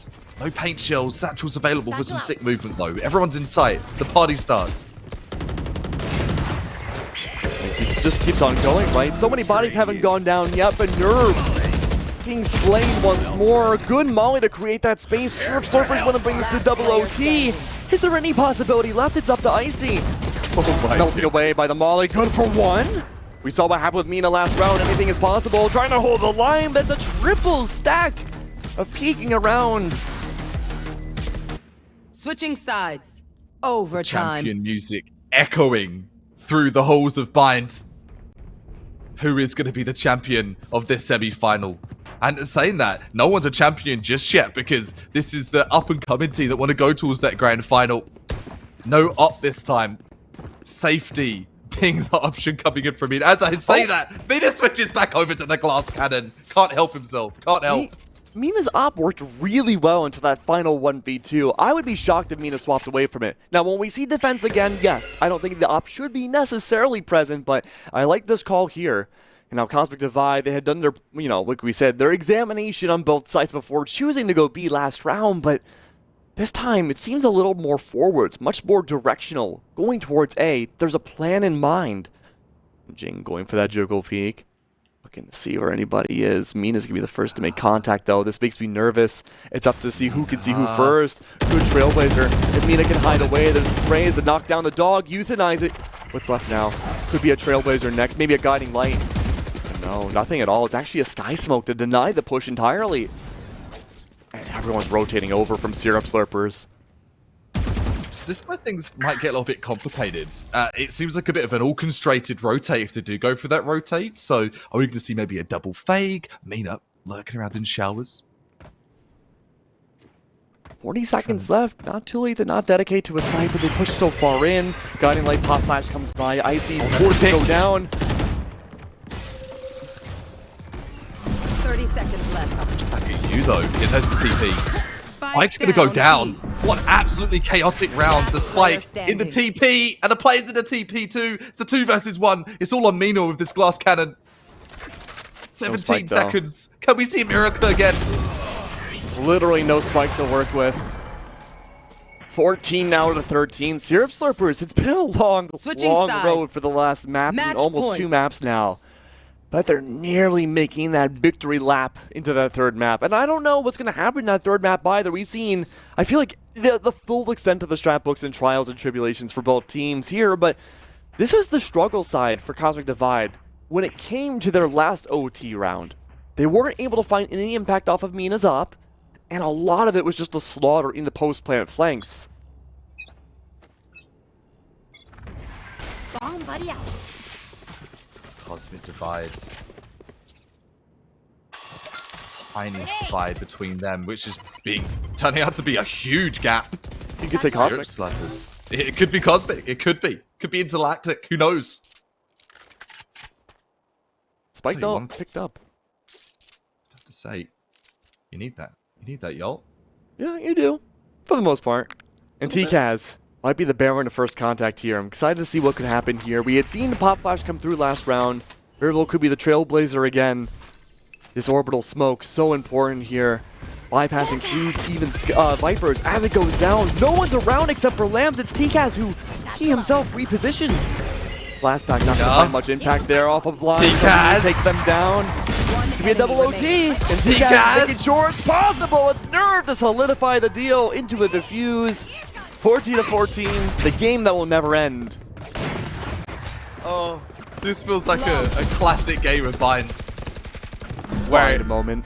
Oh, yeah, hashtag bind moment. OT, another OT. Switching Go on then, another OT. Overtime. These 2 teams so evenly matched. So evenly matched. Straight in regulation, the slow crawl in that second half to who was going to take it to 12 first. And so the answer is no team are going to finish with the 13. We're still going here deep into a couple of OTs, and the glass cannon still just being ushered, being offered by Mina. And I agree with you. I like the glass cannon use. Mina's got 1 to 2 frags every single time. But now, leaving them in potentially a full sense of security. Does he have an op? Does he not have an op? No op opted in here for Mina. Plus, Mina has to play on his own game using the op. He can't really play with the full team as well, especially on a really coordinated attacking round like this. It's necessary for everyone to be on the same page. Khalid's going to play off that Trailblazer. Doesn't quite find a lot. Off of really bad timings. Mina good to take down Brim. No chance of an orbital strike this time. No more Hellfire. That's strong. Spike planted. Khalid still wrapping around again. Cosmic Divide, they found their strengths once more when it comes to the attack. They just have to solidify their defense. And there it is. Icy, good for another. Moon Blue separated out. There's already one deep into sight. Anderson. Snake Bite goes through. Could be good to annihilate the rotates. Attempting to break the wall, doing whatever. Deconstruct the entire map if need be. But Moon Blue needs to make that first contact now. If anything, above the car, a smart play, still caught out by Icy. Heads up to Anderson. No Viper's Pit, no visibility, no problem. It's Icy for a triple. And what could very well now be the final round of this second map. Match point. I am not just your healer, said Icy. Go on, get the 3K. Offering the res up there as well. Op, back in play for Nina. To op or not to op? That is the question. Where do you think Mina should put the op? That's a good question, isn't it? I mean, Mina hasn't really found much defensive impact with the op. I mean, yeah, 1 or 2 kills is great, but in the grand scheme of things, it hasn't really changed the outcome of Syrup Slurpers winning these attacking rounds. I do like the over-aggression this time, trying to play off the guiding light. There isn't a follow-up. It looks like cold feet may have happened at the last second. Mina, though, great position again. We've seen him make contact here before and strikes out, but this time missing a shot and no kills at all. That's a rough roundabout when it comes to the defensive op. That's such a big pickup. Your first blood. You've taken out Mina. You've taken out the firepower. That Sentinel that's been such a pest, such a thorn in your side the entire game. Could we see another OT? Very well could. Nerv's going for those pop shots, just trying to find anything to make this a 4v4. And that's not going to be the case at all, except for the skirmish right outside of A. Icy good for 2. Okay. Now suddenly a 3v3. Not everyone's together though for this defensive side. Spike dedicated for Syrup Slurpers all over side B, but where's Sage to be found? She's nowhere. It's TKaz still fighting the 1v2. It's Icy now on the flank. Slow Orb is in play. The wrong call's been made. And there it is, that rotate, just like you called, Kappa, back over to A side. They don't know though if it's a fake or not. And so Moonblue's holding for this rotate. A good wide swing. One left alive. Where could the spike be? It wasn't in Moonblue's possession. It must be with Potato. Just the vertical molly. Just to buy a little bit of time. Come right down when they're going to push side. The timing's perfect for that. And the timing for the shot's going to be perfect too. A 2 versus 1. Everything down to Potato with the orbital strike here. It is right. Timing at half. That's huge. The timing for the orbital strike still might not be enough. That being said, going back to the spike, expecting to be the typical lineup spot. No! Instead, it's a whole different area. But there it is! 3K for TKaz and a solid 16-14. Solidifying them to move on in the MGA Dragon Cup. The most competitive game we have seen singly today. We've had some good BO3s go the full distance, but that one in particular, just blood, sweat and tears for both teams. Impressive performance. And who performed well? I want to say every player performed well. We would not have gone to so many OTs if it wasn't the case. And his little frag reel, a display of the skill we saw here today. Yeah, you could definitely give the MVP to just about any player on the server here. I would personally give it maybe the TKaz. I mean, there could be strong arguments for Mina as well, and Icy. Yeah, so many different great plays that have come by. But I think in terms of consistency and just like helping lead the charge and really making a difference per round, I would say either TKaz or Mina solidify those slots for being MVP for this series. I'm going to say triple MVP. You've got TKaz, yeah, you've got Mina. Just so many names. You'd feel bad not mentioning them. And you go through a game where, like, that player was definitely the best player. But every player of all 10 had a flair of some magic. And that's exactly why that was such a thrilling, such an entertaining game. Even the ultimate coming in from Nerve, right, with the slow. I want to look at that one back again because I think that might have been a lineup. I think you're right with that. This split from TKaz, that was a game changer, sincerely. And more action from TKaz as well with the bathroom holds. So many important plays, and the team going forward is going to be Cosmic Divide, heading their way to the grand final of the MGA Dragon Cup.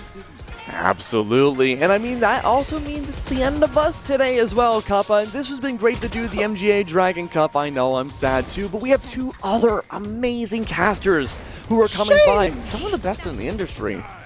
And so, they're going to help take us home for grand finals here as we end the replays relatively soon.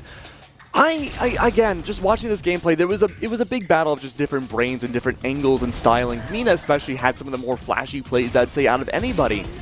But I mean, just that op presence too was trying to think of a way to pun out op and omnipresent, but I don't think I can make an op present joke anymore. Our brains are goo, they're melting. That's how you know it's time to swap casters. But again, I really enjoyed this series. Cosmic Divide, they've grown so much over the last year or so. They definitely have. It brings a tear to your eye, doesn't it? Seeing the sort of develop and just become some of the best players that they could possibly be. Still some room for growth, and that grand final hopefully will give them some growth to flourish with. Big brains and some solid aim here on day number 2. The semi-finals are through. The grand final is on its way to you, Epi, and it is going to be, of course, the lovely Spicy Pyro taking that away for you as I'm looking deep at my screen. I know you get close to your screen at the end of the day. That's where I'm at right now. That's been it for me. So it's been a pleasure, Keg. First time we've cast together, I think, ever. And yes. Thank you for sharing the mic with me. It was awesome. The pleasure's all mine. Thank you so much again, Kappa. Thank you so much, MSI, and of course, everyone working behind the scenes. The fantastic job. You may think the broadcast is over. It's not. We still have a whole other set to go by, but we'll let the amazing casters take it over, and they can take it away. But we got to go on a short break to do that first, so don't go anywhere. They'll be right back.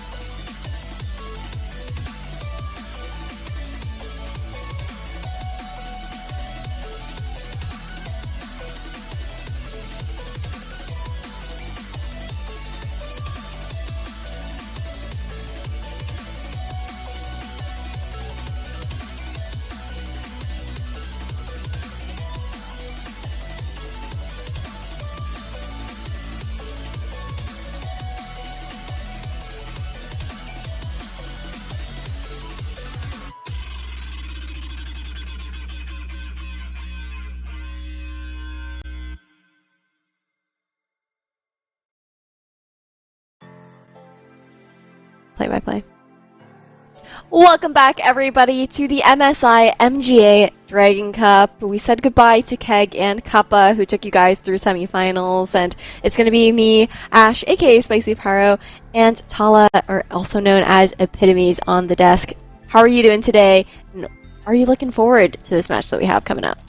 Well, Grand Finals always really exciting, and we have Cosmic Divide versus Headhunters. You can see a little bit in this bracket how they got here. We followed Cosmic Divide in their matchup against Sena Krukol Guap yesterday, and they 2-0'd there. 2-0'd Syrup Slurpers just to make it all the way to the Grand Finals. Headhunters a little bit more of a tumultuous path since they did get 2-1 by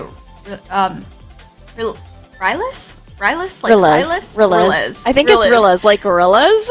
Oh, like Rilla. Oh, that makes so much more sense. But, yeah. So Headhunters, they did have a 2-1 against Rilas, and now they are going up against Cosmic Divide, and it's going to be a pretty exciting matchup. It's going to be an exciting matchup, like you said, because, as you mentioned, Tala, Cosmic Divide, they are currently undefeated within the MSI MGA Dragon Cup so far. Meanwhile, Headhunters did drop that one map, that being Ascent.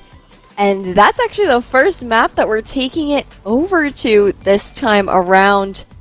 So we're going all the way down to Italy, and this is Headhunters' pick coming up here, which is actually what we saw back in semifinals up against Rilas. They also picked up on Ascent, and that was the map that they lost on. Yeah, I mean, Ascent is going to be a little bit of a tough one for Headhunters, but I mean, we actually are seeing a little bit of a role swap. I think Cosmic Divide, all of their players are pretty versatile. I mean, Nerve, usually do see Nerve on that Smoker, but TKaz and Mina swapping off the Initiator Duelist. I mean, Mina playing Chamber and Sky on maps previously, but now switching onto the Jet. Ooh, yep, switching onto the Jet. But I would say that those roles that we saw yesterday were more so of Mina's off roles. Mina's definitely known to be that Jet/Chamber opper, so very nice to see him coming back to his roots. But before we do get into this game, guys, I want to remind everybody that the MSI Summer Sale is now live. You guys can use !Summer Sale in chat to check out the exclusive deals and save big on select products. I know that myself, I'm looking for a new monitor, so I might just go check that out after this matchup. Cosmic Divide, I mean, we did see TKaz play the Jet yesterday, and I don't think that was a really horrible pick for this team, but I think maybe because they want to move off the Chamber here, they instead want to pick up something like Killjoy. They are instead going to switch TKaz onto the Initiator, and since TKaz doesn't seem to be comfortable on that Chamber. Yeah, TK is known to be, the Raze main, but also a flex player here on the side of Cosmic Divide, who are starting out on the defense to kick things off. But between both of these teams, I mean, this is a huge difference in team compositions. I'm looking forward to seeing Canyon on this Reyna pickup, seeing how he does fare to frag out, because it is such an individualistic type agent, where your abilities really are just for yourself, and you can't do much for your team, so you have to be a potent hard hitter. Definitely do agree with you there. And now starting off this first round, it seems like a little bit more of a default for Headhunters, but they're already into the A site, Ash, and this is interesting. You have Canyon already creeped up, but Nerve does take down the tip of that spear with the Reyna falling in the middle of the A site. Ooh, and Heaven Control now had here by Headhunters. It's like the script has flipped. It almost looks like the defenders are the attackers, and the attackers are the defenders, and we're going to see a pinch here now from Terms. Alone, able to catch off one. That's going to be Azir. Another as well. And it's fine. Cosmic Divide, you don't need to stack towards B because Terms has got it all. Now it's all left up to one. A Glyph on his own. Mina right behind, gets a shot. And Cosmic Divide, they take that first round. I think interesting hold from Cosmic Divide as well, Ash. Just allowing those players to kind of walk up on the A site with no direct hold. Yeah, that was really interesting. I mean, it wasn't even just A. It was like through Tree all the way towards Heaven, through Market as well. And Now Cosmic Divide, they're going to have this buy up here. Actually, a Vandal being picked out on the side of Mina. Meanwhile, Headhunters, they're playing for the name of their team. It's going to be Sheriffs across the board. Not really surprising from the Headhunters. With a name like that, just kind of spamming down on that orb, trying to get themselves into the site. Actually, I think they're just having fun at this point. Putting that dark cover down. I see a good spam through on mid, gets the kill, and oh, what? Showmaker actually just sitting inside a fracture nade.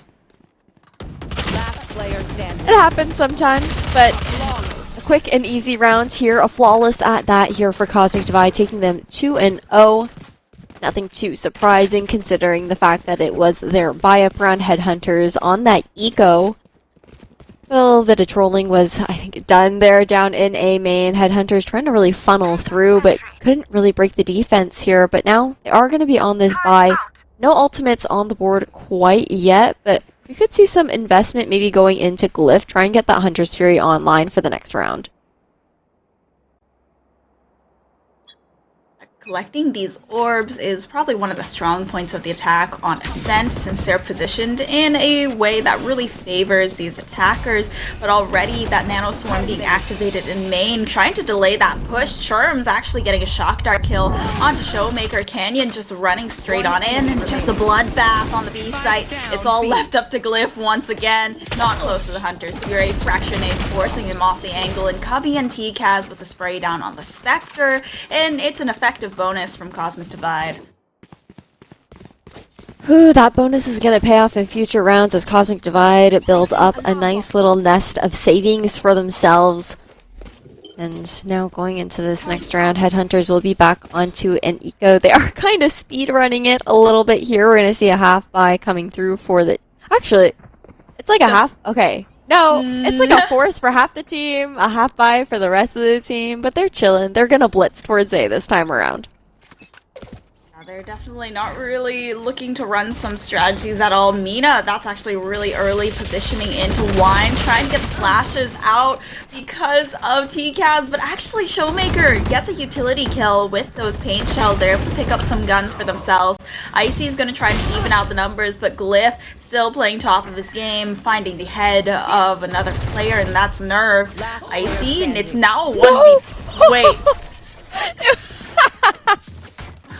What just happened? Sugar Free pulled off like a knife drive-by while Icy was trying to just collect himself with the Odin and the smoke there. Yeah, it happens sometimes. Headhunters are definitely having fun with this game though. And so that's the first round on the board for them. We're going to see an operator coming out on both sides, and Showmaker actually took that Odin that fell from Ice's hands.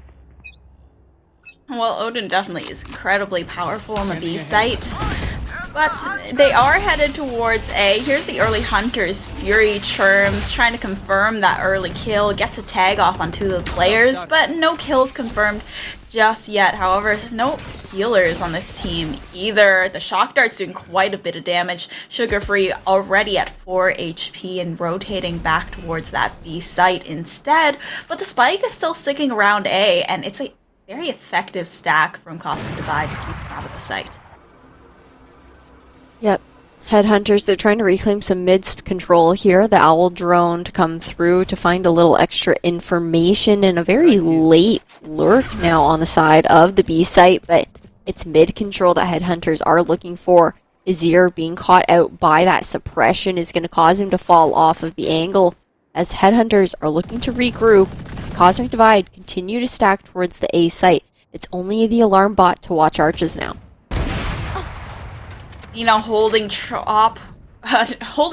with an op. I'm sorry, I'm not sure where that came from.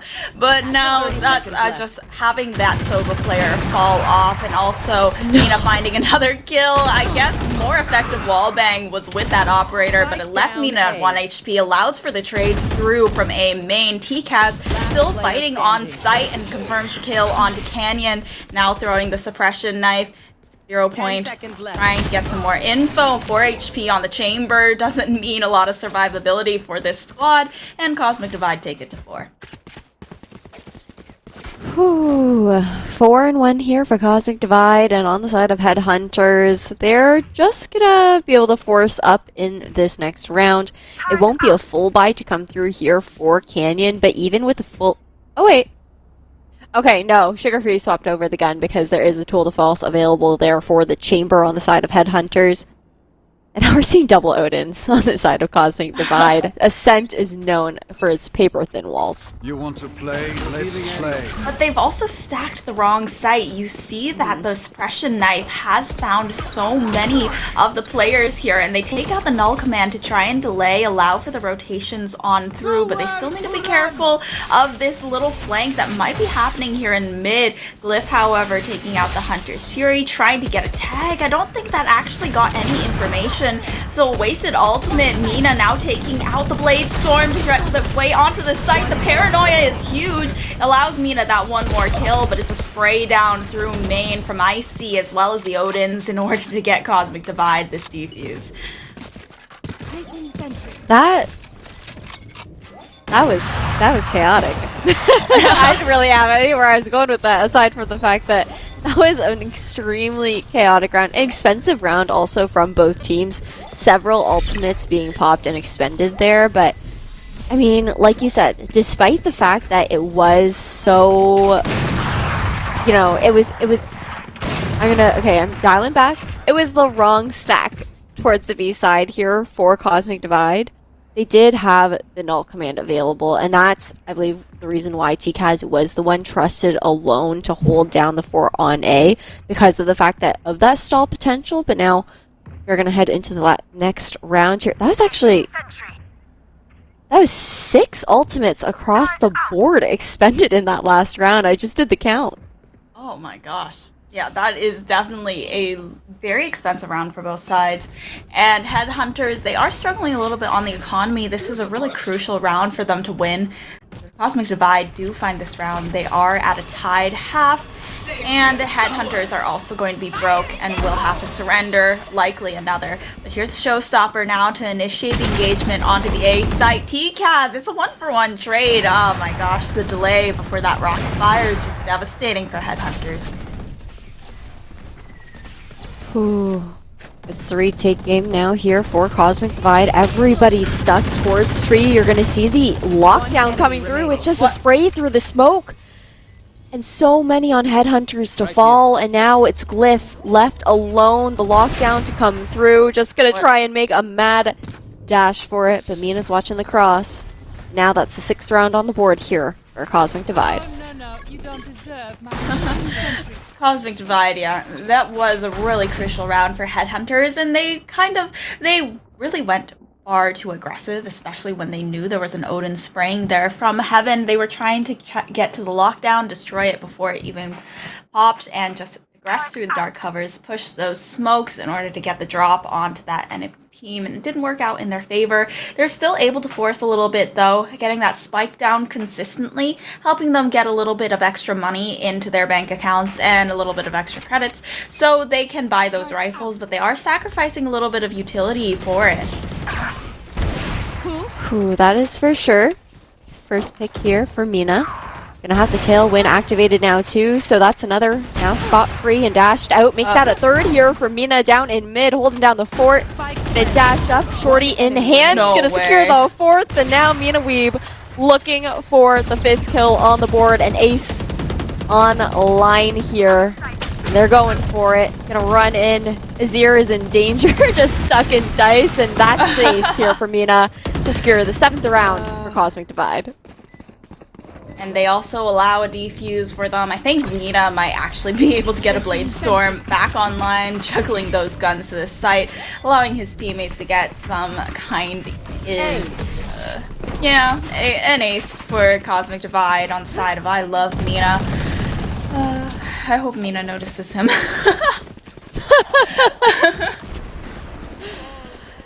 Ooh, clip it, post it to Twitter, maybe Mina will.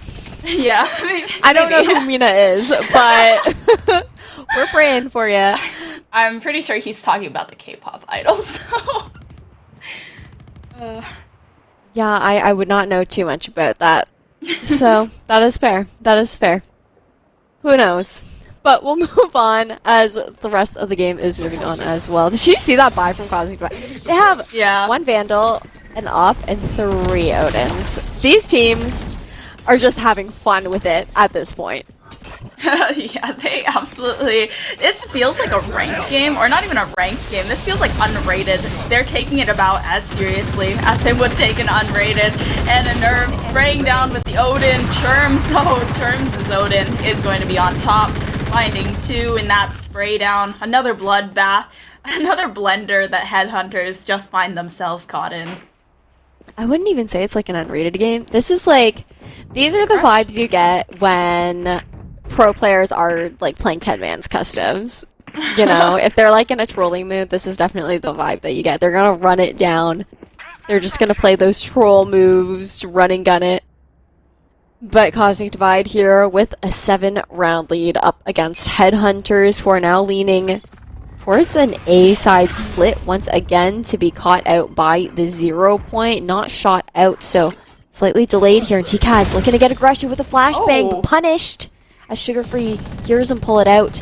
And now the A site left open for the taking. Only Tree is guarded by Nerve. Fun fact, TKaz was the only player on this entire team that had a Vandal. So now everyone is just using the Odin. And it's working out. The spike is down in Garden, who's being carried by Showmaker, a duelist, and spray through smoke. So incredibly effective on the Odin.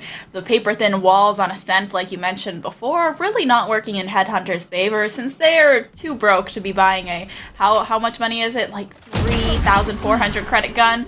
But Canyon going to try and equalize the 2. I love Mina, not going to allow any type of clutch to happen though. Just trading off that Reyna player, specifically known for that snowball-y playstyle.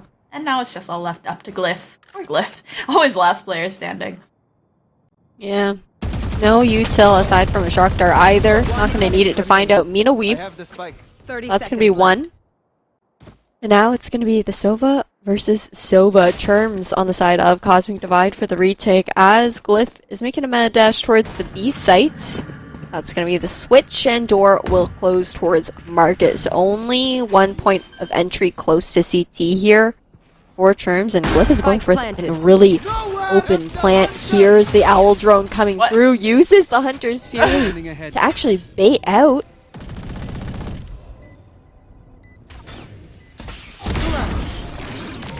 Oh my...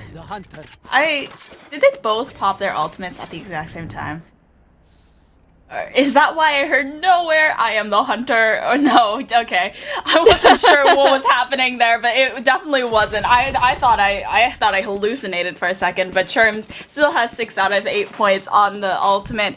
And good clutch from Glyph to try and bring some of the economy back towards their side, allows a saved gun. But unfortunately, actually here you see that Glyph, even though they won that round and he was able to collect Vandal, he bought for a teammate and now only has a half shield. So Headhunters, their economy is just incredibly unhealthy, but at least they do have that tour de force on the chamber, so they can manage it a little bit better. Some damage on both sides as well because of those Odins spamming down in B main, but a quick aggression up into Catwalk is going to make the first pick onto Azir. They have a controller down now. The tour de force is now going to follow up, but Mina switching back over to that Vandal to sit Canyon down. Sugar Free, however, trades back with the tour de force. It's the wide swing, the infamous Ferrari that takes down the operator.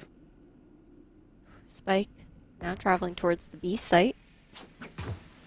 They do have B garage control at the moment. Some sign of presence will be shown with the recon bolt that jumps through, and Churms is still holding down the fort. Unfortunately, not able to take out 1, and door is already closed. So Glyph is just trying to progress through, but that's dangerous because now Headhunters, they're so low. Glyph only with 16 HP to his name, securing the plant, but the null command popped here for Cosmic. Yeah, okay. Mina Weave just gonna clean things up with a 3K. Someone type back in chat right now. I mean, it was pretty obvious exactly where he was hiding. But Cosmic Divide, it seems like pretty decisive, aggressive victory for them, even if they are having fun, even if they're like playing a little bit more fast, a little looser. It seems to be working a lot better in their favor than for Headhunters, because even though they're trying to play the same fast and loose play style, Cosmic Divide, they gel together so much better, and it just seems like they are still playing off one another, even when it's just they're buying Odins and running around the map and spamming through walls. Yeah, still playing together despite the troll plays and whatnot. Now Headhunters, I think we're going to see a full-on blitz here towards A. You're seeing immediately that Cosmic Divide is falling off the aggressive angle, but it doesn't matter because Mina still somehow drives by with the Vandal, gets a second, and also got out scot-free. Well, not scot-free anymore. Showmaker does put him down eventually, but still getting those 2 free kills, pushing through his own teammate's nade in order to get that first pick, the first blood, and Icy spamming down now with the Odin. It's just too powerful. So much suppression fire from Cosmic Divide in a 10-2 half, taking them 3 off of match point. And now we are switching sides here, and speaking of switching sides, I'm just going to take a quick second to remind you guys that what's on the line for these players is a pretty neat prize pool supplemented by MSI here.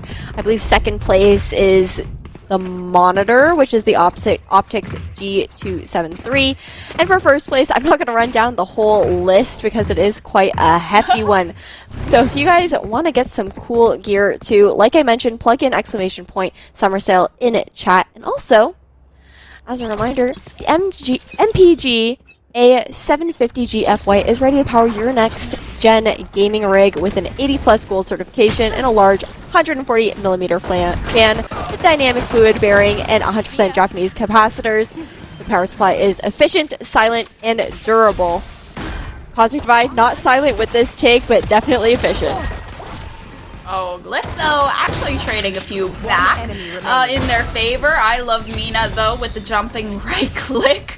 Is apparently going to win that one out. That was very precise gunplay that we just saw from Cosmic Divide in the first round to take themselves up to 11. Now on the verge of match point. Headhunters having really no choice except to force here. Ooh, definitely not sitting at that match point, and Cosmic Divide, they're going with the LMGs. I mean, it's not surprising. We saw the Odins, and to have the Ares come out here in the second round of the half is something I feel like we can just expect, considering how it's just been the spray down. Yeah. Well, this is fun. I mean, definitely not fun for Headhunters since they are literally just getting mowed down by LMGs, and now it's all up to Izire, who only has a Sheriff.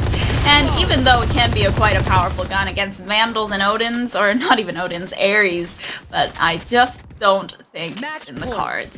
Now, Cosmic Divide, they are 12-2 against Headhunters on this very first map. Mina dropping a very convincing 24-6 for 4.0 KD. How interesting. Yeah. I mean, we saw some of the shots that Mina did hit, though. And on top of that, Headhunters, they're definitely not, you know, with the style that we're seeing them play in this particular matchup compared to what we saw the other days. Definitely more of a play for fun puggy style, running it down kind of vibes, and you can see that now.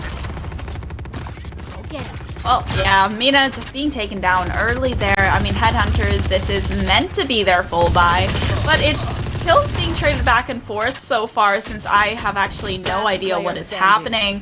If Cosmic Divide do end up winning this, I just want to give a quick shout out to Nerve for having 17 assists, which is quite a few, and Showmaker, that Ares is not going to connect there. So here is a first map going over to Cosmic Divide for 13-2. Whew, first map going over to Cosmic Divide 13-2, but it isn't the last map. It is the first in a best of 3 series here for the grand finals. And We do have another one to go. I believe we're taking it over to Bind after this here, Tala. But before we do go, as a reminder, there is a giveaway being done here by MSI, and you guys should definitely plug in !giveaway in chat to check out how you can win some cool prizes. And Tala and I will be back right after this short break.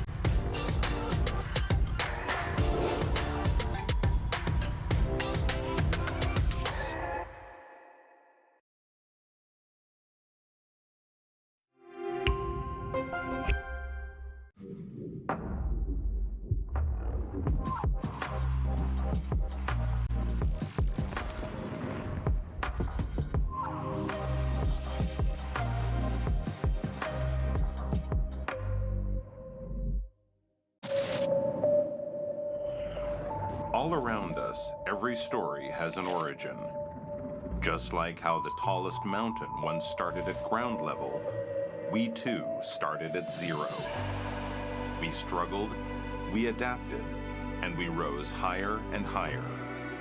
A future is being written upon decades of determination and dedication. A new origin that doesn't yield to failure, but strives to be faster, cooler, and even more phenomenal. A giant leap is made, and an incredible achievement is realized. Change the game, Supreme.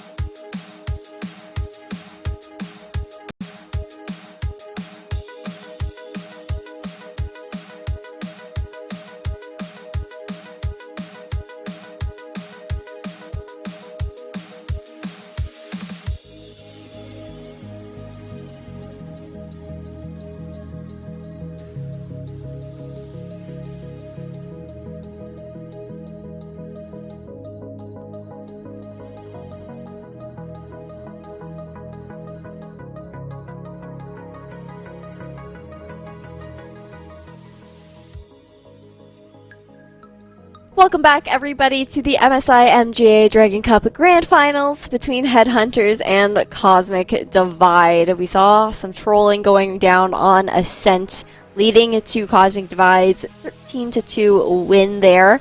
And now we're heading over to their map pick on Bind. How are you doing, Tala?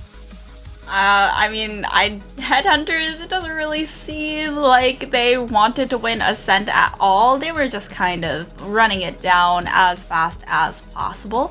And since they have already locked in a Yoru, I am convinced that we are going to see the same thing. But I think Cosmic Divide, they're catching on. They're like, yeah, let's also troll.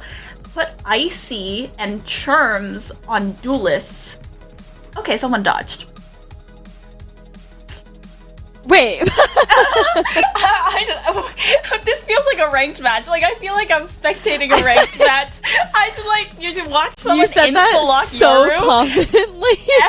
and they just went, okay, someone dodged. Well, now that we have a little bit of extra time, I don't think anyone actually... Okay, so we do have a slight crash, so we're going to reset. But in the meantime, guys, I do want to announce the registration giveaway that we had coming up for the MSI Z690 Carbon Wi-Fi, that being sponsored by Memory Express and the Intel Core Unlock chipset. And that the winner is actually going to be Riddy2K, hashtag IWNL, from Simon Fraser University Esports White. So congratulations on your dub. But let's bring it back to the game here, Tala. We saw the agent picks and whatnot. We're probably expecting some of the same, more like run it down scenario, but with having, I believe it was Headhunters over on the defender side to kick things off, do you think they're just going to push out on the defense? Well, probably. I think that they definitely don't really have the patience to be playing this game right now, as we saw from what they were playing on Ascent. There was really no defaults, they had no info gathering, they just picked a site, ran it down. If it worked out, great. If it didn't work out, oh well. And I commented on the fact that maybe that we would have Cosmic Divide doing something a little bit troll, but it seems like they're just going with the tried and true team comp of their bind. Whew, back to the tried and true. I was kind of excited to see those duelist picks coming out. You know, Terms on a duelist would have been cool to see, but yeah, going back to your typical composition to come out here for the side of Cosmic Divide. Actually kind of...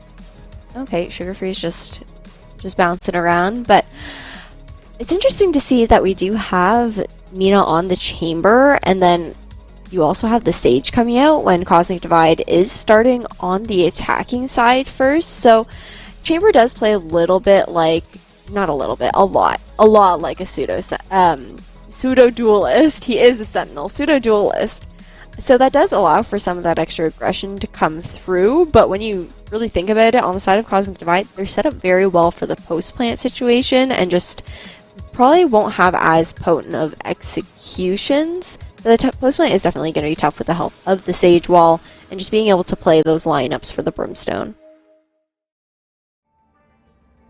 It seems like the Sage and Brimstone combination is going to be tough on the post plants. On the other side of Headhunters, the comp is not as troll as I initially called. Maybe because I just saw the Yoru insta-lock and my brain went, there's no way this is happening right now after what we saw in map 1. But Showmaker playing that secondary duelist, Canyon looking like to be the main duelist, and Headhunters, maybe now that this is their own map pick, will be playing a little safer, but it is a stack towards the A site right now, pushing out of a short.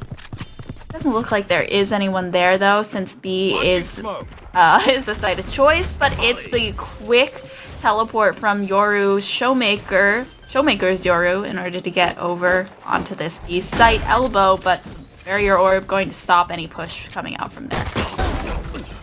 Oh. Whew, Ice is also just gonna jump right up and take Showmaker down. Okay, so that's one now. First blood going over towards Cosmic Divide. Mina gonna get a second there. And suddenly we're whittled down to 2 on the side of Headhunters. Glyph trying to equalize the playing field. Glyph is the last player standing now. Icy hiding behind this sage wall just peeks out. That actually does tag up Icy a little bit. Knows that Churns is coming up behind him, but not much that he can do about it. There's the Sheriff finisher, and Cosmic Divide once again take another pistol. Buy up on the side of Cosmic Divide, and we're seeing the same second round coming out from Headhunters when they lose out on that pistol round. Most of the team buys up towards a Sheriff. Glyph not having to do that because he is again playing that chamber, so can invest into the Headhunter instead. Considering the fact that the Headhunter does have that better accuracy, the better shooting time and whatnot. So now Cosmic Divide, they're leaning towards the A site here. Now a standard hold coming out from Headhunters. They're playing a default defense. That Sky Smoke going to come out early. TCAS not going to care, just going straight through. Down to 10 HP. They've got the Sky to fall back on though, but Churms has got to get out of showers first and does so quite effectively, taking down Sugar Free, still not having a sight line onto the team's Raze, so no heal just yet. Churms though, just making so much headway. It's a 4K with the Sheriff on Churms, and it doesn't look like he's going to be hunting for the ace. Icy trying to go, is that, they're trying to knife him, or are they trying to secure the ace for the teammate? I can't really tell at this point, but Churms really wants it, and there's an ace for Churms in the second round. Second ace for Grand Finals as well, because we did see one over on Ascent too. But what a way to kick things off. Some eco frags and very much so padding the economy here for Churms. Already just one away from the Seekers. So could get that online for the buy round of Headhunters here. And, you know, on the side of Headhunters, Glyph's actually not going to buy anything this time around. Just going to go for the Headhunter. I mean, I guess that is true to the name. Glyph just deciding to go with that Chamber Sheriff.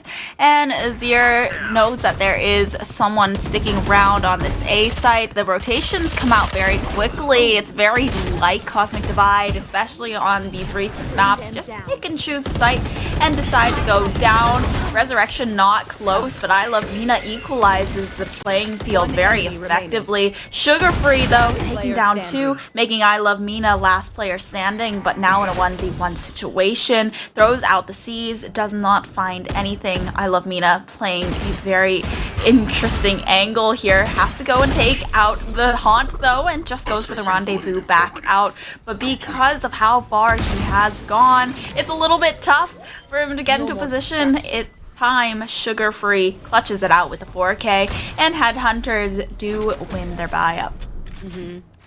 Sugar Free also just having to run back so quickly because of the fact that, or not Sugar Free, my bad. I meant to say Mina running back so quickly because of the fact that that Rendezvous was so far back. Sugar Free could have easily halved that within that amount of time had Mina been taking more of his time. But first round on the board here for Headhunters. However, still a very solid bonus coming out from Cosmic Divide. They took down 4 of the players of Headhunters, managed to secure that spike plant as well.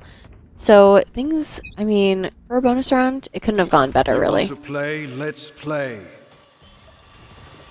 Headhunter's definitely on a little bit of a jankier buy. Cosmic Divide having Mina already have a tour de force in this 4th round means that they're going to make a lot of headway onto this B site. They're using a lot of utility to get themselves there. The gate crash from Showmaker badly timed for Icy, but here is the Nightfall coming out from Fade. I Love Mina though has the tour de force standing on top of the boxes. Doesn't know someone had swung from CT because of the deafen that comes with that ultimate, but now knowing where the last player is, they're safe to plant on the site.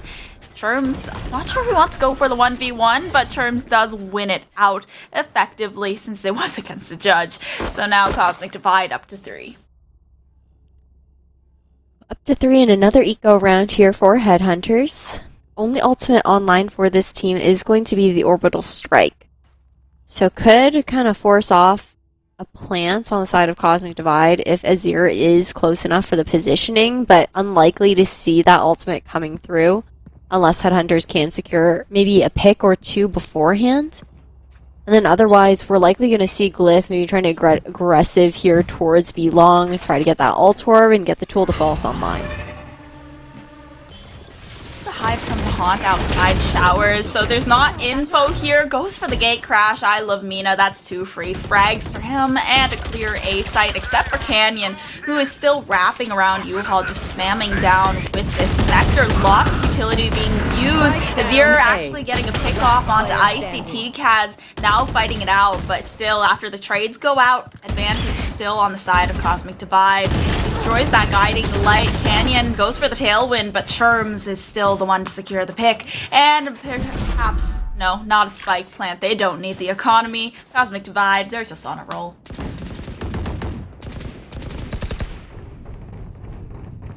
Nearly a round conversion there for Headhunters, though, considering the fact that they were on an eco round was pretty big as far as just trying to maybe pad their money a little bit more, but we're going to see this off buy to come through here for Headhunters. 3 players buying full up. Canyon will have the Blade Storm to activate, so it'll essentially be a full buy across the board aside from that Sheriff in the hands of Azir. We're already getting this matchup started. A slow to come out towards B long.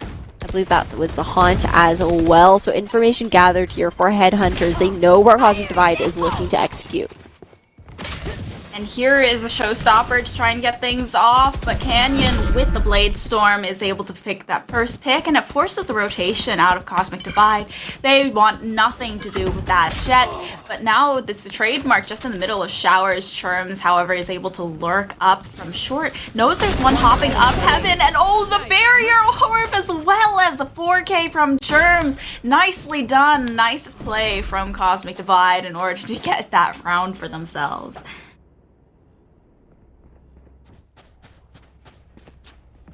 Ooh, yeah, we're gonna see this replay to come through.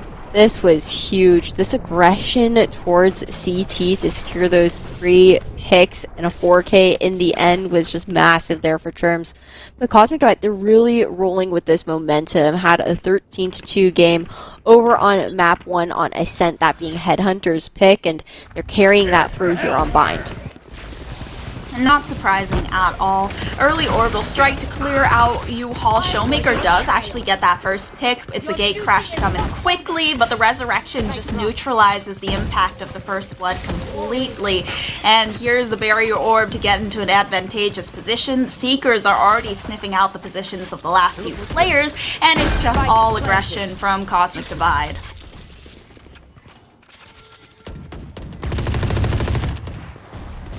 Ooh, Headhunters now only down to 2 players. Icy might get punished for this. So that's going to be a headshot here for Glyph. Does seek another out, so TKaz in danger. And Glyph able to get out scot-free, a reposition, and Showmaker trying to make some moves, but unfortunately not able to close out the kill. Instead, Cosmic Divide, they're able to wipe down the defenders, take a 6th round on the board here, and we've got 5 more rounds to go in this half, and Bind is set to be the defender's side here, Tala. Well, I don't know what is really happening with Headhunters. They just kind of seem to be running it down, no matter which side that they're on, and Cosmic Divide aren't doing the same. They're just kind of plowing through Headhunters, and there's nothing that they can do about it.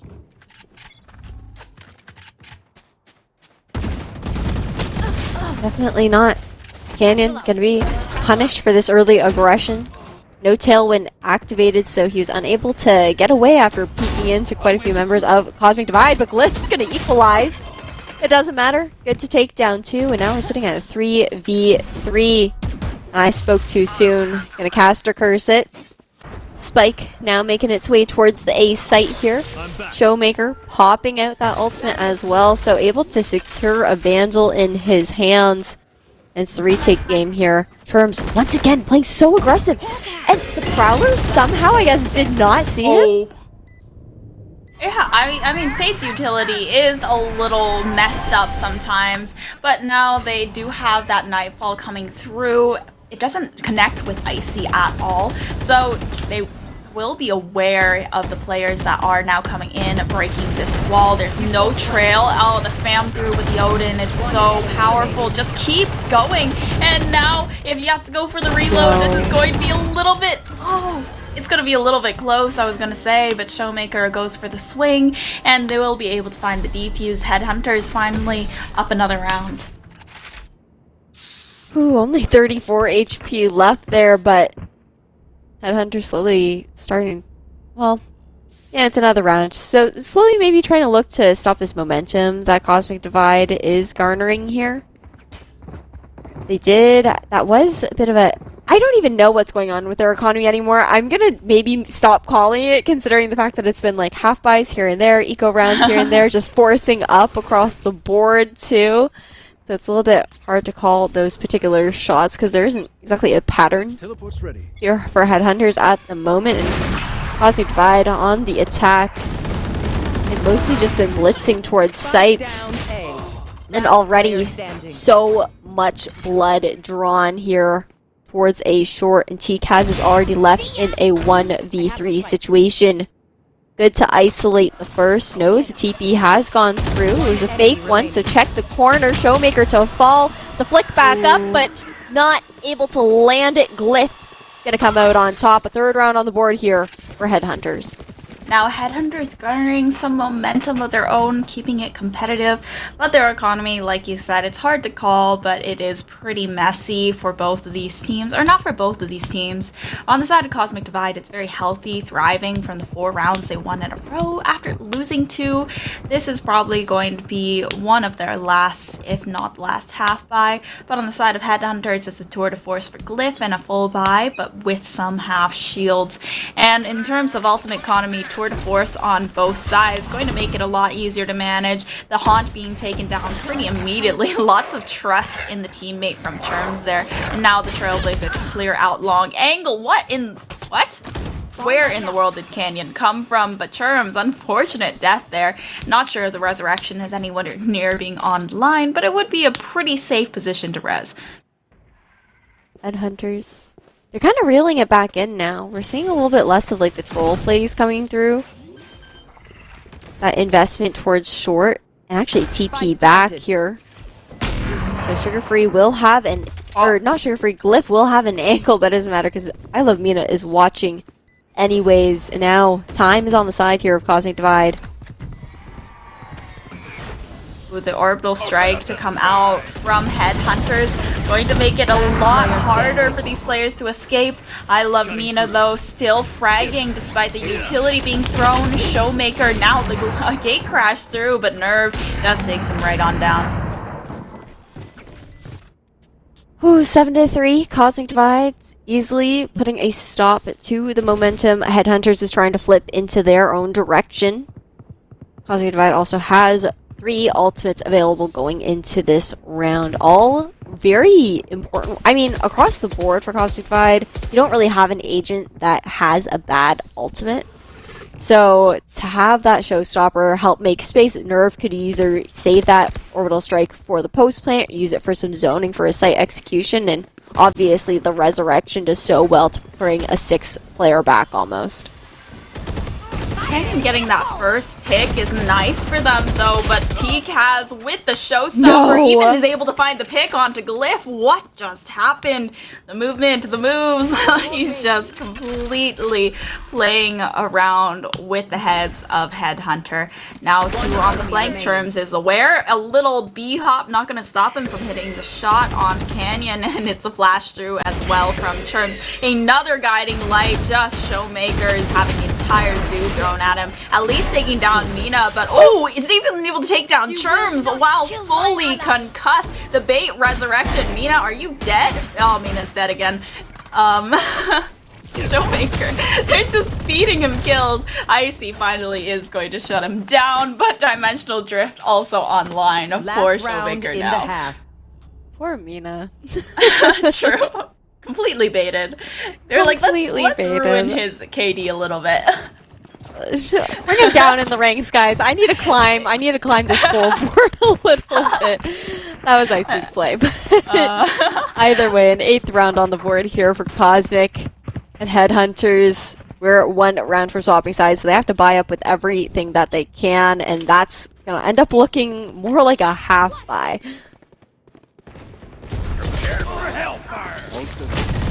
Well, it was a very fast few kills that went out in the first few seconds, and I think that's an easy way to describe basically every single round that has happened so far, but it is a bit of an eco for Headhunters. You can tell by the Sheriffs that are just zippering up the kill feed, but somehow, Cosmic Divide, they are at the player deficit. Churms, now what? Mina wanted the knife kill. Wait. Wait. I think both teams are just having a good time at this point. Whew, but we are just about ready to swap sides here. Whew, it's been a chaotic one, Tala. Yeah, it's definitely, I don't know. I feel like these teams just took my brain and put it in a blender because I have no clue what they are doing. No idea what they are doing, but I mean, they are playing on a keyboard and mouse, and speaking of keyboard and mice, you guys, the Vigor GK30 combo includes the Vigor GK30 gaming keyboard and a clutch GM11 gaming mouse, the best combo fit for PC gaming. And we are going to get this round rolling heavy, a short presence to turn into a quadruple TP with a lurk towards U-Haul. Cosmic Divide, they're here to battle it out, shut that down, and it's just, we're playing Mr. Worldwide here. Pitbull's on the line, Tala, right now, and we're going around the world. It's Mr. International at the moment. Well, they definitely know what's happening. And Icy, they've caught on. Icy does get that one pick. Churm spamming the shots back. Cosmic Divide still at a player deficit. They still have this player that's sitting in Garden, but it's not going to work out. It's just all left up to one. Headhunters, what is this? You cannot... Oh, this... Honestly, like, if I were Cosmic Divide right now, I would feel incredibly disrespected by this play. Sugar-free with a 4K. 4 pips onto the ultimate. Nightfall almost on the cards in the second round. What in the world? Is the around the world play? Yeah, what in the world? But somehow it works out. And Headhunters, they have the advantage going into this round with the economy, so it's going to be a buy up for them, and they're slowly closing this gap. So it's interesting to see that, despite the fact that Headhunters is pulling out these troll plays right now up against Cosmic Divide, they're still able to secure a couple of these rounds on the board, and are potentially now actually looking to equalize with 3 rounds left. Canyon, Stim beaconed it up, already going to clear out deep. U-Haul and a drive-by with somehow a sugar-free Sheriff to get the pickup. Cosmic Divide already down to 2. The trademark, they're going to know exactly where he is, and Churms does go down. Icy possibly a single pick with the Spectre, or sorry, with the God, what is that gun called? Stinger. But it's just not in the cards. Headhunters, they actually evened it out to an 8-6. This is a lot closer than the last map, I must say. Honestly, I think Headhunters, they did secure the last round of the first half here on Bind, so started off with that momentum going into the pistol and just kind of have been rolling with it, having fun. It was also their buy-up round there, so that's kind of how you expect it to go, despite the fact that, you know, Cosmic Divide, they did buy up as well in a sense, but it wasn't as strong of a buy. But now we're looking at, yeah, Headhunter, they're just going to fall right into that mousetrap. Canyon first to die, and now Headhunters, they're kind of not quite falling apart here because they're equalizing. Well, yeah, Cosmic Divide, they're actually finding their picks even on the eco. I love Mina. I think that's actually a free gun just down in spawn, and TGS with the classic as well. Takes Showmaker off guard, and all of a sudden Headhunters, this seems like a little bit more of a struggle round for them, especially with Glyph only at 20 HP. They have those sky smokes coming out. I love Mina, prepared to just out of the smoke at any moment, and Icy, it's a spray on through. I love Mina. It was just a distraction for him to swing out Heaven and find both of those picks. Now a defuse going to the side of Cosmic Divide as they win an eco that was meant to be their buy-up but wasn't, but they still, you know, it's the results. Whew. A big thing was also just like taking Canyon down right off the bat there in the early round, securing that Vandal in hand as they played right into the trap in Hookah, but now Cosmic Divide, they're just one round away from taking it to double digits. It will be a full buy across the board from both teams. But on the side of Headhunters, they do have the Nightfall online, and that covers so much ground, gains you so much information at the moment. We see Cosmic Divide, they're not playing back towards site, so could easily get caught out by that ulti.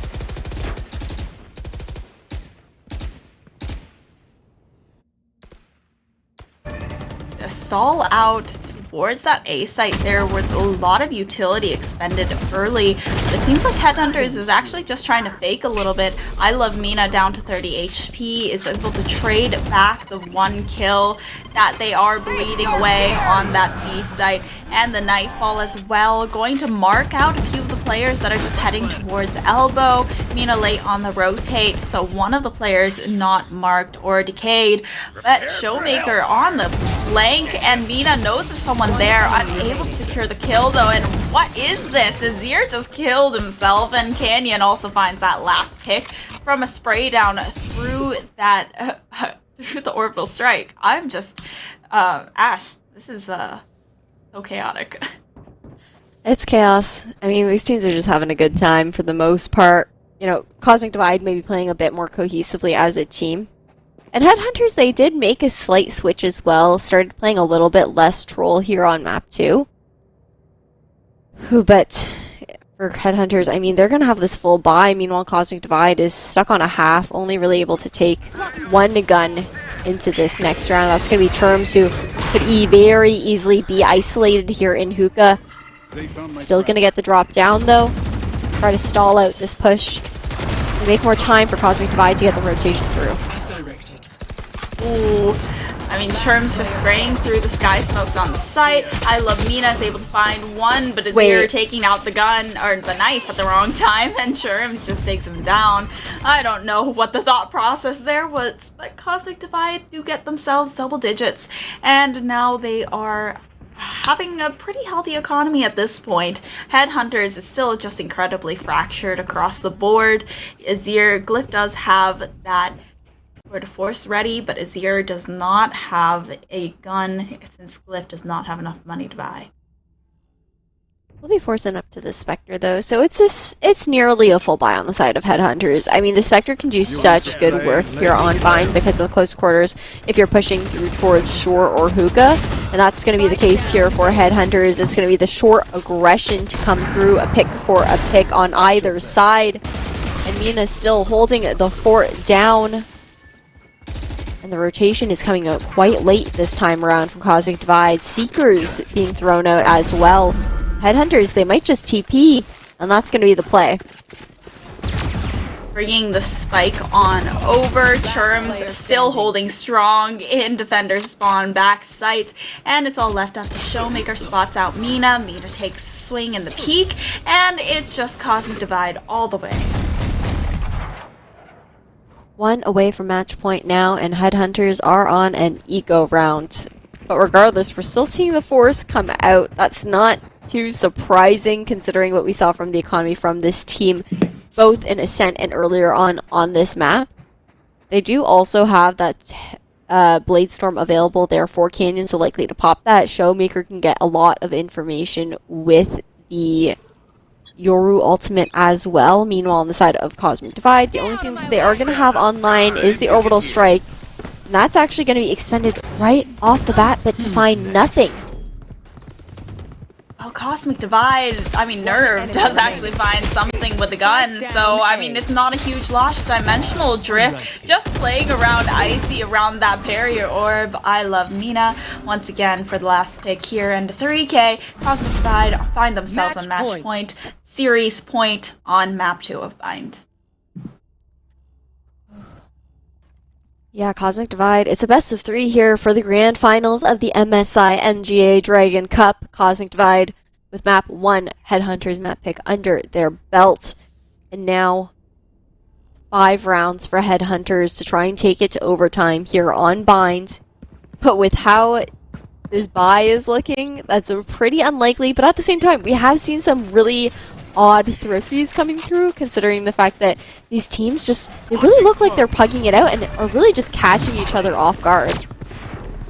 It's just like, I feel like both of them are really testing whatever knowledge both of them have of this game. Now, teammates coming in through for the backup on Mina on this A site. TGS He just looked at him. I looked at him and you didn't even think about it. Azir is actually in a prime position to maybe pick up a free gun and upgrade here. But as soon as the sky smoke disappears, it's going to be deadly for Azir. TCAS with the spray on through. I love Mina as well, finding that last pick. Cosmic Divide, we're not surprised. They take the series win. Ooh. 13-7 here for Cosmic Divide and to 2-0 series like you mentioned, Tala. What a way to end out the MSI MGA Dragon Cup. I mean, we saw some trolling and whatnot, and we are going to take a quick look at this bracket for the top 8. Cosmic Divide, they had a clean run through and through.